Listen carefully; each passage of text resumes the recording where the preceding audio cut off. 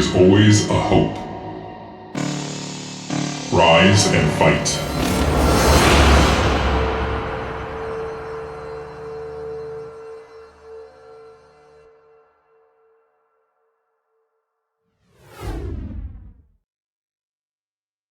Hey guys, welcome to another BSL cast. We're going to be doing Group C of the round of 16. I'm Flash for the win, and joining me is Deja Vu today. How are you doing, man? I'm doing fantastic this morning. I'm really excited for some round of 16 action. Get a chance to see some players again, and Steve gets to advance today.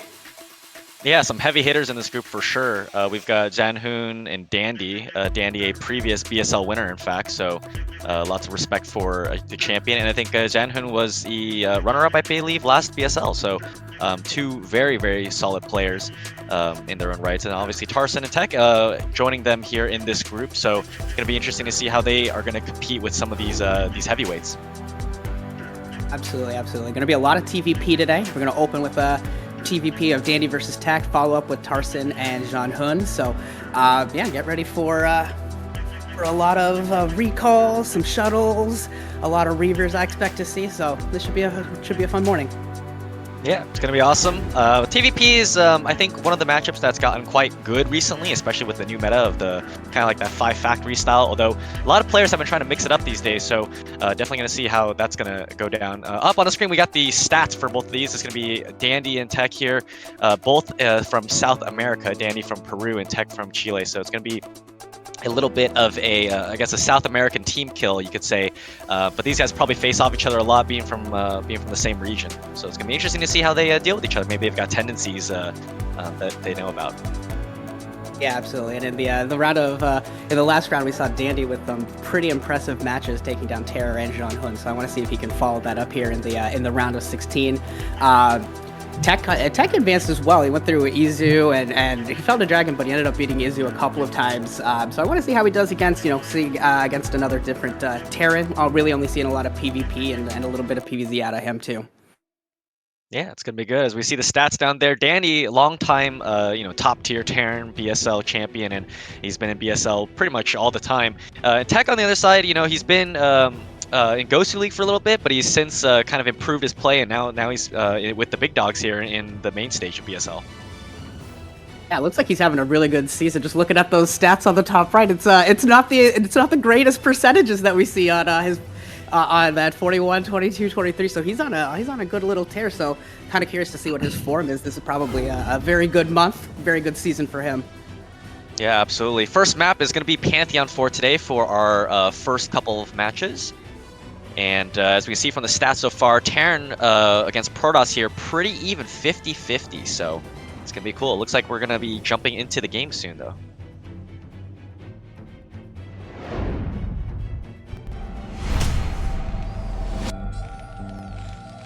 Alrighty, here we go on Pantheon. Spawning down here at the bottom left-hand position as the red Terran, it's going to be Dandy, former champion.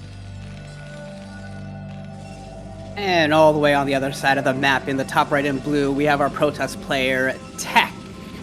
We got cross-spawn positions here on Pantheon, so maybe lends itself to a little bit more of that macro game, or unless one of these players decides to say, nah, we got to get aggressive. Yeah, it's gonna be interesting to see. Obviously, cross spawn as a Terran player myself, it's the worst time in the world for me whenever I see a Protoss spawn cross map, especially if Tech is gonna try to open up with something greedy like a 12 Nexus. I've seen a lot of Protosses, especially in ASL as well, and also in BSL first map, they'll just go 12 Nex and they'll kind of slap down essentially that first warning sign to the other player, like, I'm gonna do this, I'm gonna be greedy, or I'm gonna do something that is not too standard, and kind of throw that shot over the bow. Yeah, the opening 12 Nex in the first match for best of, I think, is kind of fun because you just get to see what style reaction the other Terran has. Everyone has their own little dynamic of how they want to punish or try to punish the 12 Nex, and it gives you a good feeling of what the other guy is going to do. I think it's a good strategy actually in a lot of these best of series. Yeah. We see Dandy, it looked like he moved his SCV over to ramp. I thought he was going to maybe put his racks down up there at the natural. Instead, he's going to be a little bit forward. Still going to have a room there for the supply depot next to it, between it and the ramp for the anti-zealot. And he's actually going out with quite an early SCV scout. So I think he's actually going to be going for the racks expand this game. That should be fun. We'll see if this is just a standard early scout. It's gonna be a 12 Nexus.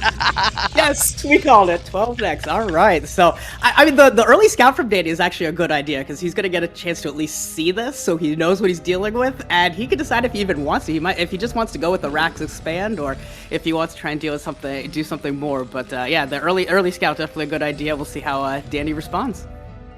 Yeah, especially with the map pool, you know, there is a 2-3 player maps and a 2-player map. I think he might be saving for a normal Rax factory, and for those maps potentially, as we know from Flash says that you need to go Rax fact if you're basically going to try to stop a 12 next. And on 4-player map, you know, he maybe thinks, oh, it might be cross spawn. I'm just going to go ahead and go for Rax expand instead. Probe with the cross scout, first scout. Tech is going to know exactly where Dandy is, and Dandy is going to get the second scout here. Did not go for the end scout. So he is at least going to see the 12 next relatively in time, and is going to be able to at least plan for his opponent's next move. Yeah, Tech is going to be really happy right now, getting the chance to go cruise across the middle of the map and correctly assume where and figure out where Dandy is. He knows he should be pretty safe here, have a good idea of any response. You know, you see the probe sitting right outside the base, going to count the Marines and see how Dandy's gonna respond. Here we go. Pulling the boys. Let's go. Let's go. Here we go. Yeah, you know, I was really curious because he kept making Marines here, and looks like Tech does not see the SCVs coming. Okay, he barely caught the whiff of it with the vision kind of fading away at the tail end. So he's going to know that this is going to be an SCV pull. We're going to have to see how he deals with it, and also see what Dandy opts for. He's going to go for the far bunker. Yeah, it looks like on the minimap he is going for the far bunker here to kind of leapfrog his way up to the Nexus. Yeah, I think that's the right way to do it. Pull up the really far back and then just hop across your next one right next to that Nexus and you're good to go. Probe's coming off the line for Tech, going to try and stop this bunker from even going up, going to force the SCV to at least back up until the rest of the boys arrive, but here they come, as well as the first Zealot. We get the start of this engagement. A couple of probes almost getting caught by these Marines, but it looks like this first bunker is going to go up, and that's going to put Dandy into a good position to be able to take down this Nexus. Yeah, it looks like almost Tech is just giving this up for now because that bunker did go up. He pulled his probes a little too late there, and the bunker is pretty much finished by the time that the SCVs are pulled. Immediately, Dandy realizing that he's just going to give up the Nexus. He's going to go back home with his SCVs there, leaving just a couple in case that Tech tries to maybe do a breakout of some sort. Yeah, absolutely. I like seeing the SCVs pull back as long as he gets the Nexus. As long as he actually pulls this off. If you sometimes you can pull out your SCVs a little early and suddenly they save the Nexus, they get the probe. So I just want to make sure he completes the kill. Yeah, definitely. But it looks like he is going to get the Nexus down here, and we're going to see what Tech's follow-up is going to be. Factory is going down here for Danny, so he is going to try to get some probably vultures and mines down the map to try to prevent any kind of counterattack here from Tech. But Tech is going to go with their box facility, so it looks like it's probably going to be a Reaver follow-up. I don't see a Citadel anywhere, so it's not going to be a DT drop. Yeah, absolutely. Yeah. This would be tough to go for a DT drop out of this situation. I think he really wants to get that Nexus up, so I think we'll see the Reaver transition here. Looks like Dandy's setting up for his natural command center, so he's going to be in a really nice spot here. Kills the Nexus on the other side. He's going to get his command center up earlier, and I think he's probably has a good idea of what Tech's doing on the back side of this, just seeing how kind of slower he is at trying to bust through these bunkers. Yeah, we do see the early eBay here right at about 5 minutes, just in case that it is going to be a DT rush. And, you know, it is one, I guess the nice thing about the cross map is if it was a DT rush, it would have taken longer for the DTs to get there. So, you know, somewhat of a tit for tat right there in terms of being cross map, but he does manage to get the pull off the bunker rush, and he is definitely a little bit ahead of Tech right now. Yeah, and, I like this position from Dandy right now. I think Dandy's got to be absolutely ecstatic over how this game started out. Tech looks like he's got that Dragoon range, so he's going to be able to clear out these Marines. These Marines are going to try and buy a little time, but not too much going on there. It's a good spot for Dandy. Tech's at least going to give himself some space and see what he can do with this Reaver. He's going to have to get some counter damage done with this Reaver Tech once it pops out. Yeah, definitely is going to need to get some kind of damage done. He also could just potentially double expand behind this. We know that that is a kind of common strategy here afterwards, with the you know, knowing the Terran's not going to be able to push you, sort of. But yeah, definitely, we're going to have to see how the Reaver is going to follow up. Armory coming down as well. So it looks like Danny's probably going to transition into a standard game. No, went for Observers, not going for the Shuttle Reaver. So I do think he needs the double expand here. If he just kind of goes for single expand and plays standard, he's going to be in a world of hurt when this push comes out from Dandy. Yeah, if it is Observer, it's definitely going to have to be a double expand. There's no way that he's going to be able to keep up his production to counter this earlier second command center from Dandy. So we should be able to see the second command center pop up, or the second Nexus be throwing down. Just see Tech clearing out, checking, really kind of just looking to see if there's any stray buildings or mines or anything across the map. So, or potentially even a starport follow-up if Dandy was being extra aggressive. We know that Tech doesn't really know anything about what Dandy's going on. We see as observers, we know exactly that Dandy's playing a pretty standard, but obviously Tech doesn't know that. Yeah, I love this Sim City here by Danny, by the way. I mean, it's really beautiful. The DTs would have to go all the way around the bunker and barracks, the turret and command center providing a full wall there. So really love the setup in Sim City there from Danny, even though we know that nothing's happening. But overall, just a very clean kind of opening here from Danny so far. I think clean is the right appropriate comment for what Danny's doing. Even to the point of how quickly he pulled his SCVs back from the bunker rush and getting them back on mining. We see a lot of times Terrans kind of leave a lot of SCVs up there, lose a lot more mining time. But Dandy kind of recognizing the situation and really making a lot of good choices here in the early game. Yeah, just a couple extra turrets here, just a little bit safe, but this observer might actually get caught here by this missile turret. Turret did not fire initially, so it is going to kind of get in the back. Okay, it will. So at least he's going to be able to see the 2 factories with the 2 machine shops and see some additional factories going down right now. It is some interesting choice here from Tech to actually go for the mineral-only third base rather than maybe the 12 o'clock for the third gas. Because usually I've kind of seen it where Pro-Russes are a little bit vulnerable taking this base instead because the pylon wall is a little bit more difficult to kind of be built on that high ground mineral-only. I'm kind of curious to see about that. Mineral onlys are still pretty good. You're still going to be building, especially if he's going to go with like a shuttle play. Shuttles, double robo, tons of minerals on both the shuttles and the zealots. So it can definitely work really well. We see the Citadel of Adunes. We should see speed loss here pretty quickly. So I think it still makes sense. It's kind of easier to defend that high ground and gives him some options moving forward. Ooh, Stargate and Templar. Okay. Yeah. So it looks like we're going to go to reasonably fast arbiters here as the follow-up. Second gas has gone down as well. And it looks like Danny's already kind of setting up for maybe a longer macro game. He's only going to stay on 4 factories so far, it looks like. So he could be just going for potentially like an upgrade Terran style. Not going to go for a push. I think maybe thinking, oh, I'm cross-map, the push is going to work as well, which, that happens a lot. If I see a cross-map's position as Terran sometimes in this matchup, I'm going to be like, I'm just going to, go for a faster base. And again, interestingly enough, he's going for this mineral only as well, not taking kind of that 6 o'clock position with the third gas. And how comfortable does Dandy feel? He just drops that right on location, doesn't even bother putting it in base and float. It's so close that it seems so safe to just drop it in your base and then float it, 3 inches over? But Dandy just feels so comfortable and confident where he's at that he's like, yeah, sure, we can just throw it on location. Yep, and Tech did see it, so now he's going to respond with the immediate 4th base. So a good response here from Tech, although we will see how the game is going to progress, considering that on this map especially, there, it kind of feels a little bit safe for Terran because of how the bases are set up, where they can really secure quite a large part of the map with, pretty few static defense. But again, arbiters on this map are really painful to deal with, considering sort of some of the base layouts as well. Almost feels like something like a 3-player map where you got quite a large area to cover for your missile turrets and your spider mines.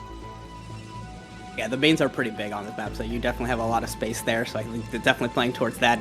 And now we see Tech just going to start throwing down a ton of gateways. 4 bases for Tech, 3 bases for Dandy.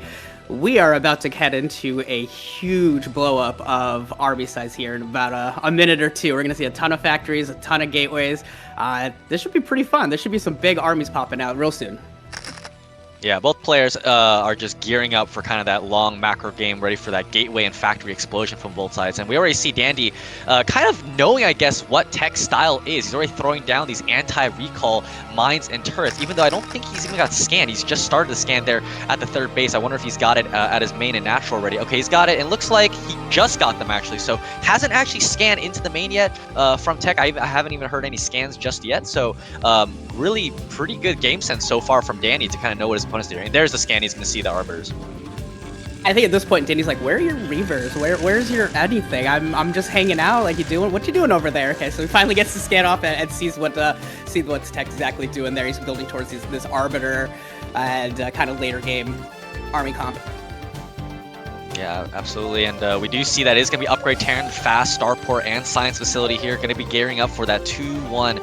Probably a big timing push here. Dandy, I was going to say, by the way, that Dandy had quite a few, units out so far. He was pretty even with Tech on the supply up until about 110, and now obviously Tech with that big gateway explosion is now going to be ramping up in that supply. So, but the problem for him is, again, Dandy took that 3rd base quite quickly, and he's going to be able to get a maxed out Terran army relatively quickly as well. So once that 2-1 hits, it's going to be a tough push for Tech to hold. And the zero harassment strategy from Tech, letting Dandy just kind of build up and do his own thing, is interesting. I personally, I think I'd be afraid of letting Dandy just play his game, but Tech thinks he's got something, so I guess he's a little prepared, and we're just gonna see these two duke it out here in a little bit. Yep, scan going down. Is gonna see. Already. Yeah, at least he saw all the zealots coming out. So it's possible that Tech goes for something like a 200 one stasis bust here. Maybe try to get something going. He is setting up for a 5th base as well. There it is. So, you know, again, as our toasters like to say, Terran now has a choice. He's got to either push soon or he's got to go take a 4th base. But nice mines there from Dandy, killing off a couple of goons. So just making sure that Tech can't get in here. And again, his defensive setup is really, really solid right now. I think Tech is an interesting spot right now. He can either try and go for some kind of bust here as he's got like a 50-60 supply lead, or he can try and stop Dandy from extending to a 4th. I'm curious to see what he chooses. There's the third option of going for the recall. He's like, nah, I'm not busting. I'm going for a recall. That is so many zealots. This is like... Yep, here we go. Stasis. Stasis at 100 energy, but the tanks are pretty well spread so far. Mines in the front doing a really good job of softening up all these zealots and dragoons right now. The Arbiter is going to get into an okay stasis, but I just don't know if he's got enough right now. This mines in front were so clean, and I think that Dana's got enough vultures here to deal with these zealots. Yeah, that rally group of vultures is really well timed, but these top tanks all go down, kind of exposing this base on the left. I don't think he's going to lose too much on the left with all these vultures, but yeah, I mean, so Tech's able to clear out a bunch of the tanks and things, but yeah, I think you got to look at that as a solid Dandy win there. Like, just not enough dragoons. I'd almost want to watch it again, see if Dandy just targeted down the dragoons really well, or if there just weren't enough. But it seems like the zealots got on top of the tanks, but not enough actual DPS, enough oomph behind it. Yeah, I gotta agree with you there. I think it was just a mass, almost like a mass zealot army. I think he only had like about 10 dragoons or so, especially after losing 2 initially to the mines, and I think he lost a couple more with the initial push in, again, to spider mines. So really good defensive setup there from Danny. As we can see, the supplies are dead even right now, 150 supply, which is not where you want to be as a Protoss player. Now, if he can manage to hold and secure this 5th base and continue to ramp up his economy, you know, it is possible for him to make a comeback, but Danny's going to try to go for this max push likely. We don't see... he's actually floating command center over to the 4th base, and this is while talking about how it's not too difficult for Terran to secure bases on this map, and he's going to go and try to secure that 4th for himself. So many ramps where you can just plop a couple tanks, put some turrets behind you, and it's pretty straightforward as far as taking these. So as long as he can take this little ridge back, which I don't think 4 dragoons are going to do it for you, Tech. You're trying, bringing in some more army, but this doesn't look good for you, Tech. He's trying to stop this 4th base, but all these tanks sieging up, going to take down all the dragoons here, and Tech doing the best he can to kind of delay this. Great stasis. Okay, that'll do. If you put down stasis like that, yeah, that'll work. Yeah, and I mean, the stasis is actually doing a really good job of basically nullifying all the DPS down there. Unfortunately for these zealots, though, the vultures are there and kind of hold positioning right in front of them, so the zealots can't get on top of the tanks very well. But I think that was actually a pretty good move there from Tech, stalling the 4th base just a little bit. And, you know, the one thing I'm a little bit worried about Tech right now is that he doesn't have a corner base. And we like to see that from Protoss a lot of the time, is if he can get a corner base and get up another big gateway block, you know, they can really kind of stall out the game and basically, you know, mine out the map essentially and take over the economy. And he's not been able to do that so far, and that's the one thing I'm, you know, a little bit worried about for him and going forward in the late game. Well, he totally agrees with you, because he just sent a probe down to the bottom right as you were saying that, and he is throwing up a Nexus as you speak. So Tech clearly is listening to you, and he's going for that bottom right corner base as he's losing endless numbers of zealots. This is a little concerning. This is pretty inefficient on Tech, just losing a ton of zealots to these vultures, just kind of roaming around the middle of the map. Yeah, Danny's done a really good job with the placement of these mines so far, kind of taking the center of the map and getting a lot of vision there. And I will say Tech's gas is quite low. I wonder if he just forgot to saturate one of his gases, yeah, at the 6 o'clock. I know he didn't have it at the 12 o'clock. He just saturated, because on the minimap, it was a blank space between the gas and the Nexus. So he has been quite low on this gas count so far. Now with the 3rd gas, I think it'll be evened up a little bit. But it looks like Danny is getting ready for the push. He's moving out to the middle of the map and already getting almost towards that 3 o'clock base. Yeah, this is getting a little concerning for Tech. Dandy's going to get this high ground, and that 3 o'clock base is in real trouble here. We're going to need to see some real good stasises from Tech to save this base. Yeah, beautiful tank spread, by the way, on these tanks. Danny's done a really good job positioning our army. I think that Tech is just going to have to give up the base and potentially go for a counterattack. We do see one of the Arbiters moving down, potentially for a recall. No, he's kind of floating around, maybe a little bit indecisive of what he wants to do. Okay, he doesn't even have enough energy for the recall, so it's got to be a stasis. And it looks like it's probably going to have to just be a counter here, with Dragoons trying to clear out as many mines as possible. And yeah, this base is going to be sacked, essentially, and all those probes inside. It's quite a bit. Yeah, Tech's got a choice to do here. He can't save 3, but he's also got that Nexus going up in bottom right that he needs to decide what to do with. He's going to cancel that bottom right and move towards the top left, or is he going to try and save it? It looks like he's going to go for a bust, going to go for the counter here at the rally, and a ton of Zealots and Dragoons pouring in. A decent stasis, nothing too special there, but it looks like he's going to be able to clear out the rally, but I'm not sure if this really does too much for him. And Dandy is pulling some forces back, but this isn't going to save the 3 o'clock. This isn't going to help his bottom left right-hand position either. Yeah, and I think that this is a really smart choice here from Danny. Just brings his army back, just surrounds and collapses on top of this remaining army here from Tech. So Tech unable to get much damage done on this front here from Danny. He is actually going to be able to use the reinforcing Dragoons and Zealots to actually clean up this base here, or this part of the army here from Danny. So not bad actually strategically here from Tech so far. And in the meantime, he's actually been able to secure another base up there at the 11 o'clock position as well. And he crucially didn't lose the 3 o'clock. I think he's decided to force Dandy to make choices. Do you want to go top left? Do you want to go bottom right? Do you want to go right middle? Like, Dandy, what are you going to destroy? Because you got choices to make here. These Tech's putting up bases all... And now we have Nexuses and command centers right next to each other. What am I watching right now? What is this? Yeah, Dandy, you know, that is a good base to take, especially with the way that he pushed, kind of cutting across the map all the way to 3 o'clock. So basically that bottom right corner would have actually been a very solid base to take. Unfortunately for him, because his army had to get pulled back, and the fact that 3 o'clock didn't actually go down, that base is not good. He's going to finish the command center, and it might just be sacrificed ultimately to once the Protoss units get over there. I'm fascinated that Tech was able to save 3 o'clock. That is so great for him. I really thought that Dandy was going to be able to take that down and take care of the attack with just reinforcements. But yeah, that was turns out that was a really good move by Tech, able to save that 3 o'clock base, and now he's expanding into the top left. So yeah, good moves by Tech all of a sudden. Yeah, Tech is expanding and continuously kind of crawling around the map with these bases. The one thing I'm a little bit worried about for Dandy is that while he has a great army, you can see the supply is up 30 supply, he hasn't really gotten much done so far. Now, the downside is Tech, the way that Tech should, I think, needs to be playing right now is he needs to be getting some Storm or getting, a big Gateway block up right now and transitioning into something else. Because right now the Gateway, count is okay at the main, but his only Gateway units, no Storm, no carriers, doesn't really have a high Arbiter count. He's going to start falling behind it essentially in the Tech. It almost feels watching Tech that he's almost planning on a carrier transition in a little bit. The fact that we don't see Templar, the fact that we don't see many shuttles, we don't see Storm, we don't see any of that. It seems like that's almost what he wants to transition to at some point. So I'm kind of curious. I want to see if he ends up throwing down a fleet beacon somewhere, or Storms. It's got to be one or the other at this point. Yeah, it looks like both players are maxed out again. Danny's probably going to look for another big push here. I wonder if he is 3-2 at the moment.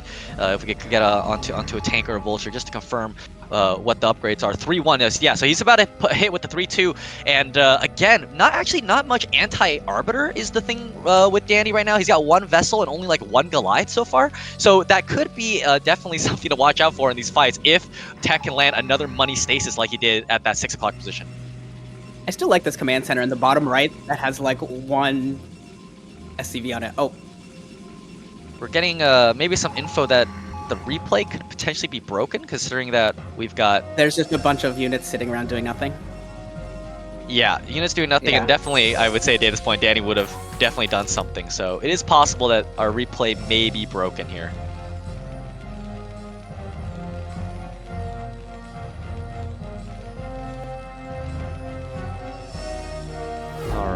Getting looks like what's gonna happen here is we're gonna go ahead and wait for I guess the game to finish, and we'll jump back into the replay, kind of back to where I guess it would be sort of when after the attack happened at the 3 o'clock, and then the kind counter of when, from Tech.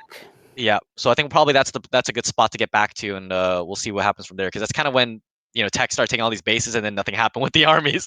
I mean, I wouldn't expect the players to just sit around doing nothing. It is a TVP, but it's a little too much. Especially when there's a command center and a nexus at neighboring bases. Like, someone's going to move on that, right? Like, there's no way they're just going to sit there like that. So, yeah, I think it's, yeah. Yeah, so we'll just kind of if we want, maybe we could take a look at the rest of the map pool so far. Curious to see what you think is going to be picked between all these players. I know TVP for the 2 first matchups. So I think Vermeer would be a pretty good map for the Terrans to want to pick. Yeah, I think Terrans are going to pick a lot of Vermeer. I think we know. I've casted a couple days before. I think we know that we can always go to my map. The Deja Vu map is always the best map, so that is always a good time. I actually really like Dominator. I think Dominator gives us a lot of fun games too. Yeah, how do you feel when they made Deja Vu the map, and then you're like, oh wow, this is my map basically. You know, I feel like I should have signed like some sort of like marketing agreement or something with them. I feel like there was some lost opportunities here. Every time a tournament uses the map, they've got to give you a royalty. Hey, I'm down. I'll take it. Oh man, but yeah, I do agree. Dominator is a pretty cool map. We've seen, especially when Speed plays on that map. You know, it's just, man, his Vulture harass on that map is just incredible. So super cool to see him play on that map, especially. And then the other maps, you know, I think with their Vultures, this Terran lineup, everything from like ASL even to all this BSL, the Terrans have just been really on point with their Vultures. There have been so many run by, so many great Vulture plays. Very impressed by what the Terrans have been doing with their Vultures. Yeah. So the game must be going on for quite a while, considering that we haven't been able to jump back in yet. So they're probably doing a split map PvT. We might be here. Yeah, we might be here for quite a while. So you know, we'll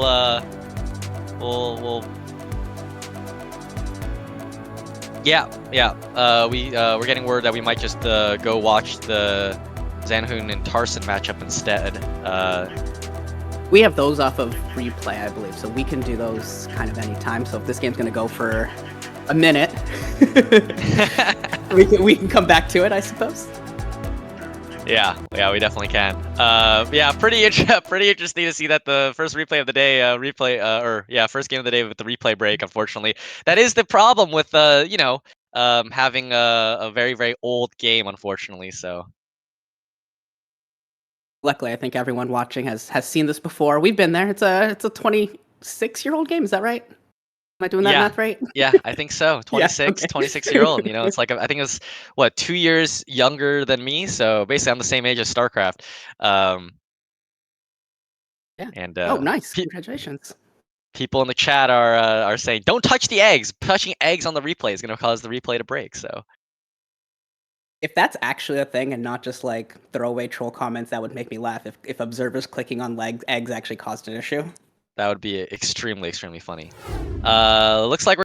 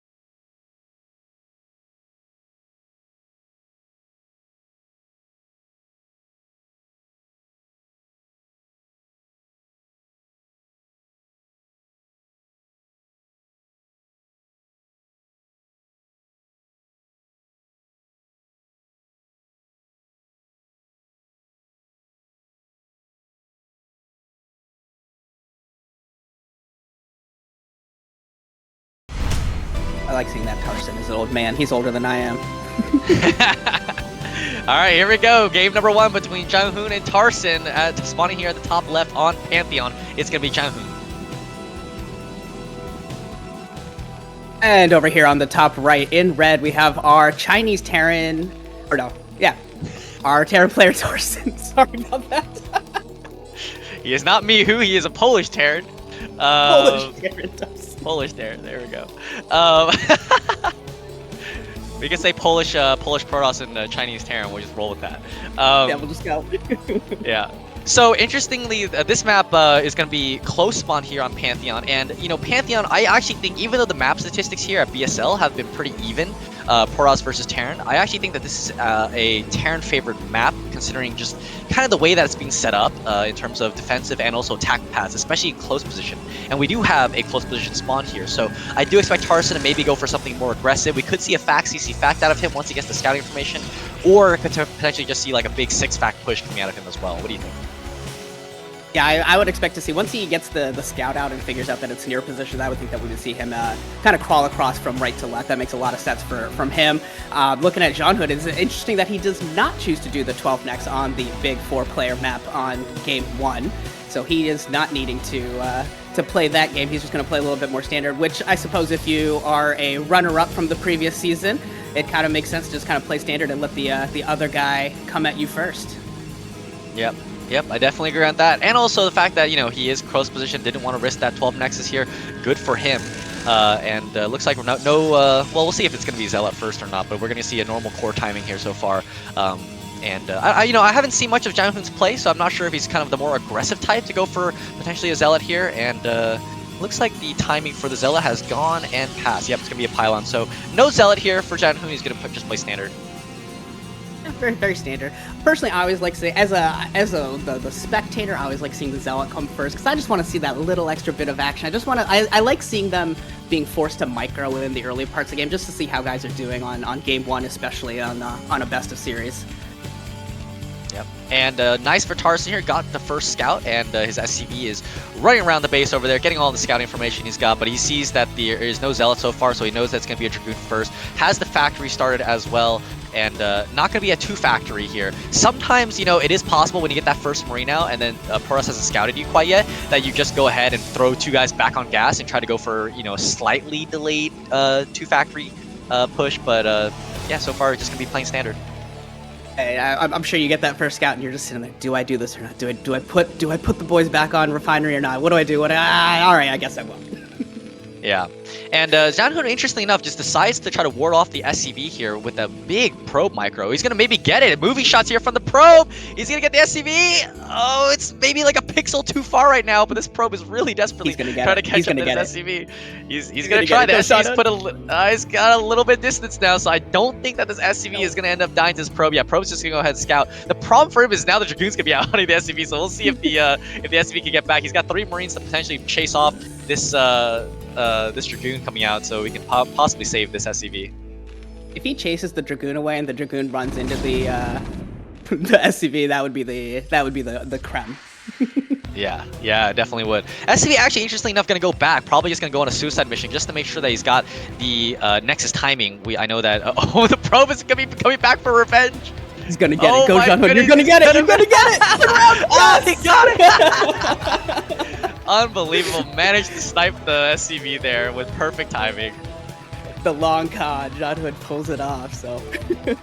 Yep. For a second there, I thought Tarson was going to go to 9 o'clock and like drop a starport or something. I'm like, are you really going to do this? Are you really going to build a starport with a 5 health SCV? Yeah, and actually it does look like it's going to be Fact CC Fact here. With getting the first scout off, he's went for the machine shop first into siege tank first, compared to normally you will see a vulture come out and then follow up from there. And Zhanhun's going to see it. It does take some hull damage onto one of these Dragoons so far, so nice little pot shot there from Tarson, and Tarson's going to be gearing up for potentially a pretty strong push here, but it's probably going to be like a 3-tank poke or something like that. But nice Goon Micro so far, picking off a couple of these Marines, and that's going to make the push much less effective. Yeah, interesting choice from Tarson, not going for any sort of a bunker like we see, 99% of the time. So he's going to have to defend with the tank, and the tank is actually going to go down.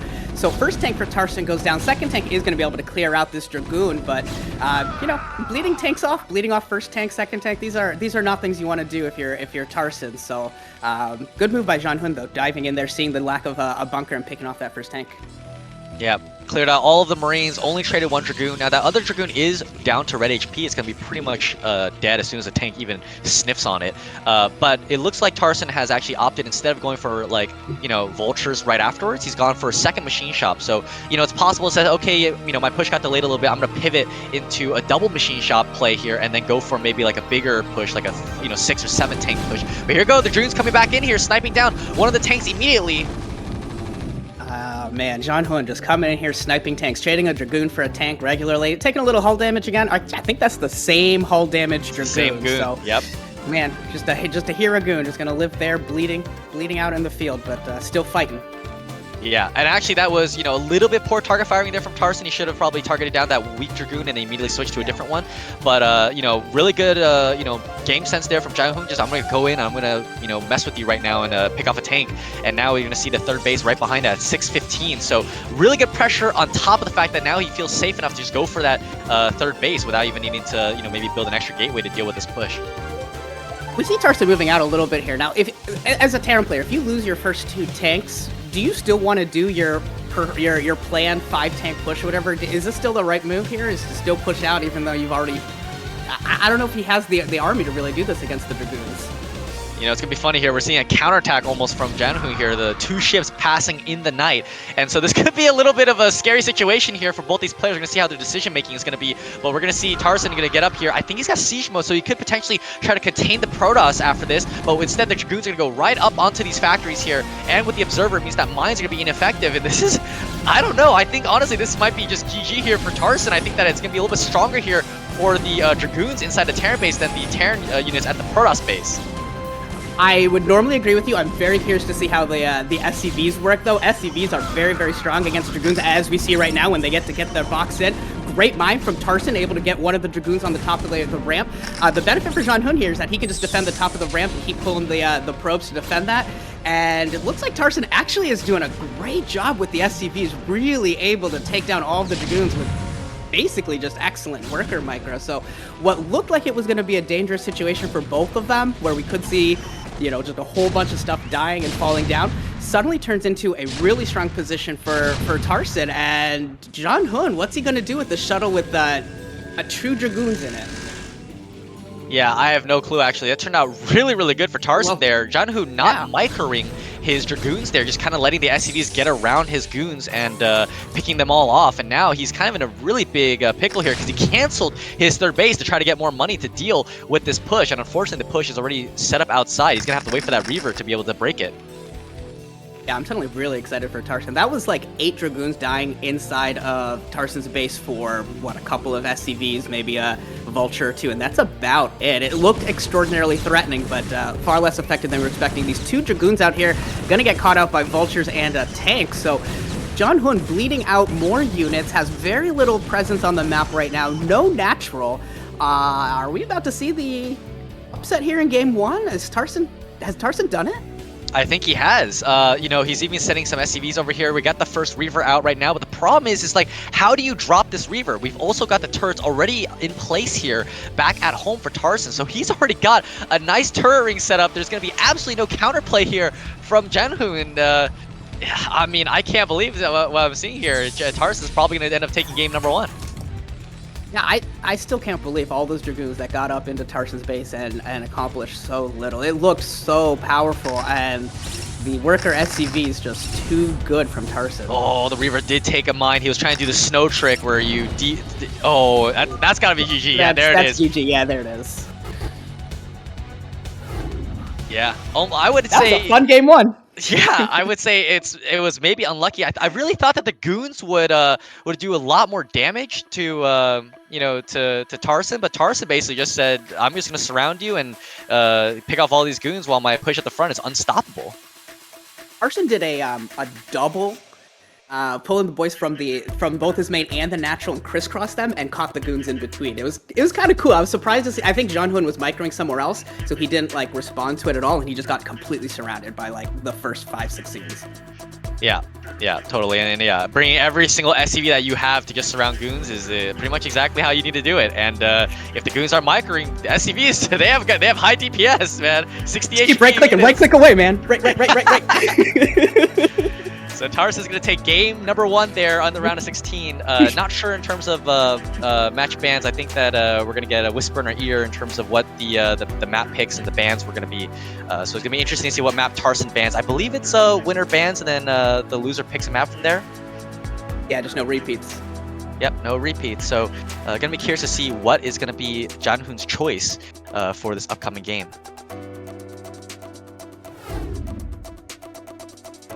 It's gonna be Dominator, looks like. Interesting choice, and that's what the map that you wanted actually. So it's gonna be a pretty cool game. I do like this map. I think it's a lot of dynamic play, especially with the way that the kind of the center is formed.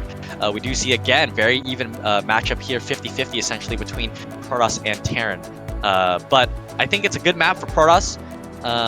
You know, good carriers and good arbiter map.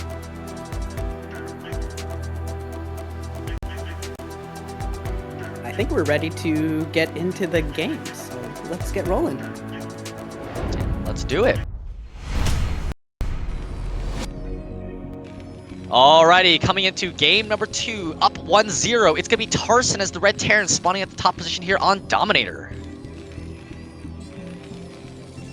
And at the 3 o'clock position in blue, we have our Protoss player Zhanhun from China. I got their countries right this time. There you go. Interesting map though with the reverse ramp. Do you think it's gonna be like a 2-fact build on this map, or maybe potentially like an early zealot push from Zhanhun? Because you know with the reverse ramp, it's a lot more difficult to kind of push out sometimes as Terran, especially if they go for like a forward gateway. Yeah, absolutely. You have to do some sort of early aggression or at least early defense on your main like kind of pizza slice. You have to do something because you can't get locked down into the bottom, and you have to have access to the map because if your opponent gets that second pizza slice, they can start dropping into your main. If on the reverse side, if it's Tarson, then Tarson gets to start sieging into your main. It gets really complicated really fast. So that's one of the reasons I like this map, is it forces you out into the middle. You can't hang out and just sit back too long, otherwise the map advantage, the positional advantage of each pizza slice is just too much. Yep, and it looks like so far pretty standard here from Zhanhun, and it looks like it's gonna be a forward Rax here from Tarson, so signaling potentially a 1 Rax fast expand, similar to what we saw in the Dandy Tech game, but he went for a factory last game and changing it up here on Dominator. Kind of an interesting choice, honestly. Man, I think it's kind of risky on this map considering that I would be expecting to see a Zealot first. So, you know, Zealot first against 1 Rax fast expand is pretty good for Protoss usually, and get a lot of damage down with that initial Zealot. We'll make sure that Zhanhun actually commits to it. Like I said, I love seeing the initial Zealot, especially when you have reverse ramps. The amount of work that you can do with Zealots on with the reverse ramp, hang out on the top, force the missed shots. It just really delays everything. And I'm sure you've felt the obnoxiousness of having Zealots and then the follow-up Dragoon at the top of your ramp. It looks like he is going to be going for that Zealot first. It looks like 16 out of 17 supply there for Zhanhun. I saw it pop up two supplies. So yep, there's the Zealot, and it is going to be that Zealot first here, but not super early because it wasn't like a gasless. It's just going to be going for the kind of normal 14 Zealot timing, and immediately going with the 15 CC here from Tarson, getting really greedy, getting up that first scout. So, and Tarson not even building Marines, so this first Zealot could be pretty painful here. This Marine just started as the Zealot's already on the way, so Tarson will have 1 Marine. He's gonna have to micro a good bit here, so we'll get a good little test of Tarson's micro and his SimCity here. Yep. And we're going to see if he's going to be pulling the bunker right away, or if he's just going to go ahead and try to use Marines to deal with it. The probe gets pushed out, but again, we're going to see that probe return because we always returns with that Zealot friend in tow, and it's going to be a lot of pressure coming out here. I do like the SimCity. Tarson's got a pretty good SimCity. And we're going to see the proxy pylon. Yeah, this is going to be fun. And that 18 supply block for Tarson was long. That was a long supply block. This is only 1 Marine still. Here we are. So bunker going up, but the SCV building, it goes down immediately. So this Zealot is going to get some hits on these Marines and is going to really delay this bunker. I am so curious to see what Zhanhun ends up putting down with that proxy pylon. Oh. Yeah, this is gonna be a little rough. This Zealot is gonna see everything. It is gonna be so annoying. It takes what, like 80 hits from my Marine to actually properly kill a Zealot. So this could take a little bit. Oh man, this is so much damage, and the Goon running by. I mean, this is going to be so much substantial damage here from Zhanhun. I mean, Tarson's going to be so far behind. He's not going to know either that it's going to be a proxy. You know, he's just going to probably think, oh, you know, Protoss is going to expand after this. He is getting a little bit surrounded here with this, with the Dragoon here, so he will take off this one last Marine. But you know, again, it's so much damage, so much delayed mining time here for Tarson. The Goon not getting that much value though before it's going to go down is a little bit sad. Oh, still alive at 1 HP! Go Dragoon! Go little guy! I can't believe he's still alive. This is so obnoxious. If you're Zhanhun, this is so obnoxious. He has no idea what's going on out in the front of his base, and his factory is still like 15-20 seconds from even being built. Yeah, good micro from both these players, pulling the low health SCV back right now, and the Dragoon is still alive somehow with like 10 shields on it, and is trying to get away. One shield, it's one hit away, man. Tarson's probably screaming in frustration right now, like how is this Dragoon still alive? He's sending a Marine maybe. He's got to go send a Marine to deal with that goon. Oh, this is just stressful if you're Tarzan, because like he wants to just send them. There you go. There he goes, sends the Marine. But like, if that Marine dies, oh thank God. Okay, I was like that. If that Marine actually loses this fight into like some sort of micro fight, then I'd be like just done. But I think what did we see with that pound? We saw the Robo. Does that Robo Gate? It's gonna be Robo Gate. It looks like Tarson is gonna see it, but I honestly think it's too late at this point. Like, what do you do from this position? The shuttle's gonna be out. He's gonna probably just elevator the 2 Dragoons into the main, where there's absolutely no defenses, no siege tank, no nothing. He sees this, but what can you? Yeah, there's nothing he can do about it. He got one factory that just finished, doesn't have a machine shop. Well, maybe now's one now. Yeah, it's just barely got it. No siege mode yet. Getting only his first tank, so he'll try to make a turret ring, but like the Dragoons are already in his base. Like this is getting from bad to worse from Tarson each moment by moment. Yeah, I just took too much damage from that initial Zella, and that's the the one thing that you got to worry about especially on a map like Dominators is that initial Zella, especially if you go for a Ras span, and also because it's a 3-player map, the rush distances aren't very long between the 3 bases. So the tank is out, but man, 2 Dragoons can snipe down a tank in exchange for one of the Dragoons' lives. Oh, he loses the first tank, so the first Reaver's going to come out, and there's going to be no units for Tarson effectively. I don't even think there's a Marine. There's no Marines. There's no tank. No Vulture. This is no units versus a Reaver here momentarily. This is gonna be bad. Yep, and the bunker's probably gonna go down at the front as well. I mean, Zhanhun, I will say, his control this game has been much better compared to his last game. He's kind of doing a lot of different microing around the map here, both at the front of the natural here, as well as that one Dragoon back inside the main. And he's gonna be able to break the front here. That one tank is trying to clean up that Dragoon back at home, but now he's gonna try to. He's kind of stuck between a rock and a hard place. Do you go after the Reaver and the Dragoons at the front, or do you try to hit the Dragoon at the back? And he's just gonna lose his tank now. I think he ended up losing both fights. I think that's an 8 SCV killed Dragoon, and there's the GG from Tarson. Doesn't even need to see his final tank die. And you kind of called this game pretty much perfectly. Or like if that first Zealot comes out and puts some pressure on against that forward racks, it can be a problem. And that's exactly what we saw. Yeah, that's exactly what we saw. I mean, that's one of the reasons I don't like Dominator as a map as a Terra player, because there's so much degenerate stuff that Protoss can do to you on this map. Now, obviously, you can go for like a 2-factor self and try to contain the Protoss into their low ground area, but yeah, it's just a weird map because of that reverse ramp. It's definitely sort of something that a lot of people aren't really familiar or comfortable with playing. And we did see Tarson try to go for kind of that 1-Rax expand, and unfortunately, just didn't work out for him. Are you telling me you don't like degenerate Protoss behavior? I do not. I think as a Terra player, it's the worst thing ever. We want to throw our computer out the window. We see a cross map 12 next, we want to throw a computer out the window. We see, like an early Reaver, we want to throw the computer out the window. It's just a very frustrating match to play for sure. You haven't even gotten to talking about DTs yet. Like the layers of degen behavior. As Terra, you see Protoss doing all this degenerate stuff. You see Zerg with the degenerate stuff. They could be going for early 2-hatch lurkers. Defiler will crawl to your natural to put swarm down. Oh man, there's a lot of stuff that us Terra's got to deal with. But I'll save the balance fighting for another day here. All right, so I think we're ready for game 3. We'll see what map Tarson picked. It is Radion. So another big map, big open bases as well. So if you want to do recalls, these are some big wide open bases if you want. Yeah, absolutely. Especially if you take like 12 or 6. I mean, it's so hard to defend that base against a recall because, Arbors can kind of swoop around the back into that dark space right behind the bases and then come in from the north or the south directly from the base. But again, another pretty even matchup. I think a lot of people like Radion. I think it's probably one of the most balanced maps that currently exist in the map pool. Again, 50% win rate essentially in PvT. So, we got quite good maps this season so far for the PvT matchup in, a group with all Protoss and Terran. So, good showing for us today in terms of what the players have been picking.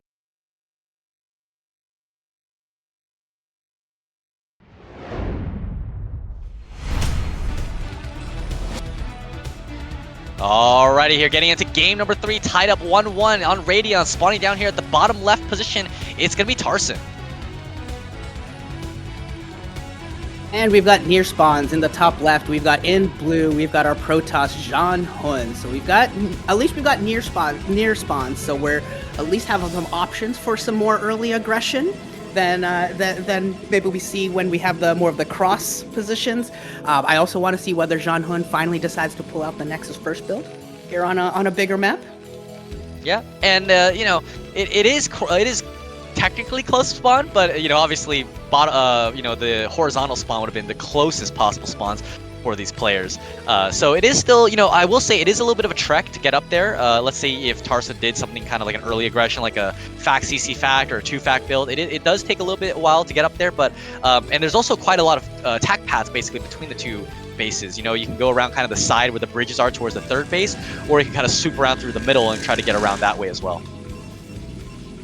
It looks like Zhanhun is not going to be going Nexus first. I don't think he's gone Nexus first in this entire tournament yet, if I remember his round of 24 correctly. I'm pretty sure he is always a gateway first man, so kind of interesting to see. Just I like seeing the patterns of who actually likes going Nexus first. Most Protosses like putting it into their repertoire, and but Zhanhun just doesn't really feel the need. Yeah, doesn't need it. Says I'm going to be able to beat you no matter what, so I'm just going to go ahead and play standard. And both players have open standard here. Once again, Rax gas for Tarson and gateway gas there for Zhanhun. So nothing kind of out of the ordinary so far, and we do see the SCV scout coming out for Tarson. Zhanhun waiting a little bit to do his probe scout, so just see the core coming down and still no scout from Zhanhun. So he's going with a no scout pattern. He's got a plan. He's the man with the plan on this one. Yeah, and this kind of signals to me that he's probably just going to opt for pretty much like either like a 19 Nexus or a 23 Nexus, because you don't really need a scout until your Dragoon basically gets started. So kind of get that mineral income addition with that probe instead of sending it out to scout. So he's going to be quite rich in terms of this early game. And Tarson, unfortunately for him, is going to be scouting in the wrong direction. So unless he does an end scout, this is going to take him a long time to figure out what Zhanhun is actually doing. But for both of them, since neither player is doing anything particularly tricksy, I think they'll both be able to casually expand and probably move pretty calmly into the mid game.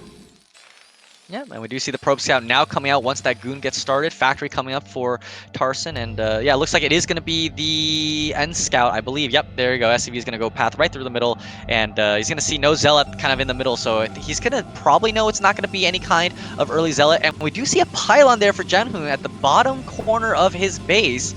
Are we going to see some Protoss trickery? He's going to lay it all on the line here in game number 3. DTs.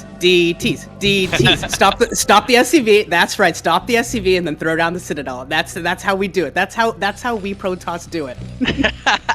Now we have not seen that he hasn't canceled his range, so it looks like range is probably going to end up finishing here. And we again see Tarson with no Vulture first, going straight for the machine shop here. So interesting choices here so far from these players. Dragoon is actually, I think, attacking that SCV right there, right now in the middle of the map. And I think he did manage to get it, if we can get that Dragoon kill count there in the center.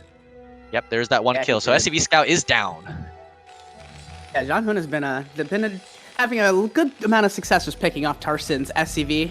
Last game he gave us a whole lot, or first game he gave us a whole lot of entertainment with it. This time he just does it with the standard Dragoon, and it looks like that pylon down there was just to trick us casters. I think. I don't think he's throwing down any tech there yet, as much as I want him to. Yeah, I mean, it could again be a delayed DT drop follow-up, which is actually kind of common with some of these Protosses these days. They'll just suicide the shuttle, get the DTs on top of that turret in the main base, and then snipe down that turret, and then all of a sudden Terran's like, oh, I guess I have no detection. I guess I just lose the game. But 2 Dragoons immediately. That tank is a little bit late here from Tarson. He's going to end up losing quite a bit here. So not great for a start for Tarson once again. Zhanhun's just killing him with 2 Dragoons. Yeah, Tarson refusing to build bunkers. He just does not believe in bunker defenses for his natural. It's very interesting to see him do this in multiple games. Just be like, nah, I don't need a bunker. I'm just going to use my tank to defend. And in the one game we saw him lose a couple of his first tanks. Now we're going to see him lose his first tank again. And Tarson is again down to 0 military units. Uh-oh. Yep. There's the GG. Yeah, he called it. I mean, as soon as this is when I play against a better Protoss player. Like I played against Doodle, for example. That's how I lose. I get crushed by like 2 Dragoons early on, and that's what happens if you don't make a bunker. You know, I think if you don't go Vulture first, I think you need to get that bunker up because your tank is going to be quite late. The second Dragoon is going to know there's no Vulture. He can come running through with range and be able to pick off your Marines one by one. And that's exactly what we saw there. Kind of a lackluster finish to that, but lessons to all you Terrans out there, just build the bunker. It's 70, just build them bunker. Just do it. Yeah, just do it, man. You gotta do it. You gotta play safe against these Protoss players who are really, really good with Dragoon control, and Zhanhun microed that pretty perfectly. You know, just two-shotting those Marines down one by one. So, really well played there from Zhanhun overall. He's gonna take that series 2-1. Tarson did manage to take that one game off of him, and but unfortunately for him, Tarson's gonna end up in the losers bracket, and Zhanhun up in winners bracket. That means we get to go back to Dandy versus Tech. Maybe we can go see what ended up happening with that. That was quite an exciting game that unfortunately Observer broke on us, so I'm excited to get back into that. I want to see how that ended up playing out. Yep, me too. We're gonna see if we're gonna maybe we do have new viewers, obviously, and not sure if we're gonna cast it from the very beginning of the game or if we're gonna just go through right to where kind of the replay broke.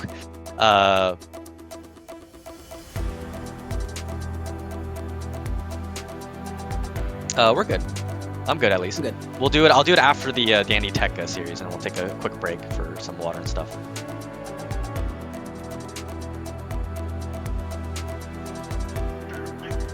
All right, so we're gonna go right through the replay up to. We're gonna start where the kind of the replay broke. So hopefully we have a good idea of where that happened. And if we have another corrupted replay, I don't know what we're gonna say. Yeah. So if for anyone who wasn't here at the beginning when we saw the first 18 or so minutes, whatever it was, of Dandy versus Tech, where we kind of left off, both players were in opposite positions, top right versus bottom left. Both players had taken multiple bases. I believe we were at about 5 versus 4, give or take, when we left. Dandy had a really good position on the right side of the map on the aggression, and Tech decided to go for a counterattack.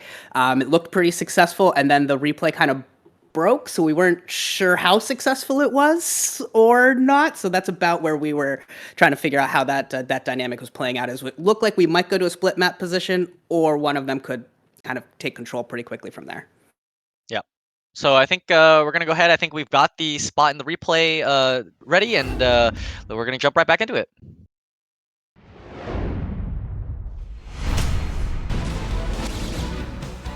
All right, so let's get our bearings down. It looks like we're going to be resuming kind of from where Dandy has kind of secured this position right here near the 3 o'clock position from Tech. And Tech is going to go wrap around here and look for a counterattack angle with his army.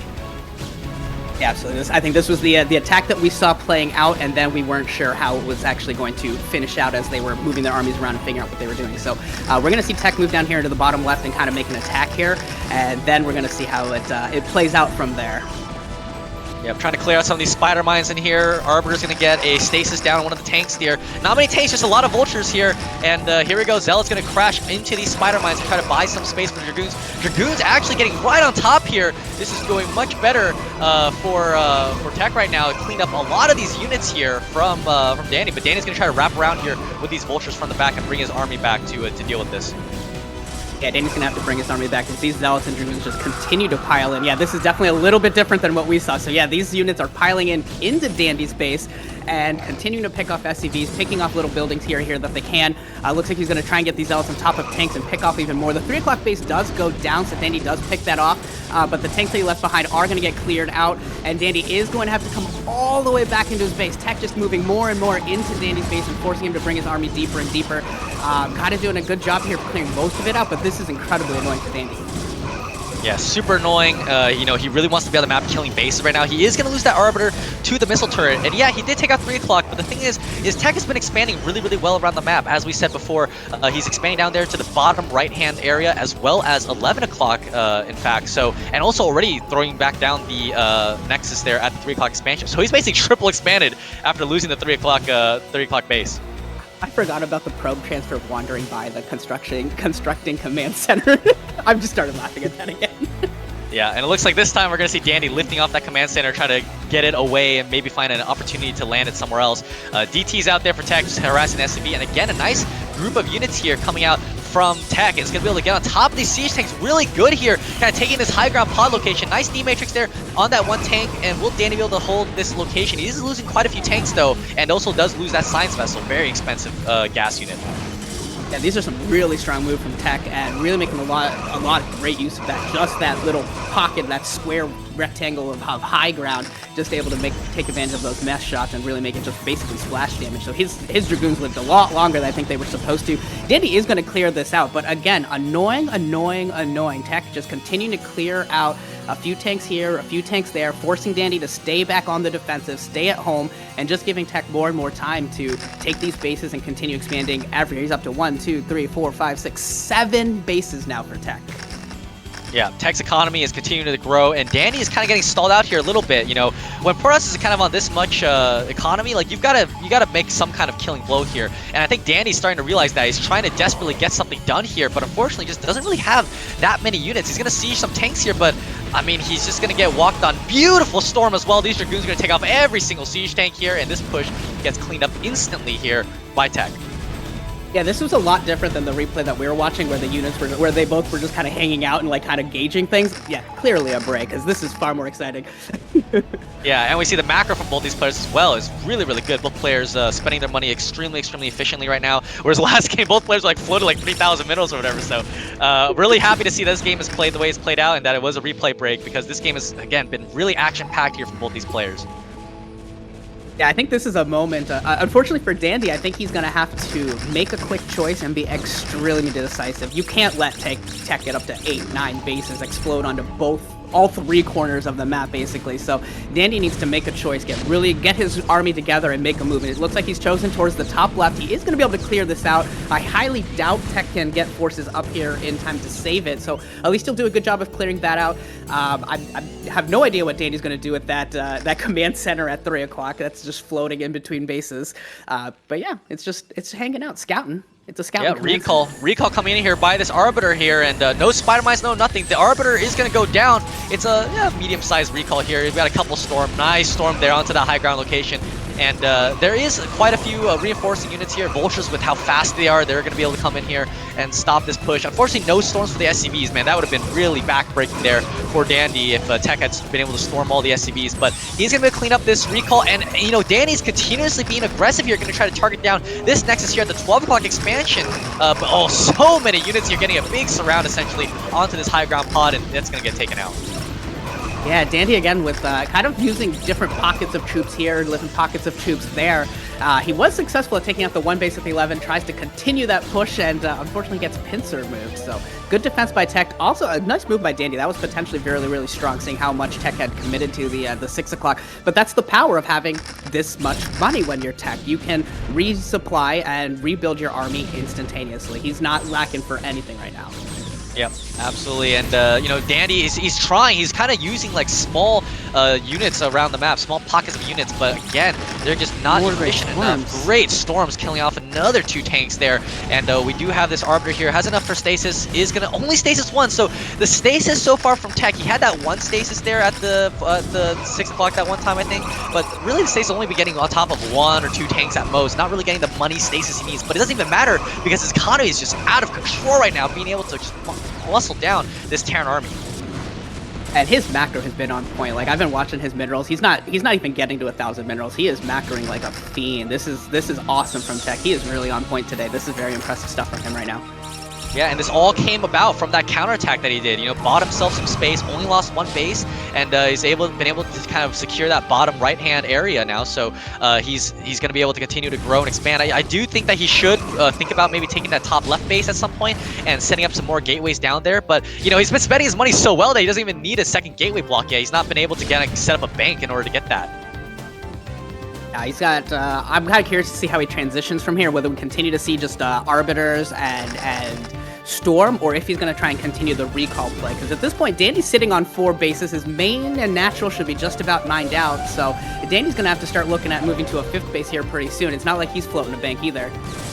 Yeah, and I think that, you know, Dandy definitely needs to think about getting a 5th base right now. I wonder if it's going to be chosen at the 5 o'clock mineral. No, he's going to be floating his command center over here up to the 9 o'clock position. And here, the one problem with this is you know, you kind of get spread out there from both the 9 and the 6 o'clock expansion. You kind of draw a diagonal line, whereas if you had taken the mineral only there at the 5 o'clock, it would have been a little bit more secure in terms of being able to just have one singular tank line there. But he's going to try to take this base, going to try to use that high ground pod to really be efficient with this defense. I think if I'm Tech and I see this 9 o'clock base going up, it stinks of recall time. This is time. Like, Dandy's going to be trying to set this up, playing a little defensive right now. This is the time to get an Arbiter ready and get a big old recall. Yeah, I gotta agree with you there. The one thing that I think that Tech could do a little bit better is getting a second Stargate maybe, because right now, you know, as the Terran continues to try to grow and build up his army, like, we're gonna need to see a little bit more spell casting from the Protoss. I know Tech has been really efficient with these gateway units army, and it's, you know, has a couple of High Templar here or there, but so far I would really think a second, you know, Stargate with Arbiter for recall and more stasis would be really, really good for him at this point. His stasis actually have been pretty good at the beginning, and then in the last couple fights, unfortunately, since we came back, it looked like they were let's get a recall top of the less army. Here we go. Oh, nice, huge recall there on top of the army, getting right on top of these siege tanks there, and it's going to be able to get quite a few tank kills and kind of reset the army. Unfortunately for him, siege tanks with this tiny little choke are so efficient. He's going to have another recall maybe. This Arbiter's moving. Oh, yes! Another recall. Chain recall on top of the army right now. Who needs shuttles when you can just recall on top of armies, right? Like, who needs to shuttle Zealot Bomb when you can Zealot recall? That was great. That was awesome, and he's basically reset the entire tank count there from Dandy. Now, the trade wasn't like the most efficient that he could have done. He did lose quite a few gateway units, but again, you know, resetting that tank count is so big for Protoss here, and he's just being so annoyed by moving these goons to the back corner of the base, forcing the tanks to come down, getting a couple SCV kills on top of that. Meanwhile, he is going to be able to spend his money and probably at this point, I think, start building a second gateway count over at the bottom left, but he's going to use more units here to reinforce with his high ground. And this fight is still going on. I thought this was about to get cleared out by Dandy, then Tech comes in with a couple more Dragoons and just picks off a couple more tanks. Yeah, a lot of tanks going down for Dandy. But for Dandy, he does have 9 o'clock up now, and he did keep 6 o'clock up, and all of it, none of those SCVs got stormed or anything like that, so his eco could actually get him back into a spot where he can get that tank number replenished, knowing that he just ate 2 recalls and didn't lose any eco? Didn't really lose map control either. Yeah, and he's again continuously coming down here with these kind of small pockets of tanks and vultures here to try to deal with this bottom right. Because if he gets both these bases down, I think he's going to be right back in this game. I still think he's a little bit behind right now, but he's doing everything that he can right now to try to claw himself back into this game. And we do see that the army of Tech is starting to come down here, but really nice mine laying so far here from Danny. I think that this army is going to get cleaned up by these mines, or at least get softened up by them. Yeah, not enough observers, but he's got to go because he's got to defend this base. He can't lose this, but some great storms going on top of tanks and vultures, picking off a lot of them. Only 1 tank left at this point, and it looks like it's going to go down Dragoons, but at this number, that is a lot of vultures. So we'll see how much Tech has to reinforce. Dragoons coming down should be able to push him back for now, and it looks like both players have kind of decided this is going to be the focal point. This is going to be the fighting spot. If Tech can defend this area right now, he's going to be so happy as he's also taking top left. Yeah, you know, Tech's macro slipped really hard there because he has like about a massive bank and not that much supply. I think he missed like 2 full macro cycles there, just not making any units. And now, you know, has Dandy found the opportunity here to claw himself back into this game? We gotta see. We have a shuttle here with a couple High Templar. Is Tech gonna be trying to go for maybe the long and trying to harassment-based strategy now that he might lose his base? But oh, one of the Templar immediately gets taken out there. But a decent storm there, killing off quite a few SCVs. Oh man, if he had that second High Templar with storm, that would have been so good for him. Those tanks are too strong. Plus 3 upgrades on those tanks, they just melt through those. That's why you got to take that Zealot with you in that shuttle. Yep, gotta drop the Zealot first, you know, soak up some tank fire, but it's gonna be a game of attrition. Nice EMP there on the Templar and the Arbiter there from Dandy. Haven't really seen that many EMPs so far from him this game, but we're gonna start seeing it come out now. And yeah, 1 base gets taken out here, and Dandy is slow pushing his way down here into the bottom right. Tech never did a gateway explosion in the bottom right. He never even bothered. Yeah, so I guess I'm not really sure why he didn't bother, but yeah, so that was kind of why you saw those minerals and gas floating. But he is taking all of the bases basically in the top left, so maybe we could see a gateway explosion in the top left, but he really needs a second reinforcement angle. He definitely needs to put down some more gateways. Yeah, and but on the other hand, Dandy is starting to mine out a little bit. We see, you know, no minerals basically at the mineral-only base that he had, as well as the 6 o'clock. But here we go, massive fight here. D-Matrix onto that front tank right now. Is this going to be the last fight of the game? Is Dandy going to be able to hold? Yes, he is going to hold, so not going to be the last fight yet. Tech is not going to be able to break through. So many tanks here from Dandy, and they're all so well spread. And nice vultures coming in here to pick off so many of these probes here from Tech. Yeah, you can tell that Dandy's microing so hard right now, moving individual bits of units. Normally we see large clumps of tanks and large groups of vultures moving around in blocks, but this time it's like two here, and just trying to get as much done as he possibly can.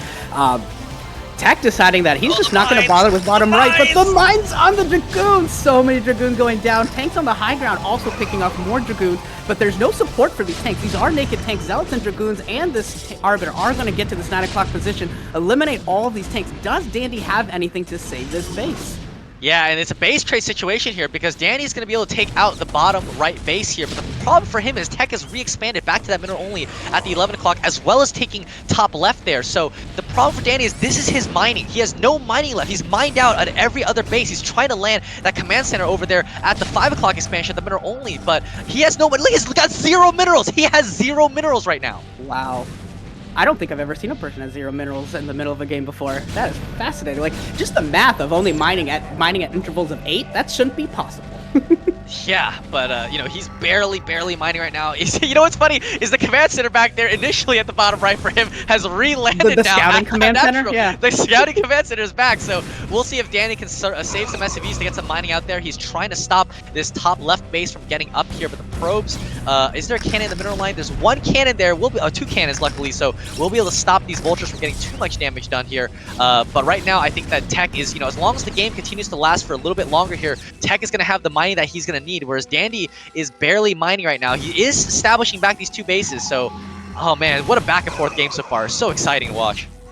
Yeah, this is awesome. This is so hard to predict. I've watched Artosis enough that I've heard that as long as Terran has 2 mining bases, they're good forever. So in the bottom right, Dandy does have 2 mining bases now if he can get them saturated. So theoretically, he can keep this going and replenish. But that I'm just watching Dandy's mineral count. It's not going up that fast, even off of the 2 bases. That's not great. Yeah, and on the other hand though, Tech, I think he's going to mine out over close at the 3 o'clock position. He's probably getting close to mining out there, if you want to take a look at that. And Protoss definitely needs like 3 base mining. So yeah, not great probe count there at that 3 o'clock expansion. He's going to try to take that natural there at the top left. But yeah, it looks like we're going to get stalled out a little bit as both players are trying to secure their sides of the map. We just went to a split map situation from... This was such a delicate game that hung in the balance in so many ways, and then is it going to stabilize into just a split map? Each side has going to have 7-8 bases and call it a day? Yeah, that's go to what minute 40. Sort of looking at. Yeah, pretty much, and that's probably one of the reasons why. Oh, there goes on a move command, not on an attack command. Oh, that's so bad there. Every unit is so precious right now with such little mining that's been going on. We do see Tech has opened up a really big supply lead, so that's the nice thing. And this is one of the problems here with getting split map as Terran against Protoss is we can see here that Danny's kind of forced to bring a lot of units back and forth between the 2 bases, and he's really spread out at both sides of the map. And so if Tech can kind of just slam his units into one side, he's going to be able to break through, and Danny is going to have all of his units on the other side of the map. Something you said earlier, you know, really wanting that second Stargate from Tech for more Arbiters. I really think that a recall into one of these bases in the bottom right would be so good for him. If he just had a second Stargate, so he had some Arbiters for these stasis plays, and then another one just kind of dropping a couple recalls here and there, I think it would be so powerful. God, some of these tank kill counts, 16 and 11 on some of these tanks, unbelievable.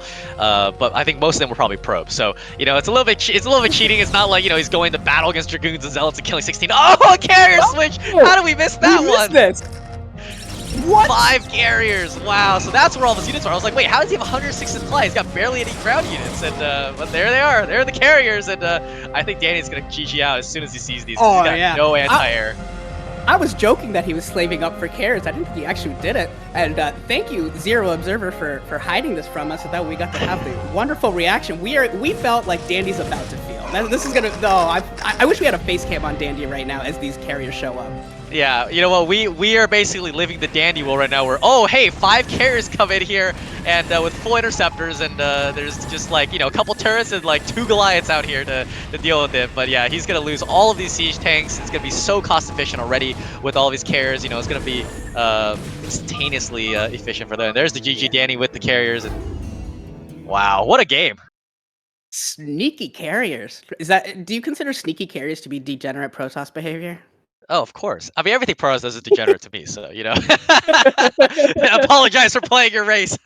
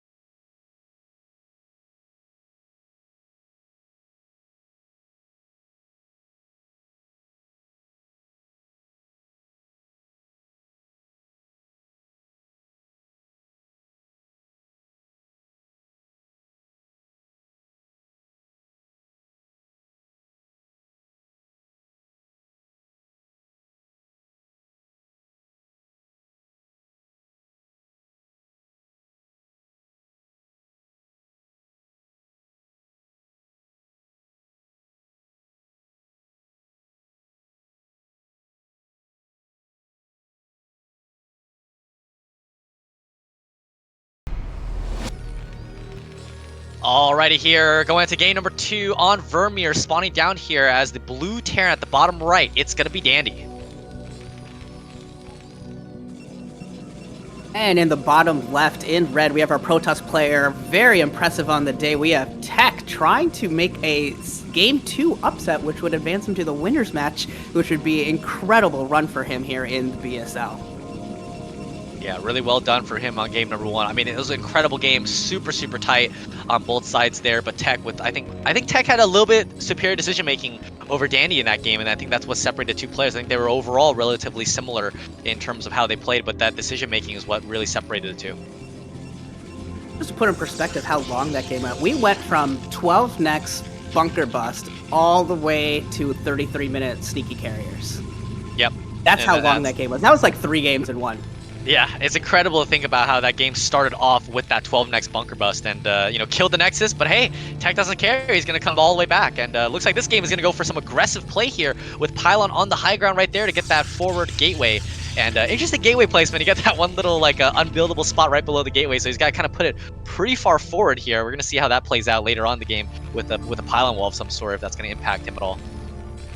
Yeah, we'll see. It looks like we're going to get that early Zealot, and he's going to get the first scout off as well, so Tech's going to be pretty happy there. We'll see how Dandy does. We saw Tarson kind of lacking a little bit in his Marine count and bunker choices. I don't expect to see that from Dandy. I expect to see Dandy put down a bunker and build Marines and kind of play a little bit safer than we saw from Tarson. But we'll see and have to confirm how Dandy wants to defend against the early Zealot. Yeah, it looks like it's going to be gasless from both players here. So actually, Dandy opening up with a Rax expand, no gas taken here, and he's going to. We'll see. I mean, we'll see. I think he's got to throw down a bunker immediately and build a Marine. And even the SCV kind of getting pulled off the barracks because of this really big probe harass right now from Tech. And this is so annoying as a Terran player, man. When that probe gets the first scout, especially off of a early scout like this, I mean, you got to know a Zealot's coming. Oh, you have to know the Zealot's coming, and the probe even forced one SCV to jump off the barracks, just delayed it by a few more seconds. All those little seconds count so much here. So, yeah, good moving here by Tech with this probe.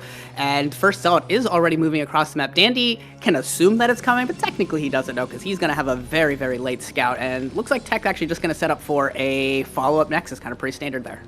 Ooh, I don't know about this, man. Danny built a second depot back at the bottom of his base, and he's going to try to throw it on the command center right as the Zealot is coming in here. So this is really bad for Danny right now. He's got no SimCity up here at the barracks either, so the Zealot is going to be able to get quite a bit of damage done here. A lot of harass coming down. He's going to take an SCV. Yes, he does. And now the Marines are they've got nowhere to micro. There's no micro hole. He's got to rely on SCVs to be the micro hole. What's going on here? Where's your SimCity, Dandy? Where's your SimCity? Where's your bunker? Where's your... Oh, yeah, this is not how you're supposed to do it. Oh, it's looking like the exact replica of the Zhanhun game where he just walked in with a Zealot and just kind of killed the Terran player here. I mean, this was, I think, such an oversight here from Dandy. I remember in the game number 1 where I said, oh, Dandy's got a really nice SimCity there with the his turret and the barracks placement at the natural, but this game's got no SimCity whatsoever. Third Marine going down. He is in tatters right now. This economy for him, pulling 6 SCVs is just, oh my goodness, it's just not what we want to be seeing here from our former champion. Yeah, I didn't want to be right at all. Not like this. Come on, Dandy, not like this. Like, again, just build the Marines and the bunkers, guys. Like, I know you want to cut your every single corner to optimize, but just build it. Yeah, I mean, just do your SimCity. So low, another Marine goes down. Is Marine gonna get stuck? Oh, the Marine might get stuck behind SV. Oh, it does. Unfortunate for him there. This is, I mean, at this point, I would have probably just thrown my computer out the window as a Terran player here because you're so far behind. Your command center's nowhere near done. Oh, you started the command center in the high ground, not even getting a factory down, even though there's a Zealot running around at your base hitting your Marines, man. And look at Protoss on the other side. He's already saturating his natural. This is a computer out the window moment right here for Terran right now. I feel like you've got either wrestling mats or a net outside your window to just catch your computer every day from all the Protoss behavior.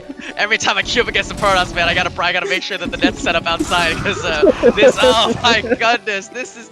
Oh, it's so sad to watch this, dude. But I mean, this is what happens. You got to build that second depot next to the racks, and you got to throw down the bunker. And really, I think this was just, you know, again, you said just cutting too many corners here. When you saw the initial probe scout, because Puros isn't supposed to scout this quickly with the probe. You've got to know something's going on here with the Puros player, and now even Dragoon's coming out with no bunker. I mean, oh man, it's gonna be so tough. No bunker, no command center. Like the zealot follow up is gonna be Dragoons, and all you've got is Marines. Like the refinery, the factory, everything is just so late for Dandy. If he pulls this one out, I hats off, Dandy. If you pull this one off. He's up 7 workers. His Nexus has been up. The Dragoon's coming out now. I mean, the bunker's going to be able to finish in time, but we'll see if there's going to lose any more Marines from this. Looks like loses one more, two more Marines down. I mean, Danny's probably made like a good 12, you know, what, 12 Marines at this point. He's only got 2 left over right now. And, oh god, double gateway production of these Dragoons. I mean, he can just go for a bunker bust at this point with how many Dragoons he's going to end up having. I think Tech can kind of. I think he's got a lot of choices, but if he executes any of them, I think he busts. He's got a lot of choices as far as busting opportunities. It's just what's your style, Tech? How do you want to do this? Because he really should be able to beat this down. Like the factory, I don't even think there's a tank on the way. I think he's still so far away for Tendy. Yeah, I think Machine Shop just got put down now for the factory, and meanwhile back home for Tech, he's even going 3rd base. So he's not going to try to go for an all-in or kind of like this big bust. He's just going to say, hey, listen, I'm so far ahead from you right now. I'm up like, you know, he's up 8 workers right now. I'm just going to keep playing the econ game, and I'm probably going to do like a 200 bust with like Mass Zealot, and you're going to have like no units because you're just so far behind. And now even Goon Range targeting down this bunker. I mean, that's again, more SCVs pull off the line, repairing. He's got to need a 4th SCV on this bunker here. Oh my god, it's another 5th Goon coming out here. Ooh, this is gonna be tough. Have a. I wonder if there's like a maybe you know is there like the bunker going down! Oh, the bunker! Oh, this is GG. I think this is GG. This is you can't lose the bunker like that. Oh man. Tech's going to winners match. Like I want to see how much lost mining time there was from all of these SCVs. Like this has got to be some kind of a record for lost mining time. And Danny's just staying in this game because he's probably just so frustrated, like refusing to GG. Yeah. But I mean, Tech could be dancing these goons around right now, just left and right, and he's gonna win. I mean, look how many SCV kills he's getting right now. He's trying to buy time for the siege tank, but he's refusing to leave. And even then, there's 1 tank against 6 goons. Yeah, no, GG there from Dandy. Wow.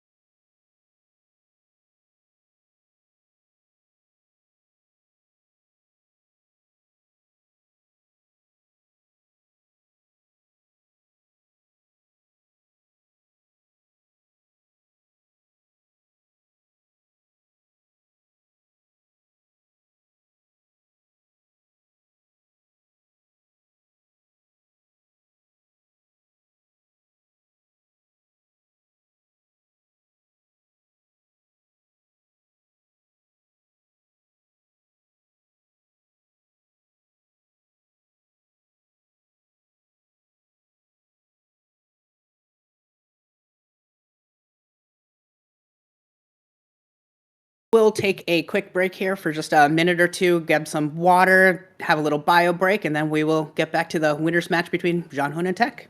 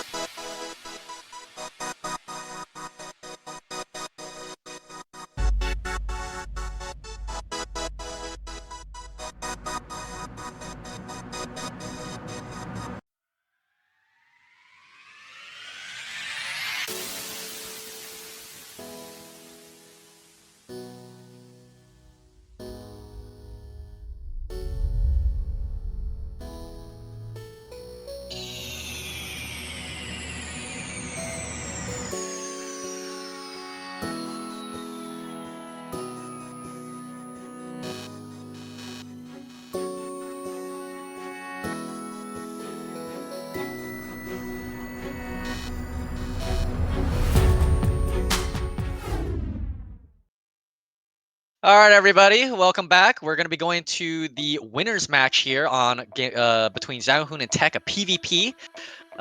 Deja Vu, what do you what do you think about this matchup, PvP between these two? I am hardcore rooting for Tech. That was so much fun watching him beat Dandy, and I love watching these underdogs go on big runs. So I am rooting hard for Tech. PvP, God only knows what we'll see here. I'm assuming it'll be a lot of 3-gate goon, maybe some DT, maybe some Shuttle Reaver, but I just want Tech to pull this out. Find a way, man. Find a way. Yeah, I do too. Like, a lot of people in the chat talking about how it's going to be China versus Chile for the land. So, you know, there's no direct cord between South America and China. You got to go all the way around. You got to connect all the way up to North America and then run the cord from North America over to China. So it's gonna be like TR12 on high or something like that. We're gonna be in for a lag fest, man. Maybe it'll just be 2-gate Zealots every game. Yeah, we honestly could see that. You know, the micro's gonna be really tricky, and they might just skip Reaver. You know, they might just go for like mass goon or something like that. And especially on a map like Apocalypse where there's no ramp, it's gonna be a pretty interesting one.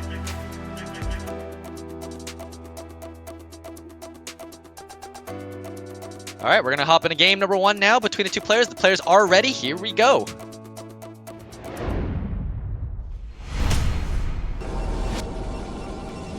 Alrighty, we're going into game number 1 on Apocalypse instantaneously with the extra high latency here. Spotting at the bottom left-hand position as the blue Protoss is going to be Zhanhun.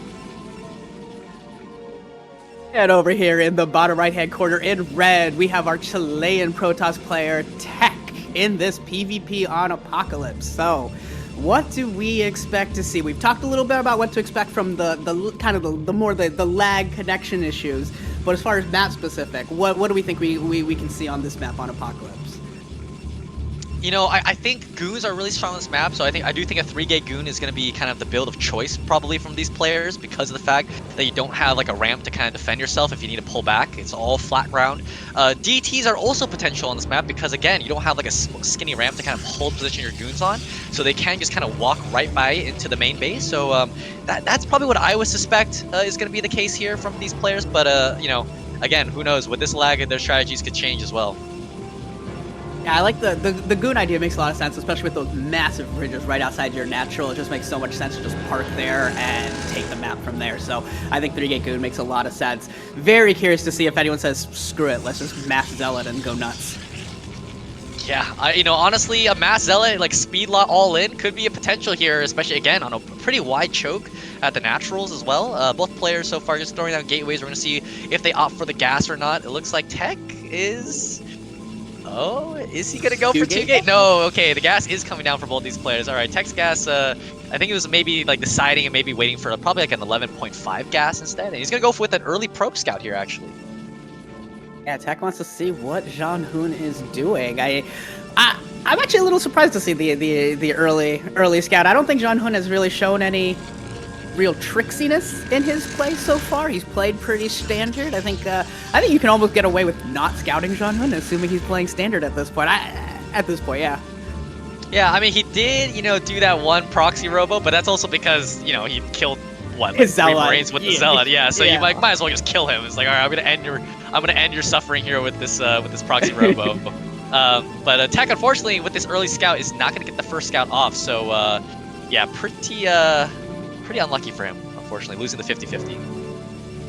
Yeah, both players just playing very, very standard. Not going to see the 2-gate zealot all in, trying to say just straight up micro fight. Instead, we're going to get the cores down, and it's going to at least look like a normal game to start. So they are not leaning into the lag. I'm actually kind of glad that they're not leaning into the lag conversation and choosing to just kind of play their games normally. Do you see? I think that Tech opted for a Zealot. I'm not sure what Zhanhun did. He's down on supply right now, so I think he maybe skipped the Zealot and just went straight for the Goon, which is very interesting. I feel like almost every Protoss player just gets that initial Zealot just in case it was a 2-gate. Because imagine if this was a 2-gate here from Tech and you had a micro on TR16 extra high with 1 Dragoon. I mean, that would have been difficult. Oh, absolutely. But even later on, you know, having that early Zealot, you know, sometimes we see like even 2 Dragoons and a Zealot will beat 3 Dragoons because that Zealot is just hammering away, messing up with AI pathing and everything else. So Zealots are a lot more powerful in the PvP fights, I think, sometimes than we give them credit for. Yep. Tech has thrown down a second gateway. We're gonna see if it's gonna be going for a 3-gate strategy or if it's gonna be maybe a 2-gate robo or just a 2-gate expand here. Actually, mirrored build so far here from Zhanhun. So both players are. We're gonna probably see maybe a micro fight here between these two to see who can get the upper advantage. And I know that at least in at the highest level of PvP play between like a guy like Snow and Mini, I mean they would just run like 3 goons at each other and be like, all right, whose micro's better, yours or mine, and then see what happens from there. Yeah. I kind of like seeing Tech. He's kind of feeling himself a little bit, doing a little star sense, looking for even like proxies at his third. Like, is there something sneaky going on? He's kind of got he's kind of covering all of his bases. Like, I'm liking watching him move his units around in his decision making today. There's the DT rush here coming out from Zhanhun. We did not see that Citadel, so there we go. DT rush coming out. Is it gonna be a 3-gate? Oh man. Oh no. That's what I was saying. I thought it was gonna be, or maybe it could be a robo still. We're gonna see. The probe is getting ready to build something. We don't know what yet, but okay, robo, 2-gate robo, but oh man, it's gonna be close. It's gonna be very, very close. That Temple Archives is just about done. This is gonna be so close. If he puts down a support bay, I will be so sad. Yeah. I mean, man, I think that honestly in a with a build like this, you've got to go obs, man. But the problem is, I guess you just die to 3-gate because they're going to have more goons than you. But here we go. Going to be some punish here from Tech because of the low Dragoon count. Actually, Zhanhun's going to be splitting his Dragoons here. This could be really, really good here for Tech. But the stutter step probably because of the lag right now. He's gonna clear out both these Dragoons, taking like barely even take any hull damage, if any. So he's gonna be up so many units right now. Zhanhun's gonna need to get these DTs out. He may be forced to use these DTs defensively just to stay alive. That's what I think too right now. And actually, Tech is not going for the kill right now. He's going to try to chase down these Dragoons and then maybe turn around afterwards. But man, these Dragoons are going to be able to get away a little bit. And now the DTs, I think Tech is going to see the DTs. Yeah, okay, he's got to know. Yeah. Okay, he knows the DTs are out right now. What timing is that observatory coming? DTs is going to go for a counter. You're going to go for a straight counter here. Observatory's on the way. Is this the moment? Is there a place to like pylon wall these DTs away from your man? Like I feel like this is the time to just save your, like, do whatever you got to do, buy your seconds, because this is gonna be so close on the timing. The Dragoons for Tech are on the attack as well, so Zhanhun's gonna have to win with these DTs right now and get a ton of damage done. He's using his DTs defensively. DTs coming into the main of Tech, walking right by the Dragoons. Looks like he's got a target on his mind. He wants to take out this robotics facility and basically end the game by saying no observers for you. Oh, it's gonna pop out of time. They do take a pretty quick timing to build, but oh, Tech's face is in shock right now. Oh, the observer doesn't come out. The observer didn't come out, and it's gonna be game over, I think, here. Unbelievable. You know what? I really want to hop into this replay and see. I don't know if the players will just want to immediately go into the next game, but man, I want to see how close that observer was to finishing because I think that it was barely like 1 bar left to finish, and we're just gonna go for a mass counter here with the Dragoons and the pros. But unfortunately for him, there's absolutely nothing he can do here. The DTs are just killing everything right now, and there's gonna be no detection whatsoever. Unbelievable timing there with the DTs. They managed to barely get it there in time.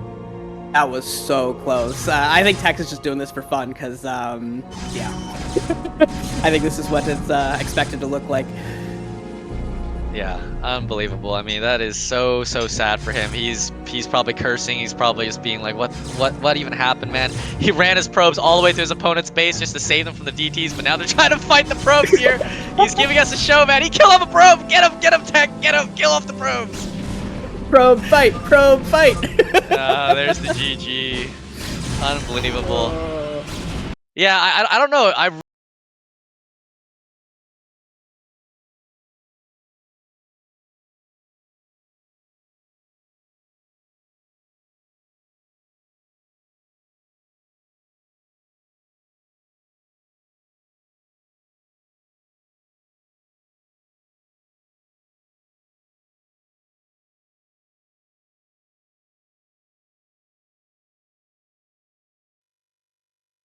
it wasn't okay. It wasn't as close as I thought. It wasn't like barely like with like the bar showing completed but not. I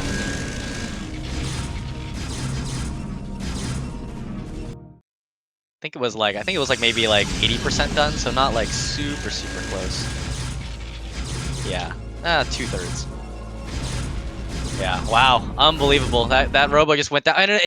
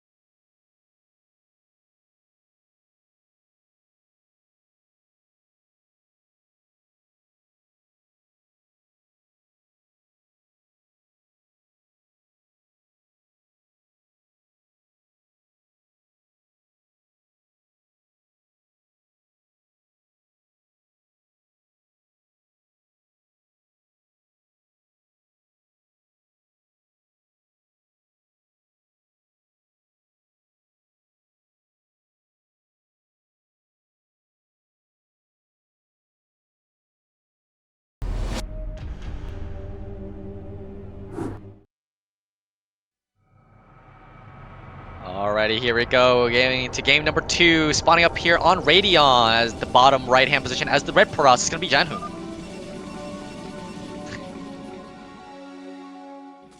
And with cross-map positions in the top left, we have our Chilean Protoss in blue tech. So we got cross-map positions for some very, very long rush distances. So as far as those more cheesier, this 2-gate zealot, send them across the map, maybe a little less effective than normal. Might just see kind of more of the standard Dragoon play here to open up, maybe. Yeah, I do think so. I think, especially on ramps, I really don't like seeing the 2-gate come out with the early zealots, and especially with cross-map being the case, it's going to be even worse for whoever goes for a 2-gate strategy. But I mean, we'll see. Maybe someone is going to try to go for it anyways. It's just not great, because usually you can block the ramp pretty well with the Dragoon and the Zealot initially to stop them and buy time for your second Dragoon. Sure, definitely want to kind of watching Tech a little bit here. At the end of last game, he was just kind of messing around a little bit. Just want to make sure that he's gone on not tilted a little bit. That was a little concerning at the end of last game, kind of setting his probes across. I was entertained, but at the same time it looked a little tilting. So kind of want to make sure that he's not going to do anything too crazy. Yeah, you know, I mean, that's just the face I make every time I play against Protoss in general. So I know his fear. I know his pain. You know, I mean, playing against Protoss, it's just how we're gonna be. You're gonna be a little bit angry. Zhanhun, is this the eco cheese coming out here? Is this a 12 Nexus? Excuse me? This is where Zhanhun decides to go Nexus first? Is in PvP? He's like, no, I don't Nexus first in versus Terran, only against Protoss? Okay. Yeah, 12 Nexus and PvP. Again, the Protoss going 12 Nexus gets the cross spawn. He gets the cross spawn here. Unbelievable. When did this become a thing? When did 12 Nex and PvP become a thing? I feel like a Zealot just walking into your base is going to end your life. You know, I think Mini actually does this a little bit in his games, from what I've seen sometimes. It's crazy, but here we are. You know, he thinks that if his opponent is just going to open up standard like one Zealot Goon, then, you know, he's got nothing to be afraid of. I mean, he's right. But it is very, very ballsy, especially after last game, to go ahead and do this and cut all of the corners and say, no, just going to throw down the Nexus. Yeah, very, very ballsy. Goes with the Forge, so that makes sense as far as being able to defend yourself a little bit.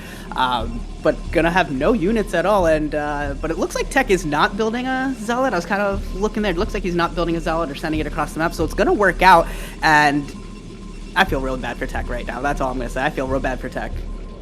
Yeah, I mean, his probe is going to get there. He's going to see his cross position. Now, here's the thing. Will Tech respond with maybe like a proxy robo and just like fly a Reaver up there, or like crawl a Reaver to the cannons? I mean, that's a possibility. Or maybe is he going to try to like just, you know, go for some other strategy, just accept that he's going to be behind a little bit here. We'll have to see, but we're going to see how he's going to react here once he sticks out to the 12 Nexus. He did do the thing where you take that pylon and put it in the middle of the corner of your base so that you can go ahead and put down some tech. So he's definitely considering his options. He knows what's going on at this point. And yeah, he's going to have to make moves here because you definitely can't just expand if you're Tech on the backside of this. There's not really a lot to do there. So he's going to have to make some moves. Yeah, and shake of the head there from Tech. He is pretty upset right now that he is seeing this 12 Nex come down, and Zhanhun's doing pretty good with the scouting. He's got the Zealot kind of being really diligent of seeing if there's going to be a proxy here, because this is kind of the one thing that he should be afraid of, is like maybe like a random 4-gate proxy up somewhere, but looks like Tech is just going to go into a 1-gate robo, maybe go for a really, really fast Reaver here and fly the Reaver over to the cannons and try to break the cannons down. But in the meantime, we are going to see Zhanhun just Tech right back up into his own Cybernetics core and, you know, probably just get some Dragoons out and maybe be able to deal with it. Yeah, the Reaver makes a lot of sense as far as the Tech choice for Tech. That's fun. But I just really feel that Zhanhun's going to have a lot of Dragoons out in time by the time a Reaver's built in and flies all the way across the map. Yep, and at the very least, Tech is going to be able to stop the Zealot from getting up here and scouting, and I think Zhanhun should know that something's up right now because of the fact that we don't see a Nexus down at all. You know, we can't see what is up there at the top of the ramp, and the Zealot is going to go down. Doesn't see the robotics facility, but I mean, he should probably have an idea of what's going to be going down here. Third cannon being added because he knows that it's going to be some kind of aggressive play. We don't see the initial, you know, Nexus response, which is normally what someone might do if they just want to play from behind. Yeah, there's really only a couple of options from Zhanhun's perspective. There's only a couple things that Tech could be doing. One is the Reavers, which is what we're going to be seeing, and the other is just a massive Dragoon flood, 3-4 gate goon all in, and just try and out unit and destroy those cannons and take advantage of the Dragoon count difference. And the counter to that for Zhanhun is build more cannons and build more gateways, and yeah, just build. Looks like we see an observatory there from Tech. He's not actually getting the Reaver, which is really interesting to see. Yeah, I'm curious about this trade. I'm curious what his plan is at this point. Where does he want to go from here with opening up Observer still with just the one gateway? Yeah, I mean, it's weird because he's hitting the eggs to maybe go for a potential bust. He's just trying to widen the choke a little bit, but maybe he's trying to bait Zhanhun into thinking that he's going for some kind of big Dragoon flood right now. But in reality, he's just going to be going Reaver, and Zhanhun is going to be going up to even 5 gateways now. Incredible. Yeah, this feels a little disjointed from Tech. He kind of puts down the Robo, puts down the Observer, and then puts down the Expansion Nexus. This is a little disjointed. Yeah, I think maybe he's just going to see the follow-up from Zhanhun, but he should know that there's not going to be any follow-up from this. It's just going to be Dragoons and Cannons. So curious to see that he did go for the Observer. He's got quite a bit of vision around the map right now, maybe thinking that Zhanhun's going to go for some kind of like shuttle of his own or some sort. I think he may have overthought this, Tech. I think he's yeah, I don't think Zhanhun's follow-up was as clever as maybe Tech was expecting. This is pretty straightforward. Yep, he's going to see the 3 cannons, going to fly the Observer, and he's going to see 5 gateways over there. So Zhanhun going heavy into the Dragoon production right now, and he's going to be going for a counterattack across the map right now. And not that many units back at home here for Tech. He's even forced to put down a shield battery, waiting and buying time for the Reaver to come out. Yeah, fascinating. Watching Tech accept the defensive position, accept being behind an eco, and just putting a couple Dragoons on the high ground, pulling out the slow claw on the Reaver 2 is natural to defend. And what is the Tech choice going to be from Zhanhun? We saw the gateway explosion. Is he just going to go gateway man? Is he going to go into, say, Templar, or is he going to go into Reavers of his own here? Yeah, he hasn't gone for anything yet. He's just going for pure Dragoon right now, and he's just going to try to see if he can break up into this position right now. But Tech's got in a pretty good position right now, where he saw to see Zhanhun with the 1 Dragoon kind of checking out what Tech has got out front and side of his base, and Zhanhun was like, okay, you got good defenses, I'm just going to back up and continue to macro up, because I know I've got a pretty significant economic advantage right now. And it looks like he's setting up to just take a 3rd base as well at the 6 o'clock position. So Zhanhun just going to continue expanding. Zhanhun's basically playing this like a PvT at this point, except for the cannons. And, well, even that, actually, against the Marines and stuff, you even see that. So this actually looks like a PvT build at this point for Zhanhun. Yeah, he's got the robotics facility coming up. I think the pylons are just there to get vision in case of a shuttle drop. So I don't think he's going to be expanding quite that fast. That'd be really fast for a 3rd base. I saw that pylon and he was floating like 400 meters. Like, is he really taking a 3rd right away? I guess so. I guess this is the new meta. But, we could see a faster base, honestly, because both players are kind of playing really defensively. We got kind of that Mass Dragoon versus, like, a defensive Reaver setup. So, I wouldn't be surprised if someone did want to try to take a 3rd base here, especially if Zhanhun's the one to do it, because he's got such a massive ground army with the goons. But as it stands right now, both players kind of just macroing up right now. Tech is doing a decent job. He does have the Tech advantage with the Reavers, but I think Zhanhun's going to catch up pretty quickly here. Maybe we're going to see a Dragoon push out here. Yeah, we're gonna have to watch the micro here. I know we keep saying it. I don't want to over stress it, but the lag is gonna be painful, and Tech is gonna have to really navigate his shuttle Reaver micro and the clunkiest unit in the game, Dragoons. This is gonna be a lot on Tech's mechanics here to pull this off. So interestingly enough, we have a little bit of a force out here from Zhanhun that's kind of out in the middle of the map. Might get caught a little bit. We do see the other half of his army sort of back towards his 3rd base location right now. But it could be a surround here coming out from Zhanhun. Could he position himself in a way that's going to be able to surround Tech's army right now with such a big Dragoon advantage? We got to be careful with the Reavers not getting too much Reaver shots here onto the Dragoons. But is the surround going to happen? The problem is now the Dragoons are kind of getting pushed back across the bridge, so that it's going to be really hard for him to get that surround. And Tech's got to keep this army moving and make sure it doesn't get pincered, which is exactly what he's doing, moving towards the normal third base for Zhanhun, going to take out that little pylon. But this army is kind of boxed in here now. Zhanhun's kind of got this boxed in. This is going to have to be really good Reaver play to get this army back he's just out. he's just gonna dive into the mana thing. He might just give up, or no, he's gonna try to fight right now. But the shuttle's already at low HP. The shuttle goes down right now. The Reavers are kind of now crawling out in the middle of nowhere, and Zhanhun's gonna be able to try to take down this Reaver. First Reaver goes down, and it's got a big arc, massive arc with a huge Dragoon advantage right now. He's gonna take out the second Reaver as well, and 2 Zealots even kind of just like walking around. That is, oh man, just absolutely crushed there. Big surround there by Zhanhun, totally wiping out all of Tech's army.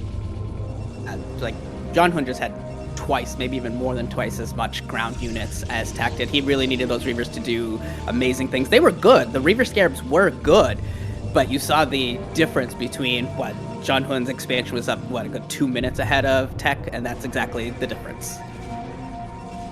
Yep, absolutely. And now we see, what is it, double Forge from Tech of playing like a PVZ or something like that. Citadel of Dune coming up, so he's going to transition into the Templar Tech. I think Zhanhun already has a Citadel of Dune up, so he skipped Reavers, just want to get a couple of Observers out, and Templar Archives, and yeah, even Tech sees it. Yeah, Templar Archives already started, and it's not looking good for Tech right now. I really had hoped that he was going to be able to come in and maybe get an upset here on Zhanhun, but Zhanhun's been really solid so far in the series. Yeah, this is really good stuff from Zhanhun. I feel a little, like I said, I felt bad for Tech as soon as his probe went down to the bottom right and we saw his face. Yeah, that was rough to watch. We knew what was going on at that point. Zhanhun just in the driver's seat, can taking his third. Like, Tech is trying to take his third as well, but Zhanhun's army is so massive. If he figures out that there's a third base going up, he can take that down so quickly. Yeah, you do have cannons at the top of the ramp, which, you know, makes it hard for Dragoons to kind of push up there, because Dragoons, as we know, are stupid units, and so trying to get up that ramp with cannons shooting down on you is a little bit of a difficult challenge there. But again, I mean, the fact that he's already down 30 supply, and Zhanhun's kind of taking full map control, essentially, with this big Gateway Man army out in the middle of the map, and no real tech advantage anymore for Tech because he lost those Reavers, it's going to be really hard. He does actually rebuild a Reaver, gets it on top of the ramp, so this actually may be able to hold with the 4 cannons already there. We see the Zealots streaming in, Dragoon's trying to get on top of the ramp as well, taking down the shuttle or the Reaver, trying to split his fire, and Tech coming in with his reinforcing army from the side, so this is going to be the deciding fight, it looks like here. Good arc from Tech coming in here with his reinforcing unit. Zhanhun trying to get up the ramp, kind of splitting his focus here a little bit. His Dragoons fighting on both sides. It looks like they got rid of the Reaver, most of the cannons, and they are going to take the field. This Nexus is going to fall, Tech is going to GG, and Zhanhun is going to advance. Yeah, nothing happening there. I mean, I think Tech had a decent concave there, especially with, there's a lot of Dragoons kind of from Zhanhun just walking around in the back, because he had, again, as you said, split his attention between the Nexus and the kind of the fight. But once he kind of reformed his concave there, there's just nothing that Tech could do with such a huge supply deficit. And Zhanhun is going to be our first advancement here in this group to the round of 8, and Tech is going to fall into the finals match to face off the winner against Dandy and Tarson. I think we kind of assumed that Zhanhun was the favorite coming out of this group. Seeing him advance, kind of one of the expected ones. I think the other one was probably Dandy, is the other that we, before the matches started, would have assumed to be the second favorite. But he's going to have to take down Tarson in a TVT in the losers match. Yep. So at least Tech is going to know he's going to be facing off against a Terran, so can try to maybe figure out a game plan while Tarson and Dandy play it out. But again, congratulations, Zhanhun. Again, another good Paras player who's going to be making it. China again, sending out some really good, strong players here into this BSL.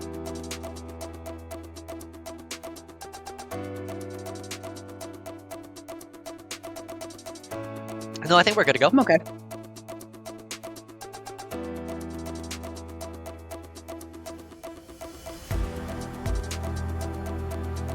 We are going to open up with a TVT on Apocalypse between Tarson and Dandy.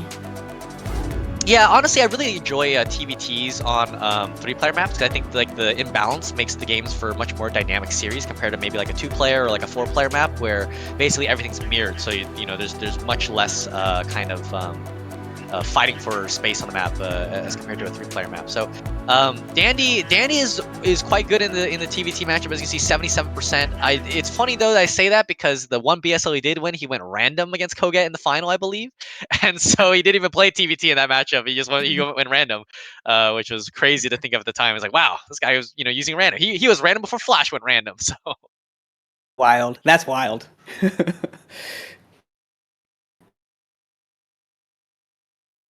But I think we are ready to go into game 1, it looks like. Yeah, looks like we're ready on Apocalypse here. Again, 3-player map, and let's jump right into it.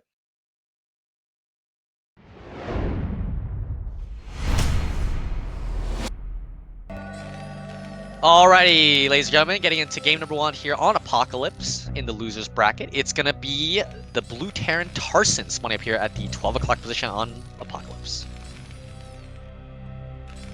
And down in the bottom left corner in red, we have Dandy, who has shown himself to be extremely good at this TVT matchup. I do remember him in the round of 24. I got a chance to see his 3 Terran group, and he was impressive from all positions, whether he was ahead, behind, looked like he was about to die. Somehow he pulled it out. So I've been really impressed with Dandy's TVT so far. €30. Yep. Go BSL. And one thing to note, so far, Tarson. the spawn positions, in Northwest my Power. opinion, would be favoring Dandy here because of the way the kind of the natural 4 base setup is on this map. Dandy's going to be able to expand sort of away from his opponent, while Tarson, if he wants to expand to that 4th base location, would be that 9 o'clock kind of in between them. So not the greatest spawn so far here from Tarson, but his counterplay is going to be that his dropships would be able to reach Dandy's main much faster than the other way around. Dandy would have to kind of go around to the right side of the map to get his dropships over there.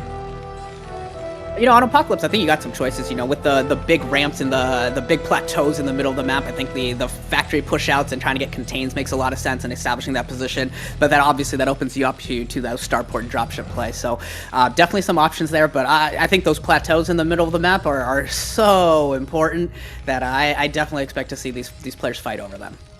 Yep, gotta agree with you on that one there. And I think that this map, with those high grounds, is going to lend itself to a 3-fact Vulture opening from these players. I don't expect to see sort of the Tank Goliath builds on this map, just because I think, again, getting map control early with those Vultures is going to be so important. And then maybe transitioning that into like a 5 tank with double machine shop, with tanks trying to take control of the high ground in those areas, as you said before. So it's going to be interesting to see how the players are going to be setting up for this game and what their strategy is as well. And I think maybe potentially a factory starport opening, it could be another idea for these players as well. Yeah, there's never anything wrong with Wraiths. Wraiths are always a good time. They're always fun to watch. I always want to see my paper planes, so I am more than happy to see a Wraith opener. Yep. And looks like we're going to see Tarson with the first scout here onto Dandy. Dandy is going to be unfortunately getting the wrong scout going, losing the 50-50. They're going over to the right-hand spawn location. And both players just dropping down their factories right now. Nothing out of the ordinary so far, but we're going to see if one player decides to, you know, switch up things or if their builds will diverge at some point. Yeah, I suppose if you don't do a proxy 8 racks or anything, there's not really a whole lot of things you can do other than throw down a factory in this matchup. That's kind of the Terran ways. Just got to throw down your factories, maybe expand and build from there. Yeah, and you know what's interesting is there's a possibility I thought that of a 6 racks in this game, considering that there is again no ramp for kind of the defensive player to hold. So 6 racks is possible. It's starting to get a little bit more popular, honestly, from a lot of players these days. After I think it was I want to say it was Speed who did it to Light in one of their games, or I forget, it was one of the Terrans who did it to Light, and Light just got smoked by it on Dominator because of he had a 4 racks and the SCV died and it was game over from there. But yeah, so far, looks like both players can be playing standard. Actually, it looks like Tarson went for Machine Shop before Vulture, whereas Dandy went for Vulture first. Yeah, so Dandy will have more Vultures on the map and have them first, but Tarson will have the tech advantage, and he is going to have his command. Oh, actually, it looks like the command centers are about the same time. I'm curious to see what what Tarson wants to do with this this Machine Shop. If he's going to just pull out how many tanks is he actually going to build out of it?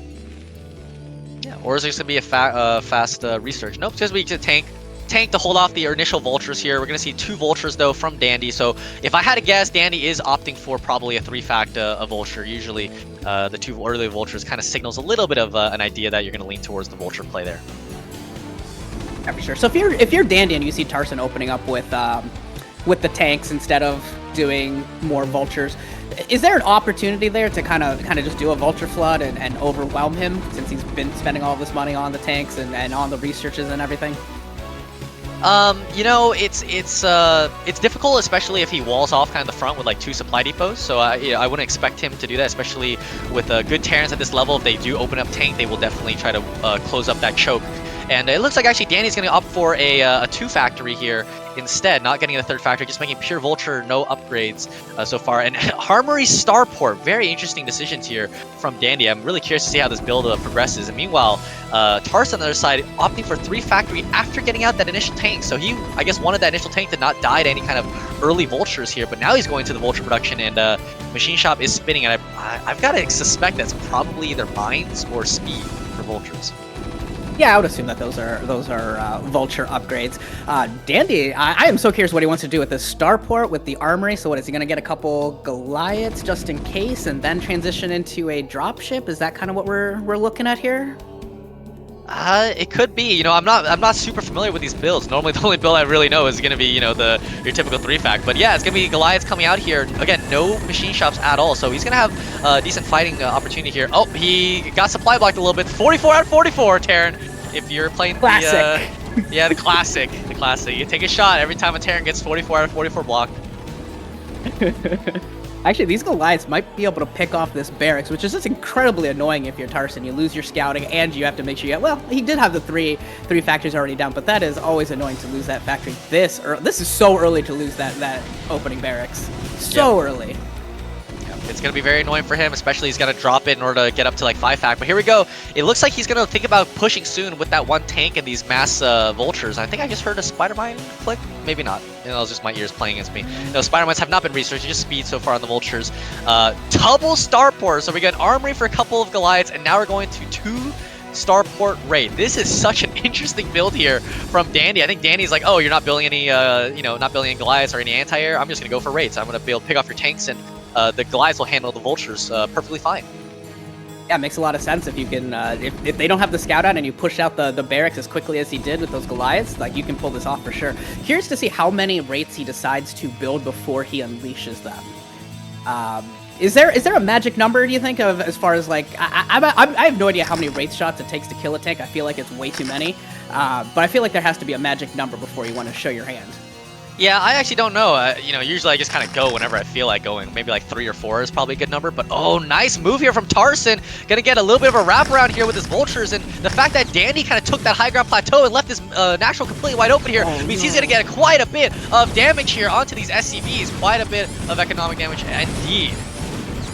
Yeah, Tarson is tearing through these SCVs. That looks like 7, 8 SCVs, give or take, go down. And he's gonna go through the raids and the Starport.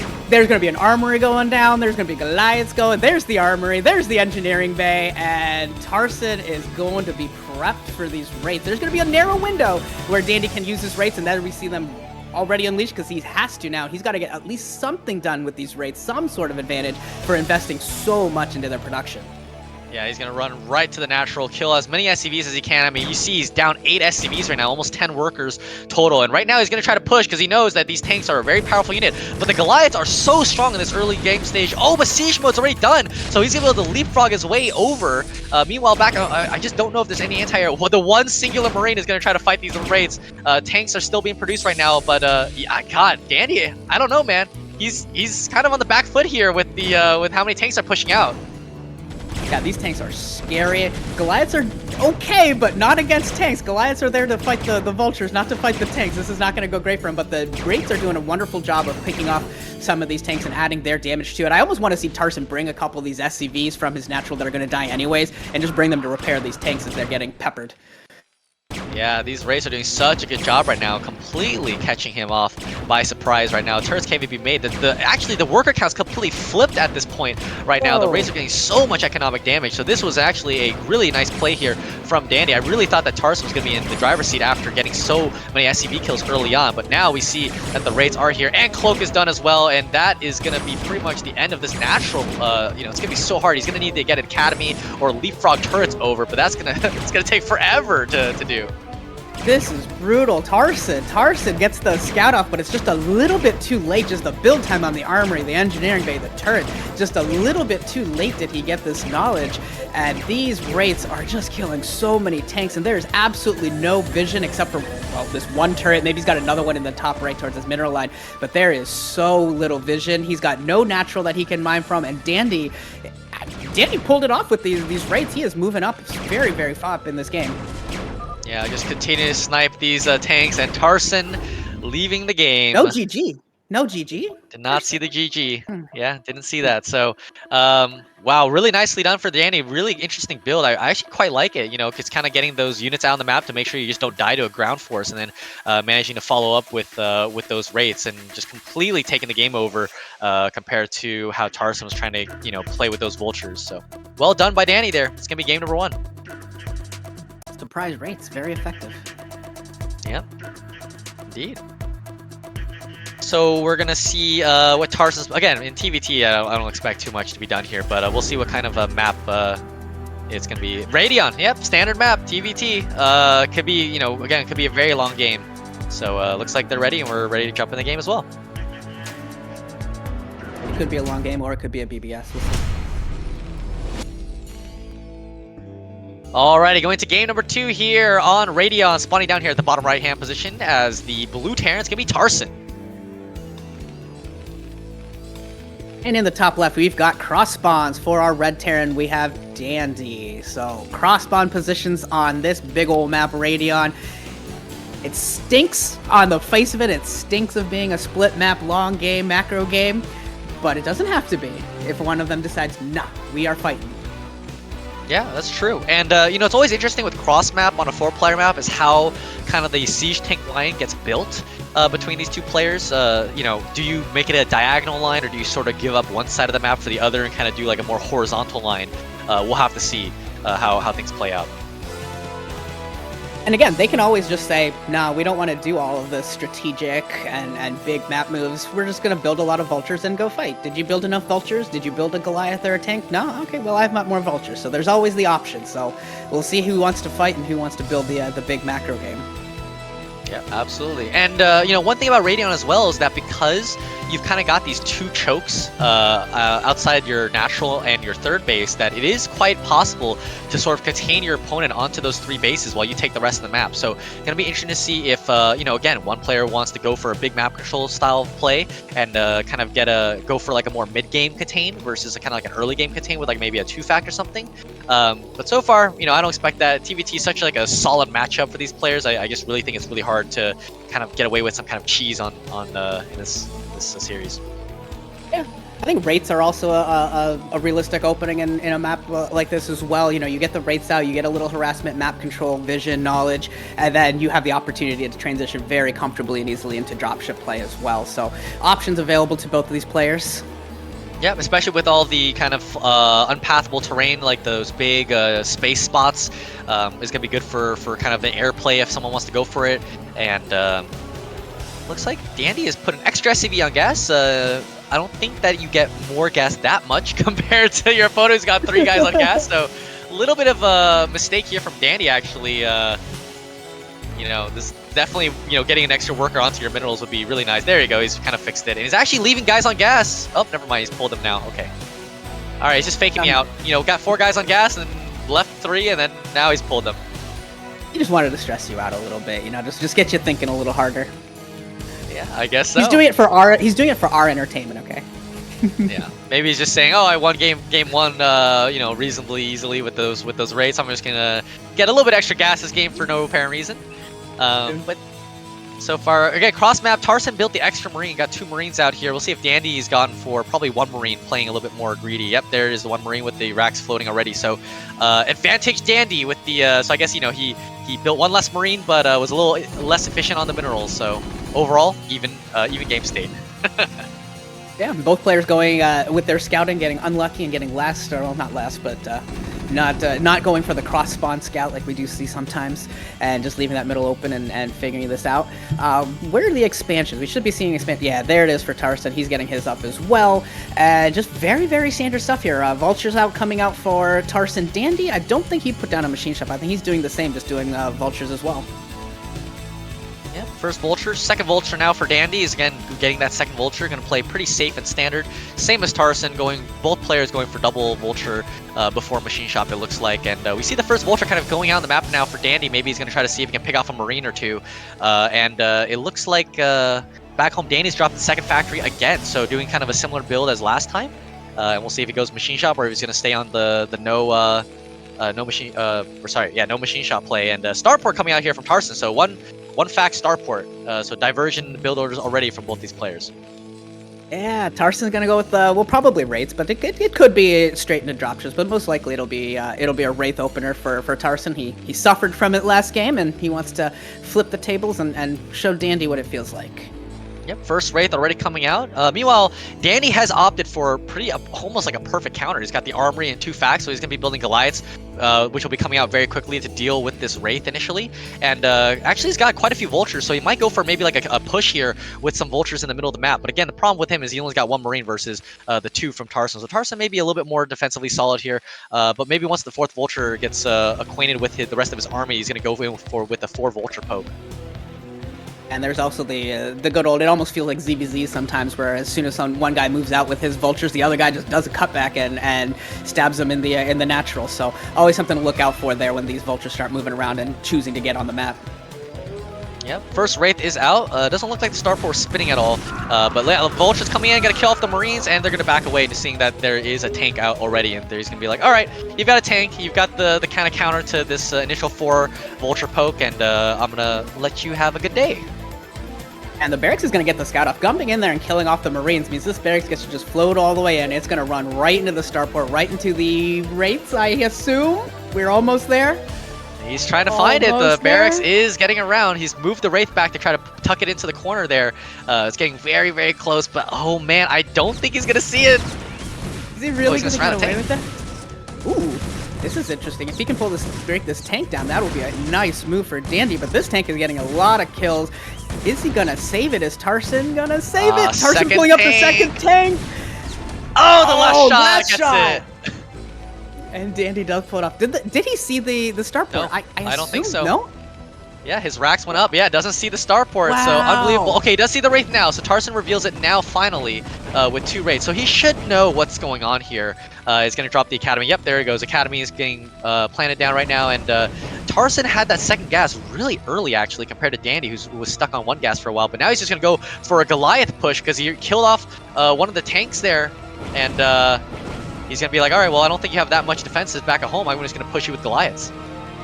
Yeah, I assume Dandy knows the timing on the cloak research, because otherwise this is a very, very dangerous push out. But he wants to take advantage of this window that he has where he can fight these Wraiths with these Goliaths and Vultures and move out onto the map. And well, looks like he's just going to turn around now, actually, yeah. I mean, I got to assume that I think Cloak should be done at this point, right? Yeah, Cloak should be done. I think he was maybe trying to save the Barracks there with that Goliath push out. But back at home, no scans just yet. I think the Academy should be almost finished, and no Goliaths here, so the Wraiths will get maybe an SCV kill or 2 here before any kind of defenses show up. But yeah, there we go. There's the scans. Yeah, it's only a 2 Wraith investment from Tarson. I think Tarson thought Dandy saw it and transitioned out of it. I don't think he knew that Dandy didn't actually see any of it, and he could have just sat here and continued to build more. Yeah, nice damage so far with these Wraiths. I think he's going to have 4 SCVs so far. The Goliaths are going to sit right on top of these Wraiths, so Tarson's got to move them out soon. Yep, right as the comp sets are about to finish, he's going to go ahead and move them out. Maybe get another SCV kill here in the main. We'll see. I don't know. The Goliaths might have... I don't think they have range. I don't think you get range this early with this build. So yeah, just only getting a Vulture upgrade. So here we go. Here comes the first scan. Nice move out there from Tarson. Yeah, I think when you see that there's only 2 Wraiths, you're like, yeah, I don't need to get Charon boosters. I don't need it. We're good. Yep. But here we go. The Wraiths are trying to pick up this SCV, going for a very fast third base. Is Dandy trying to like counteract because he knows, okay, you don't have that many units back at home. I'm going to be able to grab a really, really fast third base. But right now, we're going to see Tarson trying to push across the map here with these siege tanks, and Dandy's going to see them. The tanks are getting siege mode now in the middle of the map, and we're kind of seeing that early contain attempted here from Tarson. Yeah, now we're going to see the secondary effect of having Wraiths as well, which is that they get to spot for your tanks. So they get to extend that range, and that's going to be that advantage for Tarson as well. Just has to make sure that these Vultures don't do something sneaky, like get in there and drop some mines right on top of your naked tanks. So just got to be a little bit careful for Tarson, but yeah, he's got some fight advantages with these Wraiths if he can find it. Oh, the Vultures are going to see the next 2 tanks coming out here. Interesting enough, choosing to siege? I don't know about that one. Sieging, because the Vultures could have gone in and blazed some mines on top, and then that would have been really bad for him. But he does know that the Vultures are going to be trying to get around the map, so he's going to be nice and defensive back at home, not going to let them run in and kill a bunch of SCVs. Both players now remaking their barracks as well, and here we go. We're going to see Tarson maybe try to push in here to this third base and punish it. Yeah, these Goliaths have a lot of work to do. They've got to somehow survive from the tanks and at the same time push these Wraiths back. And first Goliath goes down, second Goliath is going to go down, which means these Wraiths get to have some fun with SCVs again. And Dandy, this is going to be tough to break this. These tanks across the bridges is going to be rough, and Dandy choosing instead to just take the middle of the map rather than trying to save this third base directly.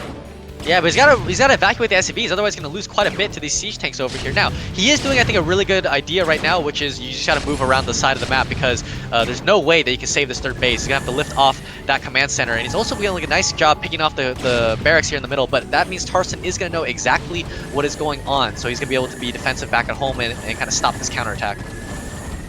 Tarson is up quite a bit in terms of tank count, it looks like. It looks like Tarson's, up to like 10 tanks or so, and Dandy's still at like 5, give or take. So he definitely has some advantages, definitely has the Wraiths as well, again, to keep the vision, to keep the scouting and the spotting.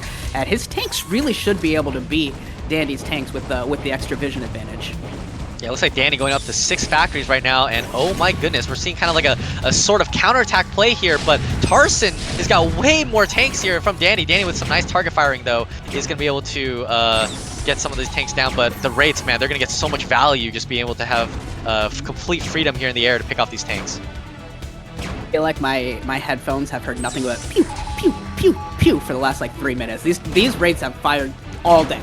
The entire game, they've non-stop found something to shoot at. This is very effective with, even though it was countered more or less, he's found something to do with these Wraiths, which is really impressive to see from Tarson. Yeah, I mean, even getting like those 4 initial SCV kills there at the natural has kind of set him up for a pretty solid position here in this game. And the Goliaths are finally out here, nice with the Charon boosters, going to pick off the paper airplanes, pew, and there they go down. Crashing down, but here we go, counterattack coming out from Tarson trying to break out this contain, but he's not really getting the units together, not synchronizing the army, so getting a really good engage here is Dandy with some really good efficiency here, but eventually I think there's enough units here from Tarson that he's going to be able to break out.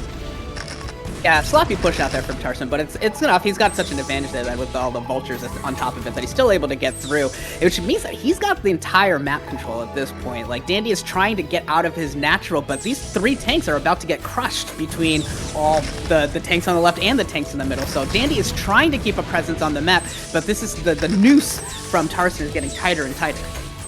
Yeah, this is exactly how TVT is going to end up going here, where Tarson's basically got this, our poor Dandy over here kind of boxed into a little hole, and Tarson can do whatever he wants. He can take the rest of the map, you know, he can expand, do whatever, and it looks like Dandy, in the meanwhile, is just going to continue to add more factories and try to get as much units as possible to break out and go for a big counterattack.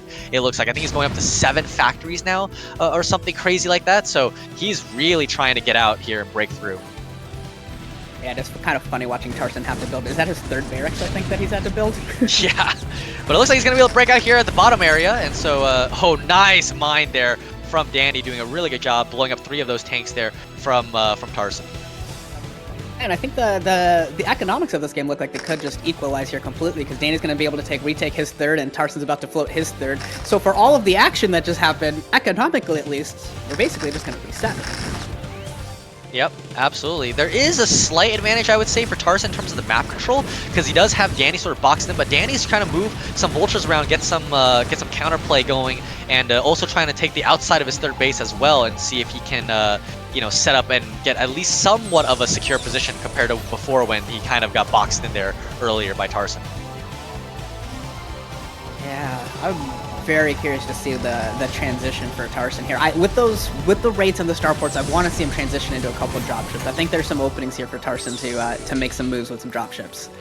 Yep, I completely agree with you. I wonder if he's got that starport spinning. Yep, there's the first dropships, as we called it. Wondering if Dandy's got a starport on his side of the map. No, it doesn't look like it. We're just going to go straight into factories. 8 factories now out for Dandy. So he's got to be a little bit careful if this dropship play could be very, very devastating to his economy later on.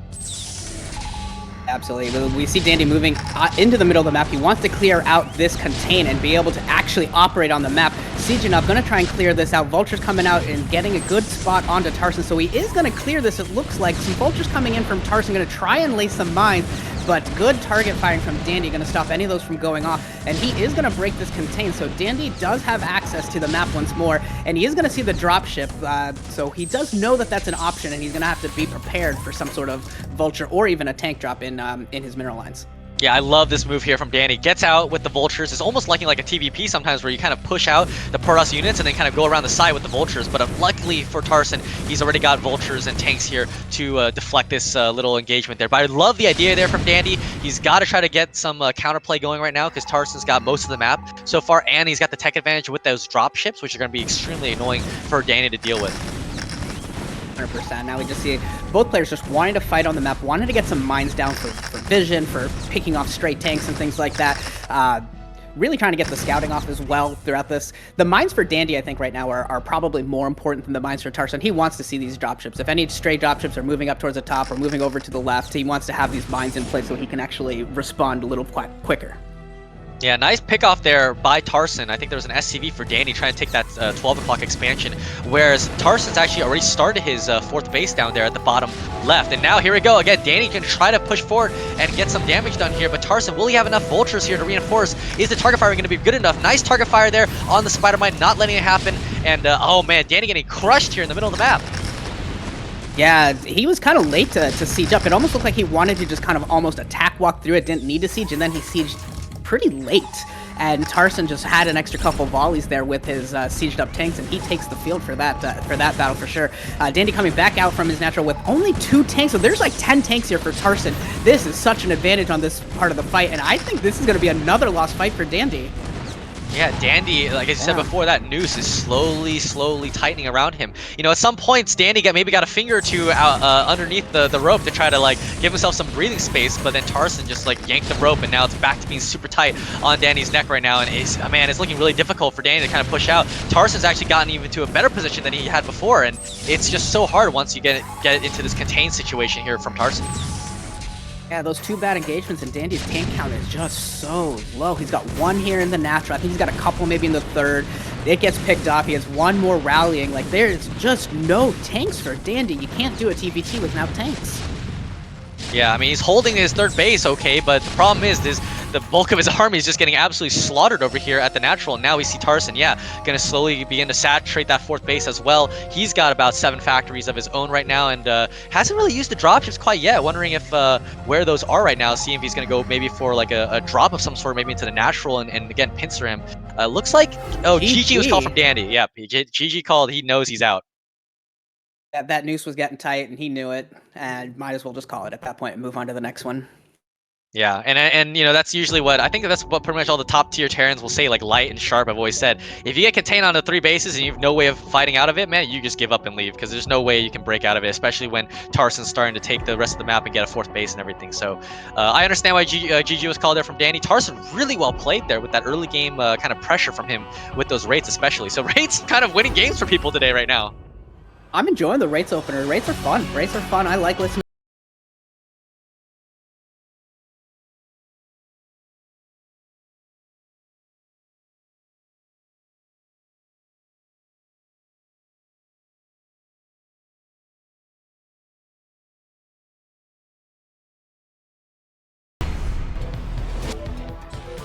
Alrighty, going into game number 3 here on Dominator.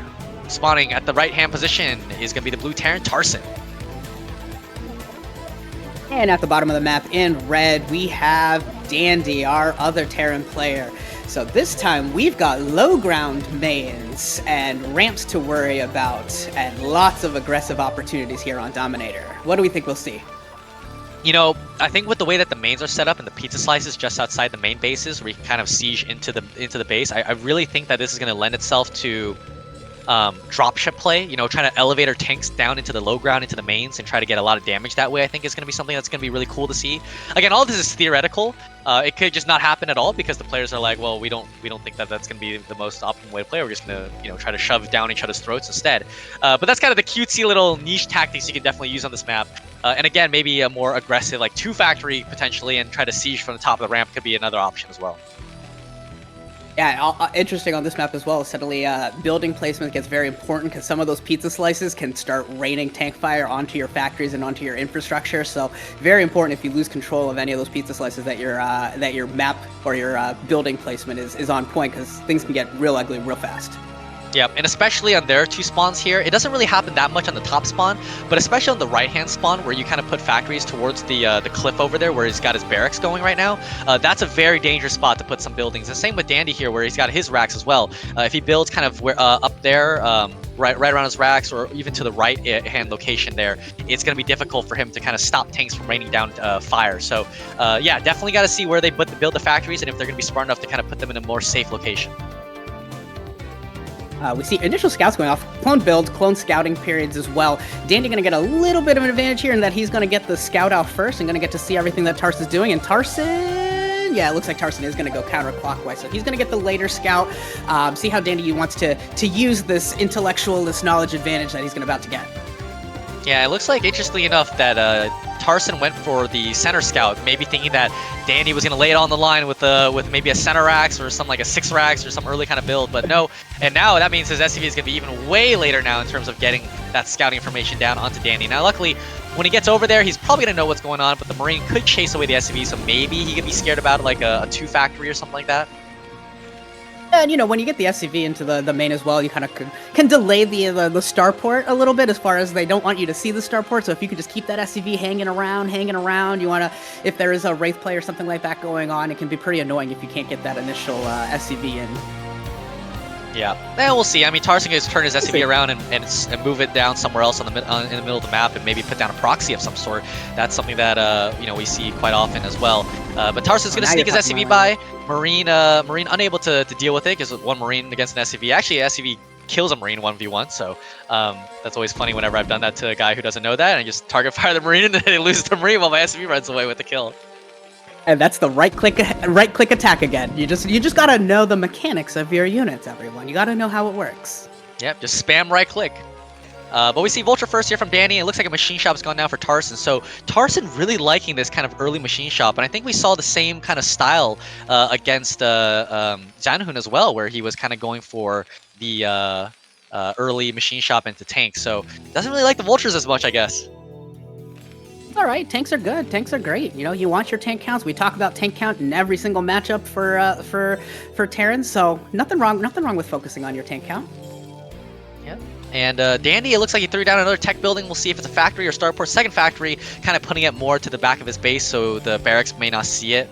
And I know a lot of Terrans will do that, will they kind of hide their buildings. So yeah, 3 or armory. So yeah, it's gonna be another 2 factory armory play here from Dandy, who loves this kind of style. And, oh my god, he's gonna be able to delay this command center with this early Vulture. And that's the problem. Sometimes we're going for a tank first, and this Vulture is gonna be able to get quite a bit of damage done. Those are some annoying kills. Picks off the Marine, picks off 2 building SCVs, and if he gets another kill, this is just a wonderful Vulture. This Vulture is crushing it right now. This is so annoying for Tarson. This is these are the kind of things that just like needle you in your head. You're like, I can't believe I let this happen. I can't believe all these little things are happening to me right now. If he delays this again, oh man. He delayed it. He's gonna get the kill though. Oh, SCV looks like it's gotta wait. No, it does go down. So that was definitely a worthwhile trade to delay the command center again. And meanwhile, on the other side, you know, we've already saturated our natural, so we're in a really good position right now if we're Dandy right now. And that's some of what we've seen with Tarson. He's kind of been losing a little bit of these early game skirmishes, especially against Zhanhun when he lost to the True Dragoons. But now he's gonna go counterattack. He's like, okay, you've invested some Vultures. I've got a siege tank out. Let me come and counter you now. So how does Dandy deal with the siege tank? He has no siege tanks of his own. He's getting a couple Goliaths right now, which aren't... I don't know if he's going to be real happy with Goliaths against these tanks. And the counterattack for Tarson is already starting here. Vulture trying to push out the one. I don't want Tarson to lose this Vulture before his tank can get involved. That's a little sloppy. And he is. He's going to lose that first Vulture. But Tarson, with the tank, is going to be able to have a huge DPS advantage in this initial fight. Yeah, but he's got to be careful because Goliaths early on and with their DPS are actually quite high. It's very surprising, which is why like a lot of people don't realize. If you go Hydras early on against Goliaths, for example, Goliaths actually kind of shred through Hydras. So the Goliaths are something that's very important here for Tarson to kind of keep an eye on right now. He's got that barracks landed right now to kind of stall for his push as he continues to build off these 3 factories. So he's kind of gone into that 1 tank into a delayed 3 factory Vulture rather than just going pure Vulture early on. Just doesn't want to die to anything really. And again, Dandy going for Starport. So very similar game so far compared to the first game. But here we go. Vulture's gonna be pulled, right? Attacked, and the SCV's gonna be pulled. Yeah, absolutely. And Tarson coming in here with so many Vultures. These will pick off so many SCVs. Danny's got to be careful he doesn't lose too many workers here. Only a couple of Goliaths coming up here to fight, but it looks like they might be able to pick up nice. the siege tank, which they do, and with the only single siege tank, these Goliaths will easily usher away all of the vultures. So good defense by Dandy. He loses maybe 5-6 SCVs, but if we look at the SCV count, it's about even at this point. Oh my god, what a counter here from Tarson as the Goliaths move right as they leave, man. The vultures go right into the base here. Dandy's got to pull back, or no, he's going to keep going with the 5 Goliaths. He's going to counterattack. He's going to say, I've got reinforcing Goliaths coming out here that are going to be able to clean up. But the problem with this is mines going to be done? Yeah, mines are done, man. Mines are done. Oh my goodness, this is so bad for Dandy right now. Yeah, that was an interesting choice to keep moving across the map, knowing that mines were almost done, presumably knowing that mines were always done. So he's not going to be able to get much done with these counterattacking Goliaths. He has to do no mining at his natural. Stop building. Probably should stop building SCVs. I'm pretty sure it's just going to die. But yeah, there it's going to fall. And yeah, rough for Dandy there. Rough there for Dandy. Great backstab there by Tarson. Good call, good instincts on that Goliath. Yeah, and the mines, oh, they do blow up. One Goliath does go down there, and there's also one mine there in the mineral line, so that could potentially go really poorly there. Goliath's going to try to dive on top of these tanks here. Tarson's trying to get on top of the Goliaths here with these vultures and these tanks. But the Goliaths, again, this is how strong Goliaths are early game. They're just like, they kind of ignore and shrug off the vulture fire here and are able to get them right on top of the siege tanks. And wow, really nicely done there by Dandy to kind of win. But with this one Wraith is trying to get as much damage as possible, trying to counterattack. And again, this is kind of what happened last time where there was no anti-air here for Tarson and not even a barracks for Marines or anything. So, you know, these Wraiths are going to be able to get some damage done. Yeah, the armory isn't even completed yet. There's no anti-air for Tarson right now. So Dandy with the sneaky surprise Wraiths once again getting a ton of damage down. Wonderful micro with the Goliaths, able to target fire down each of the tanks one by one and take the win in the natural there. So we do see both players trying to get their SCV counts back up. I'm sure if you're used to TBT at 8 minutes, 27 to 29 workers is not what either player wants to be at right now. Yep, dropping the Academy down. We do see that there is the cloaking. Oh, cloak just started, so won't have that just yet in time for when these Goliaths come out. But right now, the Goliaths not really dealing with the Wraith, they're attacking the barracks instead. So these Wraiths are getting so many SCV kills. And again, it's very similar to how the first game played out, where these Wraiths got so much damage done. But this time, not quite the damage that they got in game number 1, just not as many Wraiths, because last time he went for 2-star port. So the SCV count's still ahead for Tarson by a little bit. But Danny's going to be trying to be annoying still and pick off a few more SCVs.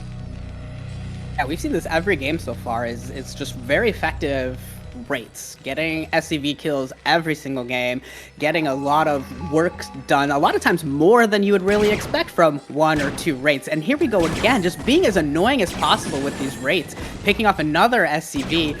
Dandy with some wonderful micro there. Looks like he may have found a corner here where he can keep picking off SCVs. Yes, he did. Because without Talon boosters, these Goliaths cannot get in there. Are Goliaths dumber than Dragoons? Is this possible? You know what? Dragoons are surprisingly a pretty smart unit when you can control them well. Because we've seen Beasts who control 4 Dragoons just kill Terrans with it. But the problem is right now, the scans are late right now. And yeah, this is exactly what happened in game number 1. The Cloaked Ray is just killing so many SCVs here. Man, Tarson's got to be kicking himself right now. He's probably really upset because this happened in game 1 where he had the advantage, and once again in game 3 here with the advantage, and he's just dying to these 3 Wraiths, man. I mean, there's just no scan, no Goliaths are just kind of being dragged around all the time. This is what happens when mutas get into your base as well. You know, the Goliaths are kind of walking back and forth between the base, and I think Tarson's giving up. He's saying, screw this, I'm gonna go counterattack and all in you and see if you can hold. Do you want to say it or do you want me to? This is a case of deja vu. Oh man, but here we go, Goliaths. But oh, there's so many Goliaths. They're gonna jump right on top of the tanks right here. Is there gonna be enough here to hold for the ground army? But the Goliaths are gonna try to get on top of these siege tanks. All the vultures go down instantly. But the siege tanks are doing a decent damage right now to these Goliaths, and Goliaths of his own here for Tarson means that he's gonna be able to get in, but he's gonna lose all of his SCVs. He has to win the game in this position right now if he wants to make any kind of comeback. He's down to 18 SCV. He's got nothing. He's all in at this point. He's got to make this happen. He's got to get counter damage. He's got to get something done. He is losing everything. 17 SCVs. This is brutal. 16. Finally, a scan comes through, so these Goliaths are going to be able to pick off these Wraiths, and finally, that Wraith harassment ends, but Dandy may have done enough damage that he's just going to be able to out-macro Tarson at this point. Oh, easily. I mean, look, he's got, I know he's got the siege tank advantage right now, but here we go. He's going to break out with SCVs to deal with this, but he's got so many Goliaths right now, 2 tanks of his own on 5 factories. He's going to be able to easily reinforce and break out here. Kills the contain, and man, Tarson, I don't know. It's his last game if he loses, right? He'd be knocked out, so I think he's going to stay in this game, but God, he's in such a bad position right now. Yeah, unfortunately, I think he's probably drawing dead. This is a rough one. Down 21 to 39 workers. Dandy's got the got tech advantage. He's got armory. He's got starport and potentially dropships if he wants them or more rates. And he's got a good position outside. So Dandy just has to play defensive, get to siege mode, hang out, and let his macro take the win. Yep. But we do see that mines and speed coming out for Dandy. I don't know where his siege mode is. I would have expected him a siege mode on top of the high ground here, but he's kind of giving it up here, letting Tarson up here onto this high ground location. He's going to pull out SCVs once again here and try to deal with this. Is this going to work out? The SCVs are getting top of the siege tank, so now there's going to be some splash damage coming out. And again, SCVs are big, beefy boys as well, so it looks like this is going to be pushed back once again here by Dandy. Yeah, all the tanks go down. Great SCV pulls by Dandy in order to just make up the difference that he needed with not having siege mode. Turns out SCV boys, they will do the difference. Yeah, one more paper airplane coming in to be a little bit annoying, and it's going to actually get away here. But yeah, I mean, Dandy's defense here has been really nice and calm. He's not panicking at all. Oh, a couple spider mines. Will they end up going down? Okay. All right, he turns around and picks out that one bind. So, but yeah, so like I was saying before, I mean, he's just so calm with his defense, and that's really, really impressive. Yeah, and I'm still surprised that he didn't have siege mode. I assumed he had siege mode and would just play defensive and hang out, but those machine shops for him just came so late, so he still hasn't had it. Yeah, and seeing here from Dandy kind of just taking the map now with these speed vultures. He's got so much higher production compared to Tarson. Tarson's sitting only on 3 factories, whereas Dandy is still on these massive 5-fact production as well. And yeah, Dandy can just kind of macro his way to a win. He can play it slow, he can play it quickly, it doesn't matter. But oh, here comes a run by with the vultures as well. Yeah, as if there wasn't enough eco damage for going on right now. So like, this is rough for Tarson. This is very, very rough. Back down to 23, 20, no, rebuilding, but he's still down to like 23, 22 SCVs that are actually working right now. And yeah, the harassment for Dandy has just been too much. Yeah, I mean, Dandy's floating money even on 5 factories compared to Tarson, who's like barely being able to afford 3 factories right now. And yeah, Dandy's going to take a really lovely siege position here. And oh, look at these vultures just catching Tarson everywhere he tries to go, man. Tarson is continuously bleeding units, and now he's got to even pull back some of his units to deal with this potential vulture counterattack like he did earlier. And there's just so many units for Dandy. You look at it, Dandy's got more tanks than Tarson. He's got way more vultures. Like, Tarson's gonna have to sit back with his tanks. And Dandy just has so many advantages right now. We see him taking a new base there at the 9 o'clock position and just completely taking control of this game and eliminating any real options for Tarson. Yeah, interestingly enough, Dandy has kind of stopped using his star pro. I would have expected him to maybe go into dropships of some sort and get some even more economic damage. Dropping 4 vultures into the main, for example, would have been such back-breaking damage because Tarson's not going to be ready or expecting that.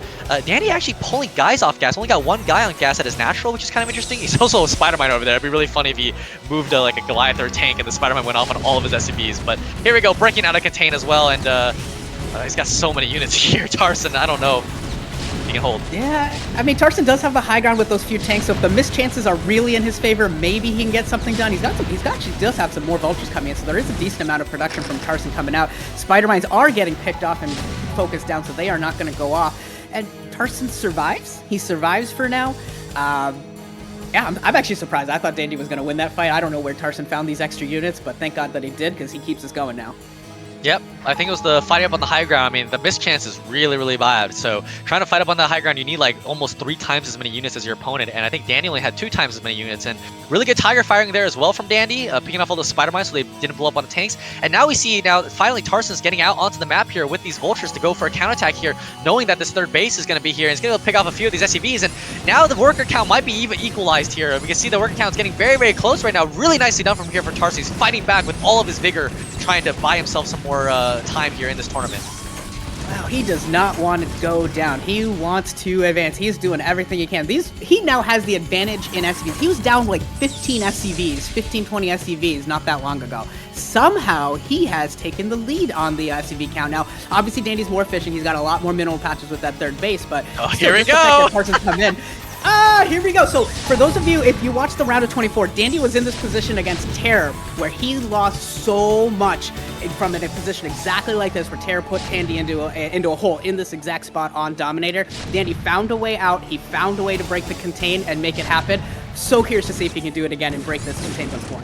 Wow, another Vulture run by though from Dandy. So they are just going economic damage against each other all the time. I mean, SCVs, they gotta make a union or something, man. They need some more protection against these Vultures. But look at the worker count going back up now for Dandy, up 6 workers once again.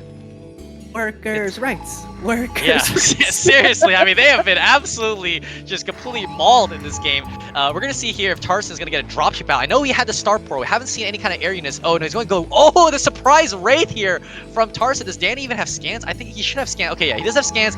Doesn't have, I think he's got an eBay with a couple turrets, but they're not in like the best locations to deal with the raids. So it's going to be very interesting to see how he's going to be able to deal with these, with this big raid switch. Because I don't think he kept making Goliaths. He just, okay, now he's made a couple Goliaths. But... So he knows. So the machine shop's spinning. He's doing Karen boosters, I'm pretty sure, out of there. So I think he scanned it at some point. So I think he knows. I think he saw the star ports. Yeah, but it's also interesting because Tarson has not expanded yet. I mean, he's lost so many SCVs that his main and natural will not mine out that quickly compared to Dandy, whose main and natural are starting to right now. So, I mean, it's a crazy game when it's such a low econ Terran game where like they're basically running out of money and they don't have that many bases. Yeah, you don't usually see this. This is a very rare thing to see low eco Terran play. I was trying to come up with something there, but no, I don't think you see this very often at all. One Wraith for Dandy still kind of wandering around. I am very, very surprised that Dandy never built any dropships this game. This game looked like such a good dropship opportunity, and he just never really bothered. Yeah, especially when the those siege tanks for Tarson kind of kept going up onto the high ground location without any real anti-air. Oh, mines are getting on, so one of the tanks does take quite a bit of damage here, and Tarson is doing such a good job fighting off Dandy here at every turn. He's holding that high ground pizza slice right outside of Dandy's natural, and now even taking the center of the map. He's refusing to let Dandy kind of push his way onto the map, in spite of the fact that he's down 20 supply. Yeah, Tarson feels like a Terran's Terran this game. He will not die. I don't care if I'm down to 17 SCVs. I'm still alive, all right? I got 2 bases and 3 tanks. We're still alive, and he's clawed his way back into this game. He's still down 25 supply. Let's not pretend. Dandy has 3 bases, taking a 4th. He's absolutely in the advantage, but this is a great job by Tarson just to claw his way back into this game. Yeah, and honestly, I'm really curious to see when those rates are going to pop out right now, because he's got quite a few. He's continuously building them. He's almost like he's waiting for critical mass to maybe be able to come out here and basically one-shot all of these tanks. Now, we don't see that many Goliaths coming out here from Danny, especially because they're kind of spread out apart right now. And we also have 0 upgrades here from Tarson, not even getting +1, whereas Danny is almost getting +2 at the moment. So he's about to 2-shot these siege tanks. So Tarson's got to be really, really defensive here. Cannot let yield to Dandy. He's got to buy time for these rates. Yeah, these rates have got to do a lot of work. This is such a huge investment from Tarson. This is kind of the Hail Mary. Well, there's the scan. I wonder if Tarson saw him get scanned, because he should really move out. Now they're seeing he's got to go. He's got to go. Otherwise, Dandy, yeah, there we go. There's the missile turrets all over the place. 1, 2, 3. I'm sure there's a few more going up in his main. Yeah, that's going to be rough a little bit. Oh, Valkyries! He's got Valkyries ready, so he knew, and he's just checking how many more raids is my opponent going to make. But man, 2 Valkyries already? I mean, those paper airplanes are going to go absolutely bye-bye. Yeah, especially if he clumps them up too much. If he does that like little SCV trick in between supply depots or whatever and can really clumps them up, then those Valkyries are going to have a whole lot of fun. He's clumped them up right now. He's going to go for a big break here up onto the high ground. I don't know if this is a good idea for Tarson. He's all or nothing right now. He's going for it. Where are the Valkyries here? But he doesn't even need Valkyries because the Goliaths are absolutely demolishing them. There's the GG, or I guess no GG for Tarson. He's going to leave, and Dandy is going to advance into our final match. Great game from Dandy. Appreciate Tarson clawing back and making that into a much longer and more exciting game than maybe it looked at one point when he was down to like 18 SCVs. But yeah, great game, great series, and Dandy advances. Yep, and final match could be Dandy versus Tech. To see who can advance there into the finals. Zhanhun, as we said before, already making it into the round of 8. Tarson unfortunately getting knocked out. Really good games there. Really exciting TVTs across all 3 games. And normally I don't say that because I don't really like spectating or commentating TVT, to be honest. But those are some really exciting games. So really cool to see the 2 players kind of push themselves to the limit there to pull out their games. 100%. Lots of varying strategies too. Lots of rates. Yeah, a lot of raids, and raids were a very, very big impact on this game, considering that normally, kind of see a lot more ground army based strategies, but in this series, the raids in the early game, those early game raids did quite a lot of damage.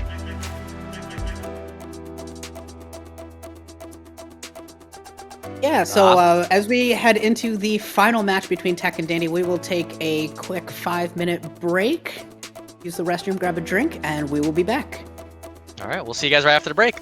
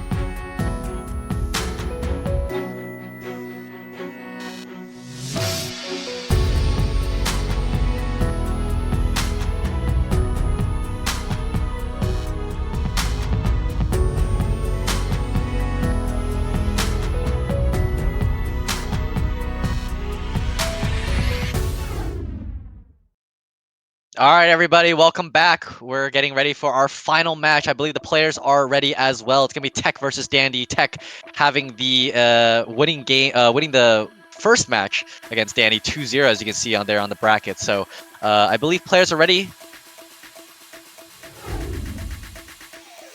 Okay, looks like Danny's gonna need a second actually, but they are in the lobby. It's gonna be on first map is gonna be on Neo Dark Origin, a very interesting map to start things off with because I think it's it's quite a I want to say confusing map, but it's quite an interesting map in terms of like what kind of strategy a player is going to utilize on it. Is Terran, for example, going to make like a 6-factory push and kind of go to the high ground area outside of like Protoss third base, or are they going to try to maybe take the center of the map and then maybe go for a split map style where because Protoss doesn't have that many bases to take on the map. So it's going to be really interesting to see how Dan is going to play this out and how Tech is going to play it because he can go for a gas steal, as we all know Protoss like to do on 2-player maps. Yeah, what do we think the chances are that there's a gas steal on this map? Pretty high, honestly. Like I think honestly on a 2-player map, if a Protoss isn't gas stealing, they're doing something wrong. Like I think this should be like pretty much a default strategy for all Protosses, unless they want to try to get super greedy with like a 12 next, because there is a slight longer rush distance between the naturals compared to like other maps. But on Neo Dark Origin, because the naturals are kind of going towards each other rather than maybe to the side, sort of like on a map like Minstrel, for example, where the rush distance actually is longer, then again, I just think that it's going to be a really interesting way to see how they play it out. There's a lot of mind games that can go on a 2-player map as well. Yeah, absolutely. And hopefully, well, not hopefully, but there's always the opportunity to do some sneaky stuff on this map with some of those back passageways as well, hiding some tech building and just trying to be a little sneaky, or now that we've got Protosses back, time to be a little degenerate, as it were. Yeah, I mean, we could see maybe an early probe get pulled from the nexus and run over to that kind of like the backdoor area and build 2 gateways and sneak around so Terran doesn't know, or maybe a proxy robo, gas steal, forward gate, horror gates. They're all options here for Protoss. And all right, looks like we're ready for the game. Let's jump into game number 1.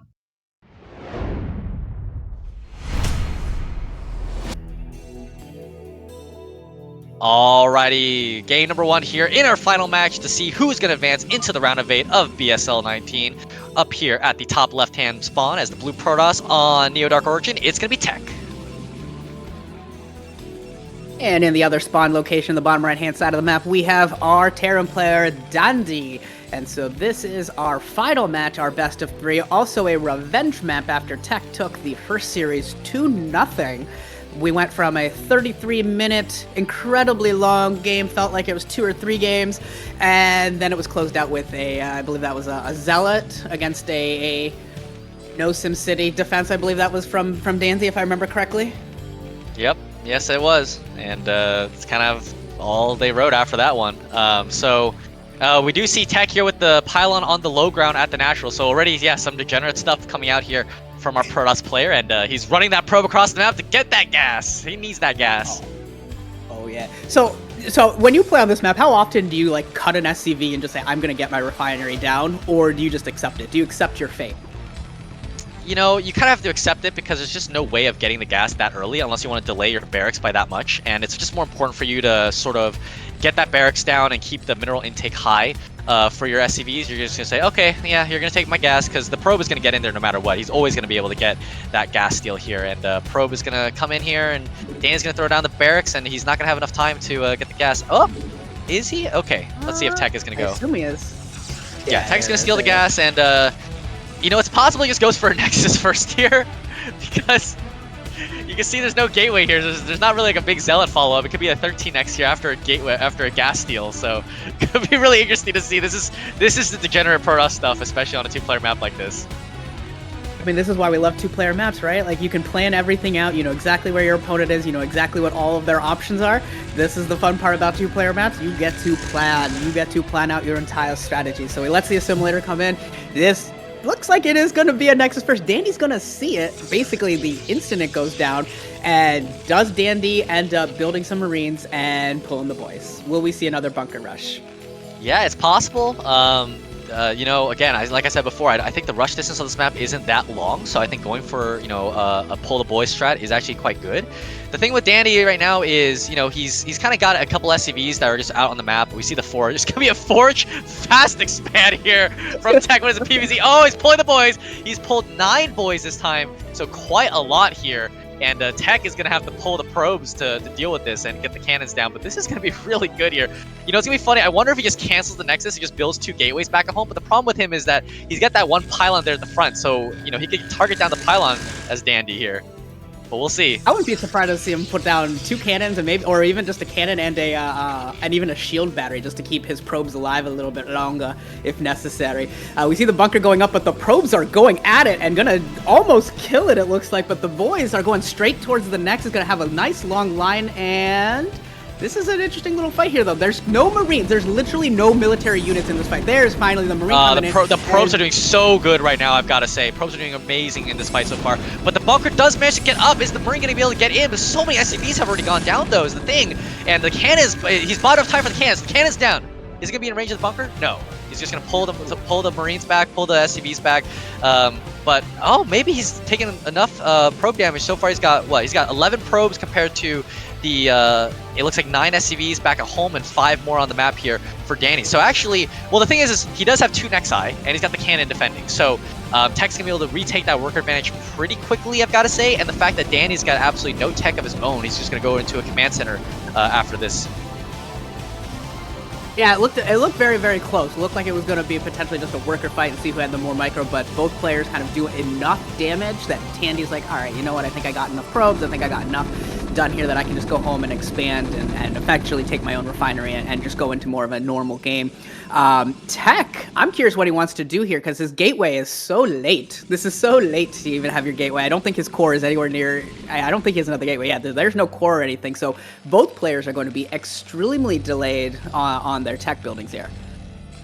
Yeah, but unfortunately for Tech, he's going to be even way more delayed considering that the gas is now going up for Dandy here, and he doesn't even have the gateway finished yet. And actually, it's an interesting thing. I wonder if the Marines in the bunker would have been able to range that cannon, but the fact that he kind of pulled all of his Marines back, I wonder if he had left 1 Marine there, would that stop that cannon? I think that cannon's in range, actually, so...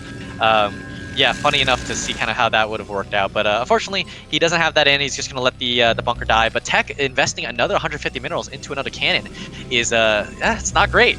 It's not great. Yeah, pretty surprised to see the second cannon come up as well. I don't know if he thought maybe there was a bunch of Marines in there and it was going to be really hard to break out, but that's a mighty investment just to kill a bunker. Yep. Absolutely, and now we got the factory coming down here for Danny, and Tech is trying to see if there's a floated factory, although he should know that there shouldn't be any floated factory considering that the gas was so late. But maybe he thought that he lifted maybe a Raxon is building Marines inside or something, or God forbid he made fire bats, which apparently are really good against workers too. I don't know if people have noticed that, but if you get some fire bats into a worker line, doesn't matter what worker you've got, they're gonna go to town on them. Yeah, especially when we get that stim. And stimmed fire bats, when they shoot probes, it's actually, like, visually, it's very cool because they hit, like, 8 probe shields at the same time, so you get this, like, little blue particle effect that kind of goes through the entire mineral line. Now, as a Protoss player, I hate seeing it, but it's pretty cool on a visual side. Yeah, not sure when that ever happened, really, but it is kind of cool to see that. Maybe I'll do it on the fastest map or something, just drop some stimmed fire bats into, like, into a worker line or something and try to kill all the stacked workers. Oh, you need to play some free-for-alls, man. When you do free-for-alls, you get the weirdest stuff. Like, you never know what's going to come your way. You see Queens, every free-for-all game ends up with Queens. There's always infested command centers. Suddenly you start learning about infested Terrans in a way that you never have before. Well, that's cool. That's awesome. Maybe I do have to play some more FFAs. I wonder where Greth is, if you remember Greth hosting all those free-for-alls or whatever with those. Yeah, those 8-player FFAs on those weird, Blizzard maps, or I think some people try to make 8-player FFAs or whatever. So they had a 7-player map called 7 Sins that they like playing a lot. That was a good one. I don't know. If that sounds like a good one. Sounds like a good one. But getting back in this game, we got scans going down here for Danny. Went Academy instead of the Armor eBay strategy. So gonna be able to get some information now onto our Protoss player. Scan in the main. Right on top of everything, and actually so he does see the observatory, but the robo he didn't see because the robo is kind of placed off to the side over here instead. And it looks like Tech's going to play pretty standard here, going to presumably build out into a third base. There it is on the top left as well. I don't think we're going to see anything too aggressive there with the Reavers at this point. Does move out with a couple of Dragoons. Hopefully he doesn't lose anything. Yeah, okay, so both players just kind of pulling back there and denying that engagement and just going to kind of build up their forces from here. And we went from a very exciting early game of pulling the boys and having SCVs and probes fighting each other to what's going to look like a very normal looking PvT as we move into the mid game.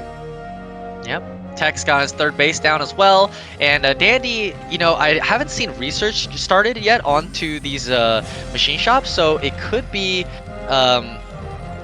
you know, I'm actually not sure what it could be right now. His armory's not spinning either, it doesn't look like, so he's kind of doing this, maybe, could it be a 6-fact? No, it's just maybe 4-fact, and maybe just go with the 4 factories, try to punish this early third base. If the third base goes down, he knows that he could try like a 5-tank push and try and take advantage there. I don't know if he has enough production in terms of vultures and mines to get through these Dragoons. But that could be kind of the plan that he has. Get these 5 tanks and then just do a vulture flood and see what happens from there. That's 5 factories right now. Okay, he does have +1 started actually. But again, I just haven't seen the upgrades spinning on these factories. So, okay, now there's the first one I just saw. So I think now he's going to start his speed and his mines here for these siege tanks and start rallying vultures right behind this. Yep, there you go. The gas just went down by 100. So I think he's got the mines started now. And it's going to be a big tank force with a lot of vultures reinforcing, but it's got to work. He's got a Reaver started for Tech, so if Tech can have some good Reaver micro, man, he can hold this off. Oh, for sure. That's especially with all these bridges and everything. These are a nightmare to get across for any army, and if there's a Reaver on the other side, it's extra difficult. Also love seeing the observers for Tech. He's got 1 in the natural and also 1 counting factories. That is so good for him. If Dandy doesn't know that observer is there, that's going to give Tech so much knowledge throughout the entire game, knowing exactly what the Tech choices are, exactly what the factory count is throughout the entire thing. Yep, now saturating this third base as well. He does have +1 spinning on that forge, which is really interesting. Normally I wouldn't expect the +1 to be started this early on, especially without getting a Citadel up first or something like that. But he's just going to go into Dragoon and Reavers here and try to hold off this push, try to stall this push out on this on these bridges for as long as he possibly can. Can't let these tanks get across, or can he? Oh, 2 tanks are split off. Maybe he can go down below and snipe. No, he's just going to try to pick off these mines here and these vultures. Vultures doing a pretty good job of pushing off these Dragoons back, and we'll see what Danny's going to go for. Is he going to go directly across the bridges, or is he going to go over to the high ground? It looks like he just want to push the Dragoons all the way back to the bridges here. Yeah, kind of just wants to contain Tech, force him into his own little tiny little corner and try and take these bridges. But the Reaver here to say no and does cross the... This looks very, very risky for that Reaver, but it gets a good scarab off, almost kills that tank, so is going to be able to keep himself onto the map. It's very important for Tech that he not get pushed all the way across the bridge and that he still has access to the map. It gets very, very dicey very, very quickly if that's not an option for you. We do see Dandy moving across the left side of the map, wants to take this high ground position and maybe shell down onto the third base. Tech's going to have to respond here very, very quickly before these tanks end up getting siege mode on that spot.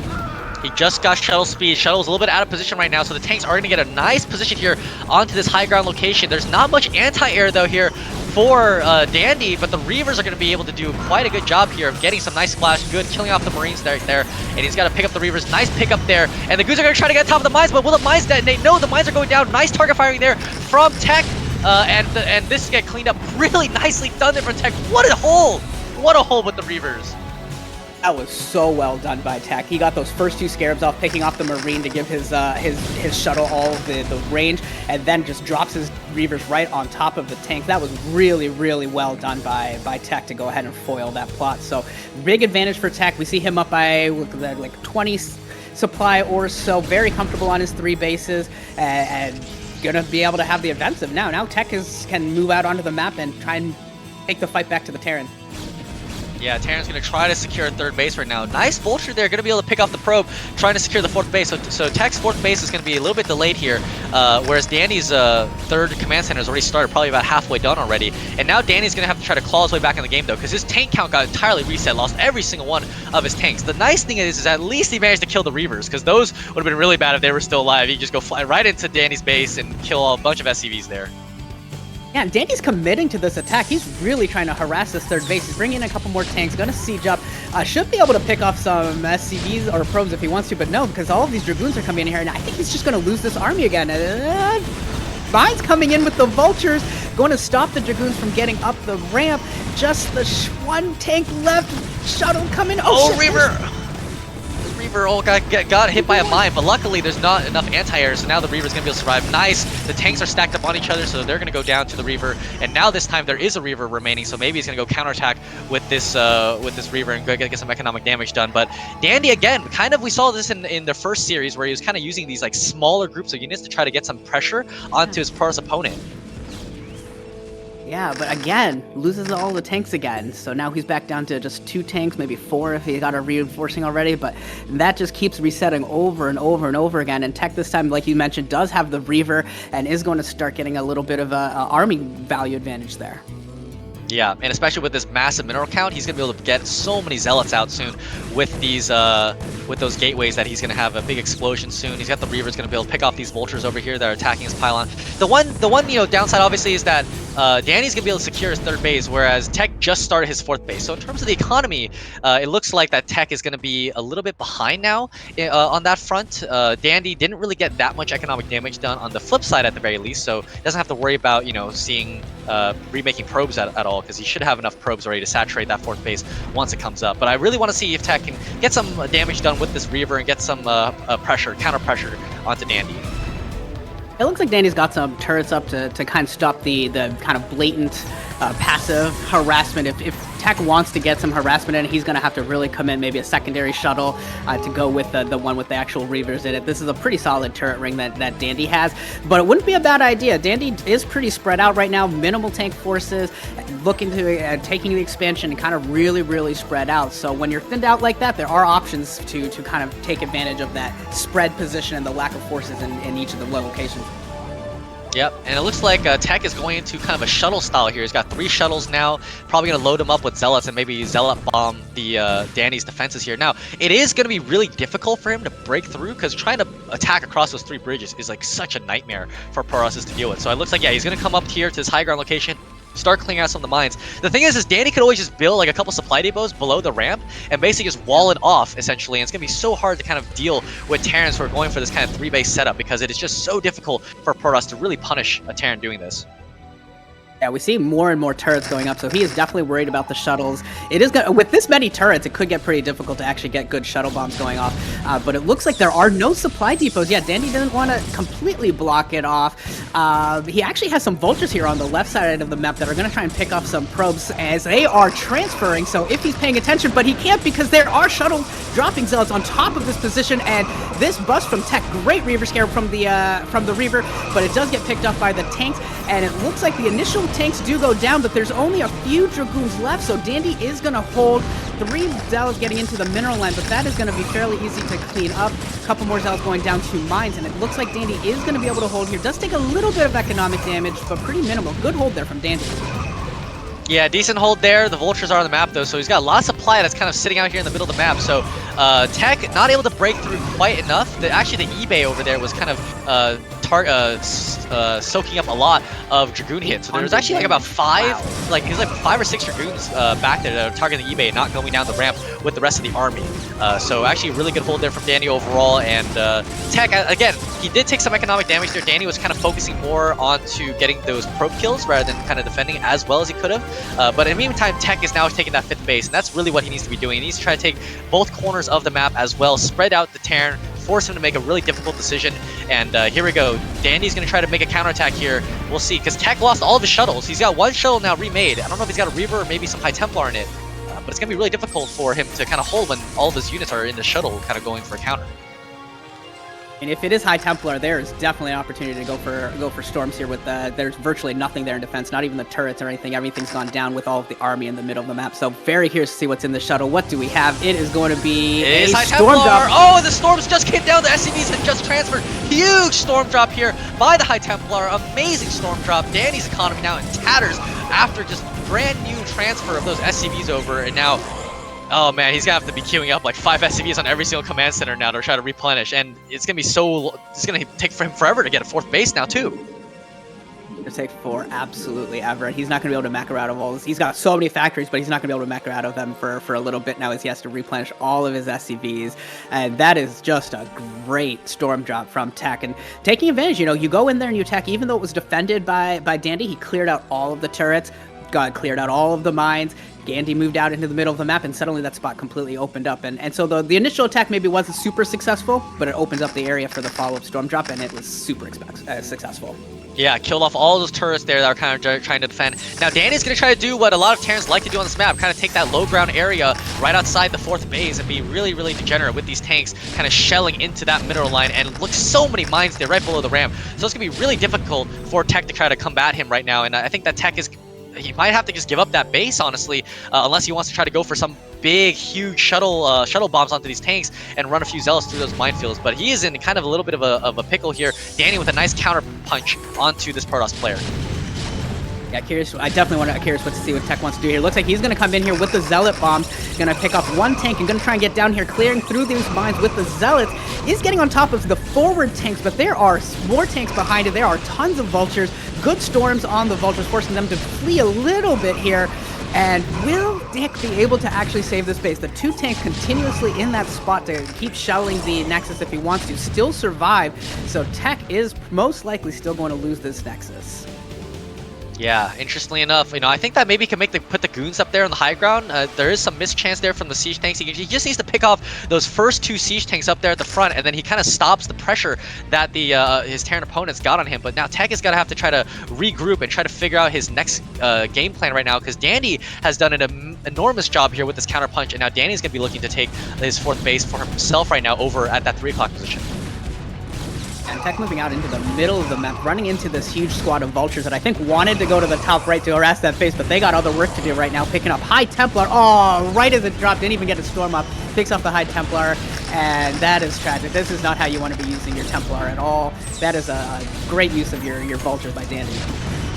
Yeah, Danny's, you know, it's almost like a TVT where he's kind of like trying to choke out the Protoss here, trying to make sure that he can't push across these bridges. And these tanks with the +2 attack are two-shotting these Dragoons, but Tech is fighting back here with these Zealots, trying to make sure that Danny can't just, you know, contain him essentially back onto his bridges. And he's doing a pretty good job so far, but Danny manages to hold on right now, and almost a desperation play, making Archons to try to deal with these units. I mean, there's no EMP, so that is one of the nice things right now for Tech. Yeah, Tech's running out of money. His main and natural are gone. He's got that top right going, but his 30 even is running a little low right now. So he is very, very starved at the moment. Coming across with 3 Archons to just try and soak up damage, but it's not great. It looks great because it's 350 health, but like it kind of gets melted through. They are going to soak up enough that the Dragoons and the Zealots are going to clear out these initial few tanks, but there's a lot more for Dandy behind it. So he does get access to the map. We'll see if he can actually pull something off with it. And secondary storm drop coming in, magic boxes it, perfect. But he doesn't really pick off many SCVs. They're damaged, but that storm drop unfortunately doesn't pick off very much. Oh, and losing the High Templar and the Archon there to another Mind Drag as well. And now this 4th base is going to go down here for Tech. Danny is doing such a great job kind of clawing his way back in this game. I would say he's completely equalized the position right now, because we're about to mine out if we're the Protoss player right now. He's got, I mean, mine out his 3rd base. The 4th base is still up, or I guess his 5th base now, is still up here for Tech. But, you know, 1 base mining for Protoss is just not good enough. I mean, Danny's going to be able to secure his 4th base there at 3 o'clock at some point. I mean, he's going to get it eventually. Maybe not right now. But once he gets that, I mean, it's going to be so hard for Tech to really be able to combat the economy of Terran. Yeah, I think Tech has a probe there at the 3 o'clock position. He's almost looking to take it himself because he is so starved. He needs money. Like, he really just has that 1 base in the top right. The 3rd base has got to be close to mined out. So he's got to make some moves here. Dandy, where will he go to go ahead and take his 4th? Will he try and take it at the 3 o'clock? Or will he actually go bottom left? Because with these are some bugged out SCVs and Vultures trying to get to that bottom left.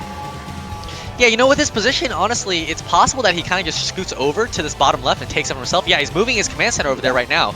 And after taking the high ground of the 9 o'clock, he can take that base for himself as well. And so maybe Tech has got the right idea by taking that high ground base at the 3 o'clock as his base.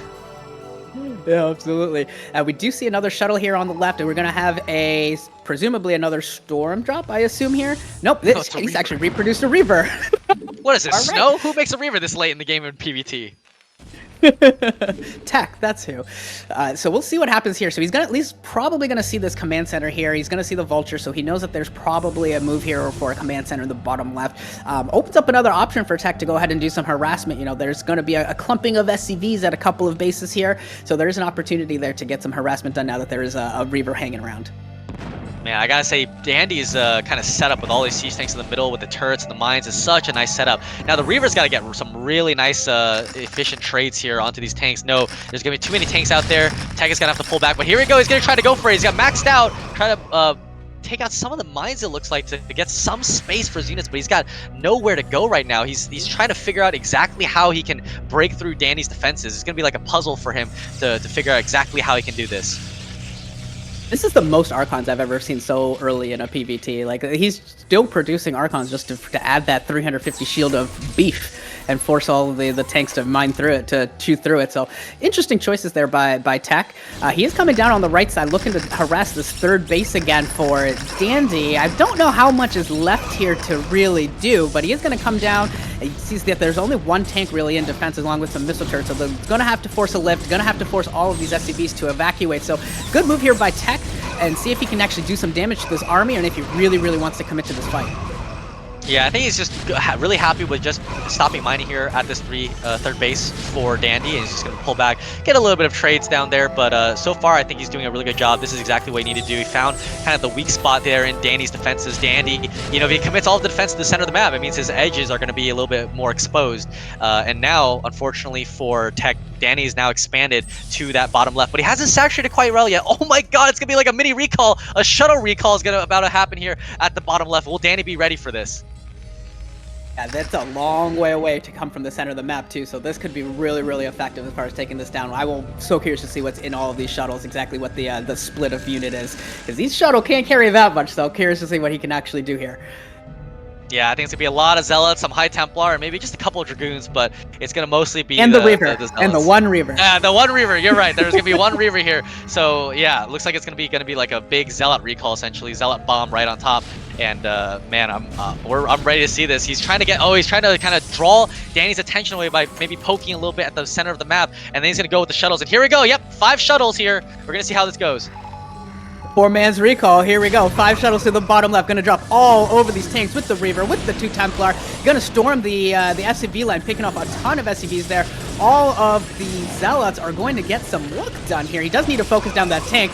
He's gonna take it down. Vulture's coming in here to try and clean it up. And they are very effective against Zealots if they are used correctly. And it looks like Dandy is gonna lose some SCVs, but I think, I don't know if Tech did enough damage there as he really wanted to.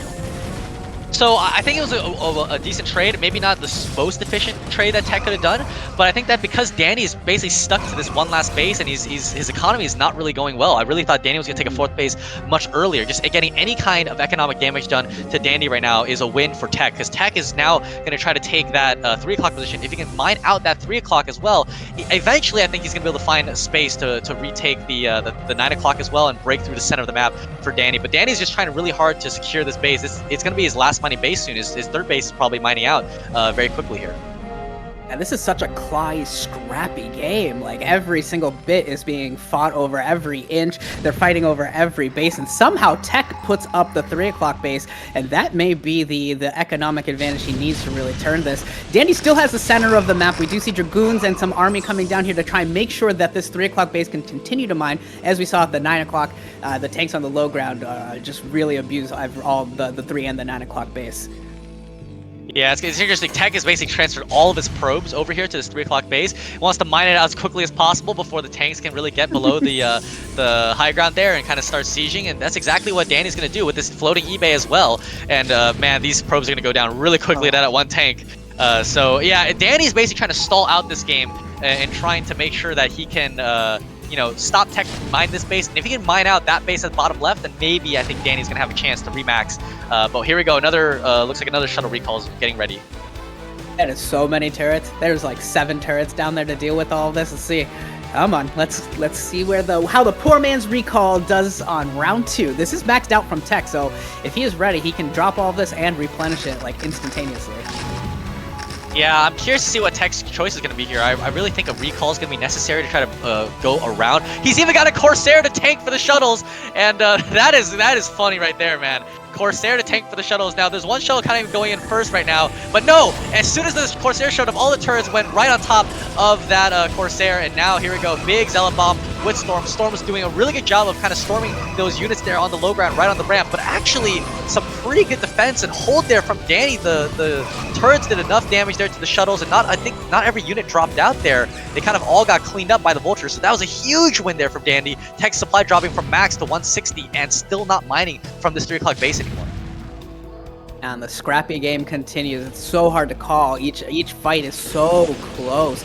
The target firing is so important. Another good little storm drop there. Like you mentioned, every bit of economic harassment is gonna be painful. And some of these workers have been subjected to like 4, 5, 6 storm drops this game. They have got to be some PTSD SCVs in this game. Yeah, we're going to see that Tech is trying to restart that mining here.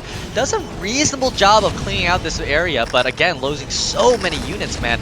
Good storms there to clean up all these tanks, but the problem is, once he loses all these units, Danny's just going to reposition his units back there. But huge storms actually onto all these tanks. They're so softened up. Not all of them go down, luckily for Danny, though. So he will be able to get some units back over here to start shelling this base once again. Will we see Tech? Tech needs to get some Zealot drops onto these tanks over here to stop them from continuously shelling his economy. Yeah, and we can see here that Tech is almost mined out at the top right as well, so he's almost down to 0 income right now. This is getting really, really tenuous for Tech. He really needs to get rid of this siege tank, really needs to be able to save this base. There we go, getting a storm drop onto this tank, but it just barely goes down. But Dandy can just move up one of those other tanks and move it right back up and continue this game over and over and over again. And this is getting really, really tough for Tech to save this. Yeah, as you said, it's just a cycle right now. The tank is not in range of the Nexus, luckily, so it's not gonna. At least the Nexus will still stay alive here. But some nice storms there from that High Templar, trading its life for a siege tank right now. But again, as you said, Danny's just gonna continue to move one tank at a time, and just keep stalling out Tech in this position. Yeah, it's like, how many High Templar do you actually have in there? Because it's 2 storms per tank. Oh my god, D-Matrix. That's just, now it's 3 storms for that tank to get rid of it. And it's, yeah. But, so, great, he gets through it. And then what's going to happen, though? He's just going to move another tank into that exact same spot. There he comes. This one only has 23 life, so it's 1 storm away, but does he have a storm? Yeah, he's going to try to bring a Dragoon and Zealot over here, and nice storm. They're getting a lot of SCVs as well in that position. But again, Danny's just going to continue to do this song and dance until the end of time right now, and I think Tech is just not trading the most efficiently right now. He's gonna try to go for a break. This is such, I don't know if this is a great decision here from Tech. I don't see this working out for him. He's losing too many units to try to take these 2 tanks out over here, meanwhile losing so many Dragoons as well. I mean, look at his economy. He's got no money left over right now, whereas Danny has still got like some money left here in the bank. Now these Vultures gonna go target down these High Templar as well, and that might be the straw that broke the camel's back right now. Danny's in a really nice position here, and Tech, oh, shake of the head right now. He is so frustrated. You can tell that he just doesn't understand, like, oh, how can I not stop this guy here from the middle of the map? And these little micro games with these tanks on this 3 and the 9 o'clock base. Dandy just doing a little bit better on these little 4 Archons. Okay, this is easily the most Archons I've seen in a PvT in forever. Like, this is so many Archons, but at the same time, it makes sense, right? Like, it's not like he has minerals to build Zealots, so if you need tanks in order to go ahead and absorb fire, this is what you gotta do, right? Yeah, Tech just sat back a little bit and had like this big sigh of like, frustration there. He's really he's not understanding. He's just trying to figure out how do I figure out this puzzle to break Danny's position here in the center of the map. And I really think that honestly I think carriers were the move, or some kind of actual recall with arbiters and using stasis here, because once a Terran's in a position like this, it's really hard to break through the center, and I really think that carriers might have been the option here to try to at least get something done to break through with mass interceptors and target down all these tanks. Yeah, I actually think he was pretty set up to actually do a carrier transition. He definitely did have the option there, but he wanted to do with these shuttle recalls, which are very fun, very good, but it's just not enough. Like, Dandy is just able to defend with so many turrets, and he just made these ineffective. And there's the GG from Tech. Dandy gonna get up 1-0 here in this final match. Yeah, really, really intense game there. Dandy they were crawling, they were clawing at each other for basically 1 tank, 1 Templar, just trying to make sure that they can squeeze out every last bit of juice from every single unit that they had. And Yeah, unfortunately for Tech, I really did think that there was a tech switch to be done somewhere in that game, and just never ended up going for it. Just wanted to stick to his strategy of just trying to secure those bases. But Dandy was really patient, really calm, one tank at a time. Doesn't need to do 2 or 3, just one tank at a time. Force him to burn storms on a singular tank rather than maybe getting a clump of tanks with his storms. We're going to go to game 2. It's going to be Tech's choice. Dandy will get to ban a map, and then Tech will decide where we go from here. Yeah, gonna be curious. I think Danny might ban a 3-player map or something like that. Maybe ban Apocalypse or Dominator to, Terrans love those big 4-player maps, especially like Pantheon, for example. Although, again, Dandy lost the Tech on Pantheon, so who knows? Maybe he's gonna say, like, I don't want to go back to that map. Dandy actually banned Pantheon. He doesn't want to deal with that, so... Ah, interesting. Yeah, we'll have to see what Tech wants to choose now. That was a fun game on Pantheon. I would not have been upset to see that map again. Yeah, honestly, yeah. I mean, it was great. So, but we'll see. I mean, Danny maybe thinks like, okay, I don't have good vibes on the map. I'm just gonna try to play a map that I haven't played him on yet. Have some more confidence, because maybe he has in the back of the mind while playing on Pantheon, oh, I don't really like this map actually. I lost him the last time, so doesn't want to have that kind of mental strain on him to think, oh, I'm actually disfavored on this map. And we are just waiting on Tech to choose the map. Deep in thought, plotting his choices, which strats he wants to do. Yep, we're gonna see. Just waiting on what he's gonna do right now.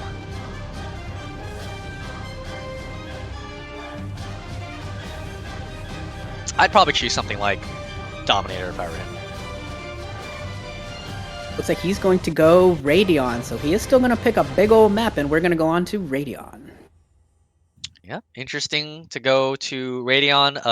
Pretty standard map, and I feel like, maybe he's thinking, oh, if I'm on Radion, I can have a lot of avenues of attack, because it is quite a big map, and especially with those kind of counterattack little pods over there on the 3 and 6 or 3 and 9 positions. That he can kind of force Dandy into kind of an uncomfortable position, just like he did in the first series. Yeah, definitely like to see that. We saw Tech in the first series. Tech's map movements is really, really strong on these bigger maps. So maybe that's what he's thinking here, is that he can kind of navigate and strategize where he wants to put his army, where he wants to potentially do recalls again on this map. So lots of options there, and kind of cool to see that Tech wants to choose the bigger, more standard maps. Yep, and players are ready. So let's dive into game number 2.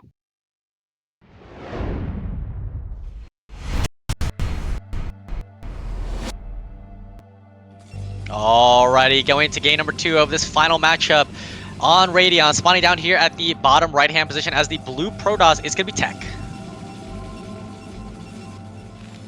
And down in the bottom left in red is Dandy, looking to advance to the round of 8 if Dandy can pull off the win here on Radion. As we are both on the bottom side of the map, there is definitely a lot of opportunities here to drop on each other, taking advantage of that null ground at the cardinal location. So definitely a lot of options here with the near spawns.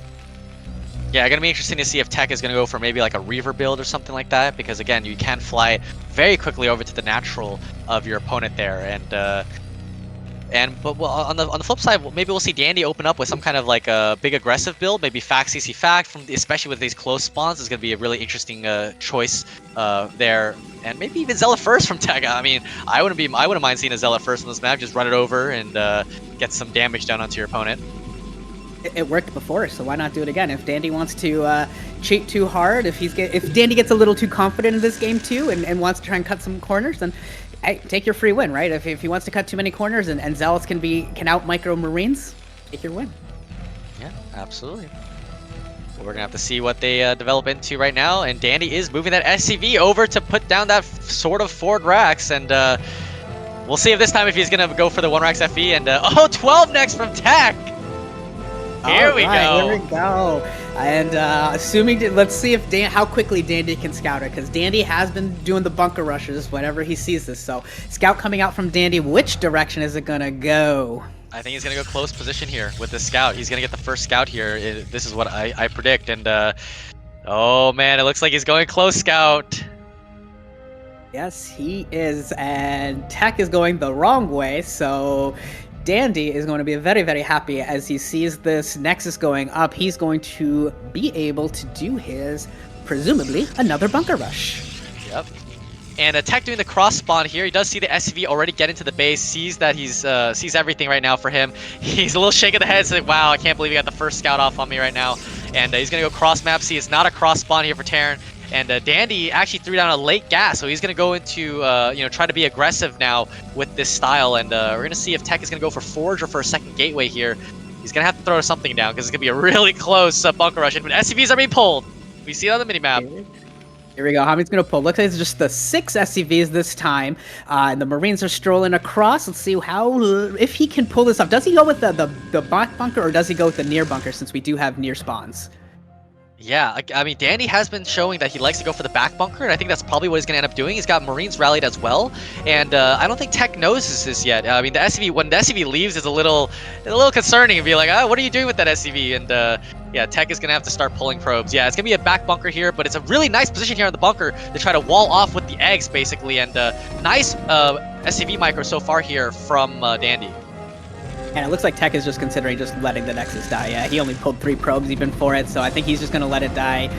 Just wants Dandy to invest the SCVs and the lost mining time, but that's about all he's going to get. So this is going to be nice for Dandy. Pretty minimal investment, really. Just the 2, maybe 3 Marines, and then all of these SCVs. And yeah, so pretty nice for Dandy here on this one.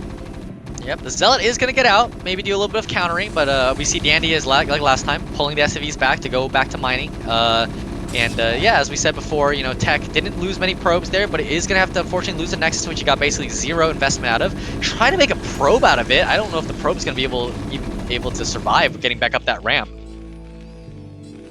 Yeah, so the transition here for Tech, we saw last time when there was a bunker rush and he lost it. What he did was he just went ahead and double expanded out of it. We'll see if he does the same thing, throws down the Robo, the Observer, and does a double expand. 2 SCVs on the ramp going to stop Tech from being able to get up the ramp. Oh, and pretty good blocking here by SCV. Beautiful micro from Dandy right there. Really well done. Tech is going to go for a DT rush. He's got the Citadel down, and we'll see what Danny's going to do. Oh, his SCV is going to get it. He's going to see the Citadel. Oh, he cancels. He just cancels the Citadel. Says, fuck yeah, I'm just going to switch my build up because it's not possible now to do anything else. But the problem for him is canceling it. The range is going to be so late. His range hasn't started yet. How is he going to break out of the bunker? I actually think if, this is so rough. Like, this is so bad. And I feel so bad for Tech right now. He would look so good throughout this entire day, and then this is just real unfortunate. I'm probably just going to have to throw down a Robo at this point, right?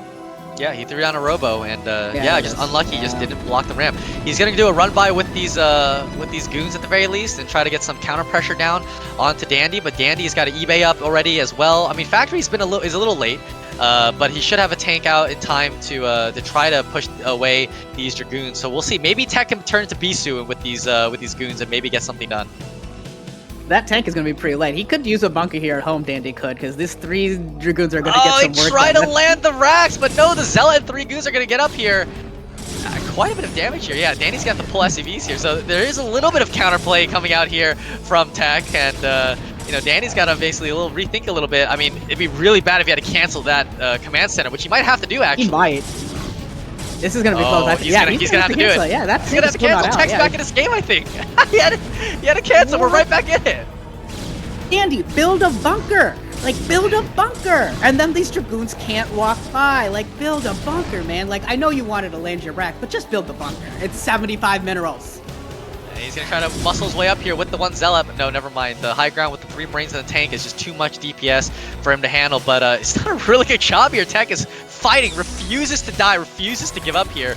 He's got his BSL round of 8 hopes on the line right now, and yeah, even going to be able to take out the bunker now with 4 Dragoons and a Zealot. That SCV not repairing in time, and not even losing a single unit here is Tech, and now we'll see what Tech is going for as a response. And I mean, I think Danny should know it's going to be some kind of mass, it's going to be quite a bit of units, so he's got to be very careful, because there's a lot, 2 Zealots, I think, and like 7 Dragoons out here for Tech so far. Yeah, he's got a lot of Dragoons, and there's still only, what, maybe 2 tanks now for Dandy, and now all of a sudden we see Tech with a 17 supply advantage, and the Tech advantage, and oh man, this is suddenly very, very, very flipped positions. All he had to do was build a bunker or drop the racks earlier. Like, just wall off, man. Yep. And we're going to see if Tech tries to go for a bust. 2 Zealots and 7 Dragoons against 2 Siege Tanks. I mean, it can work depending on how good his micro is and his control is going to be. I mean, I don't think there's only 3 Marines should be inside of that bunker. The Observer's going to be able to come in here and see exactly what's going on here. Tech, yeah, sees the 2 Siege Tanks up there with the missile turret, so he's probably thinking to himself, yeah, it's probably a little too many units here to go after it, but, you know, the double expand is going to be really nicely timed behind this, and, yeah, Danny's going to have to be playing, I would say he might be even a little bit behind now at this point. I almost want to see this. I almost want to go back decades and have Tech build 1 shuttle and bulldog this. That position there for Dandy looks bulldoggable right now. That looks like drop 2 Zealots right on top of those 2 tanks, and I think just walk in with your Dragoons. Yeah, I mean, he does have the 2 Zealots, so all he needs is a shuttle right now. We'll see if he opts for it. He could even make 2 more Zealots from the 2 gateways he's got with the shuttle and make it 4 Zealots. But no, I think he's just going to go ahead and play pretty standard here. We got a Forge and a Citadel up, so I think he's going to transition into Arbiter play just like he did in the in Game 1 of his first series. Yeah, Danny's got to be a little careful, man. He's lifting the racks even, so but he's got a pretty good turret ring. But that's a lot of minerals invested in those turrets. He's got like 5 turrets out. So many, and we see from Tech he's not really going to get much out of those missile turrets because there's no shuttles coming his way. So tons of investment from Dandy, not really going to see much of a payoff here other than just peace of mind. And on the backside, Tech is going ahead and did the double expand. Third Nexus is up, and he is going to be churning out probes and eco at this point. He has to have a huge worker advantage right now. Yeah, and you know, Danny's kind of cut some workers here. His command center was quiet for a little bit. It's still quiet, so it's possible he's cutting workers here just to go for a super. Oh, he is supply block. Wow, huge supply block here from Danny. Not 44, but 52 this time. And man, Danny's it's difficult for him right now considering how this game has kind of gone down with the canceled command center and everything. I think he's gonna go for almost like a pseudo all-in here with the with cutting SCVs, kind of forced to cut SCVs and just build units right now. But Tech knows and sees everything. He's built already 6 gateways, it looks like, to counter with the Citadel of Adun, so he's gonna be able to get Zealot legs out pretty quickly, and he just needs to build units and hold this push. Yeah, get that Zealot legs, churn out some Zealots, get a shuttle or 2, load them up with bombs, and I think he can win the fight. Like, we see a lot of tanks out for Dandy. That's a lot of tanks out for Dandy. Dandy wants a fight right now. Yeah, he's going to push soon, I think, and probably once those Vulture upgrades are done, he's going to start moving those tanks out to the map. And well, we'll see. I like to see Danny move his barracks with him to give him vision and you know, buy time for those Dragoons. But it looks like I think that Tech is just going to go into the pure Zealot soon, because he's got no second gas either, by the way. And we even see no gas being mined here for Danny. So yeah, Danny's going pretty much an all-in at this point because he's got no SCVs, man. He's probably got like 35 SCVs, and we have Zealots out for Tech. So Tech is going to try to squash this force before it can even get started. Yeah, this is going to be all about execution. Tech has pretty much what he needs. Once Zealot legs finishes, he's got what he needs to beat this. He just needs to make sure he gets the legs and picks a good fight and really gets on top of these tanks. Yep. Here we go, two SCVs as well to try to build some turrets and supply depots maybe to try to contain the Paras. But Paras is taking the center of the map, doing a really good job. I love this idea here from Tech, kind of being like, I'm gonna, if you commit too far, man, I'm gonna pincer your army. And he's got observers following the siege tanks as well. Nice job with the Zealots, kind of forcing the tanks to stop and siege up here in the middle, buying a lot of time here for a couple more macro rounds for Zealots. Yeah, I really like Tech's potential here. He has a really great potential to do a pincer move and eliminate this whole force. This looks like a really powerful force for Dandy, but Tech's got what he needs. If he can find the angle, he definitely has what he needs to take this down. Yeah, good Spider Mines laying for Danny to try to stop the backstab here with these units right now. He's got the Dragoons, though, with the Observer overhead, so he's going to know exactly where all the Spider Mines are to clear them out. And but soon here, we're going to see the pincer. Tech doesn't have all of his units back with him. He's got a little bit of units up there at the top of the center of the map, so he needs to be able to ready to go all of his units all at once. And maybe we're going to see when Danny maybe unsieges, but no, looks like he's going to try to go now. As Zealot is done, he's let off a few Dragoons here on the early sides of it, but here we go with the fight. Zealots coming in from the front, Dragoons and a couple Zealots from the back, and it looks like the tanks did a great job of clearing out the backside with a lot of the Dragoons going down, but the front, there's still more Zealots and a couple more Dragoons coming in, getting as close as possible to the tanks, trying to pick them off one by one, but the tanks are just too strong, splatting goons left, right, and center. Reinforcements from Tech look like they won't be enough, and despite having the pincer attack, Dandy takes the field and is going to be able to put on the contain or go after the third. He's got a couple choices here. He's got to be a little careful not to overextend, but he definitely has the opportunity at this point to start putting that noose on the tech again. Huge mind. All the Zealots are all super low HP, man. Man, I thought Tech needed more gateways. 6 gateways against 5 factories? I don't think it's enough. He needed like 8 or 9 gateways to deal with this. He should know that his opponent's all in at this point, basically. There's the 8 gateways, but those 2 extra gates were so late. And now the supply advantage is swung over to Dandy. Dandy's all in, is working right now. His aggressive idea was like, okay, well, I'm too far behind. Screw it. I'm going to cut SAVs. I'm going to go with a massive push. And it has worked out perfectly. And now, huge mind trap here. He's just going to be able to go over and kill the 3rd base. And then if he wants to, you can pivot from here, or he can continue to push forward with the contain. Yeah, what a decisive choice and move by Dandy. Like, he cut SCVs pretty early. Basically, as soon as he supply blocked himself, he's like, all right, I don't need SCVs anymore. We're going to go all in on this. And he did a great job with his targeting in order to win that fight. And this contain is going to be so hard to break out of. Like, Dandy is right on top of it, moving these vultures back and forth. Doesn't look like we really have... Well, finally we have a shuttle out. Going to drop a couple of Zealot bombs on here. Going to kill off 1 tank. But I got to think that there's reinforcing tanks coming in here from Dandy. We need to see more tanks go down than just the 1. Yeah, 2 more tanks coming. He's continuously building tanks, so he's not skipping out on them, not saying I'm just going to build pure vulture right now. And he's going to do the same thing again, 1 tank at a time, man. He doesn't need to be, he can just take his time, doesn't need to rush it at all. And now he's moving his vultures over to try to make sure that he can one-shot the Zealots as soon as they drop. And yeah, here we go. Desperation here from Tech. The last hurrah here from him, trying to break out, but the tanks are spread so well. Dandy has done this in every single game where he's got his tanks so well spread. GG by Tech. Dandy with the revenge. He's going to advance to the round of 8. What a decision. What a decisive decision by Dandy to cut those SCVs and just all in. What a great decision.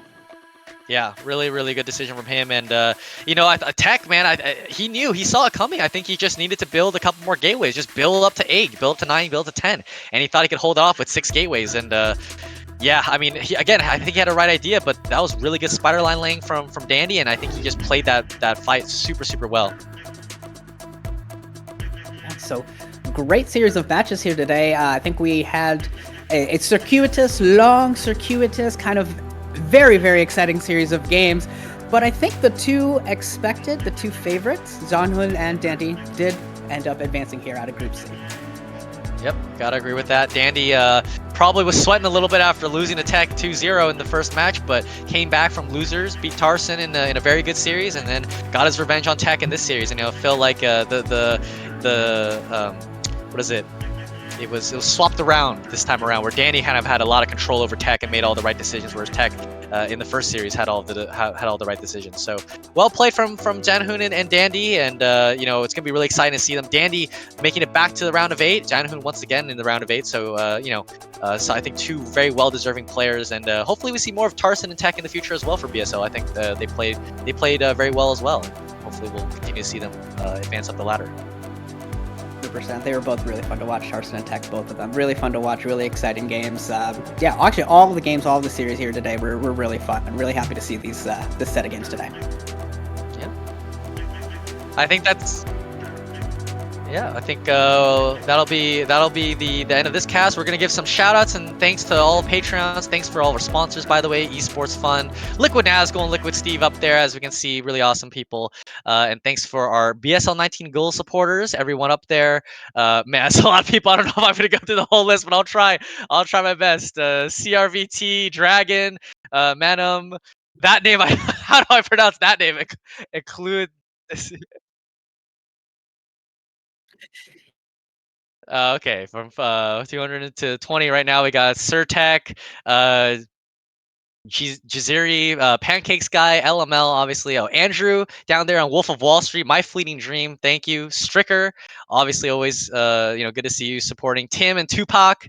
And then Yuejiang, MadiNho, Steven Robertson, KJ Streaming, Daniel Lopez, LML, one of our favorite guys here in BSL, Nicholas Schuler, and Gypsy. Thank you all guys so much for support for BSL.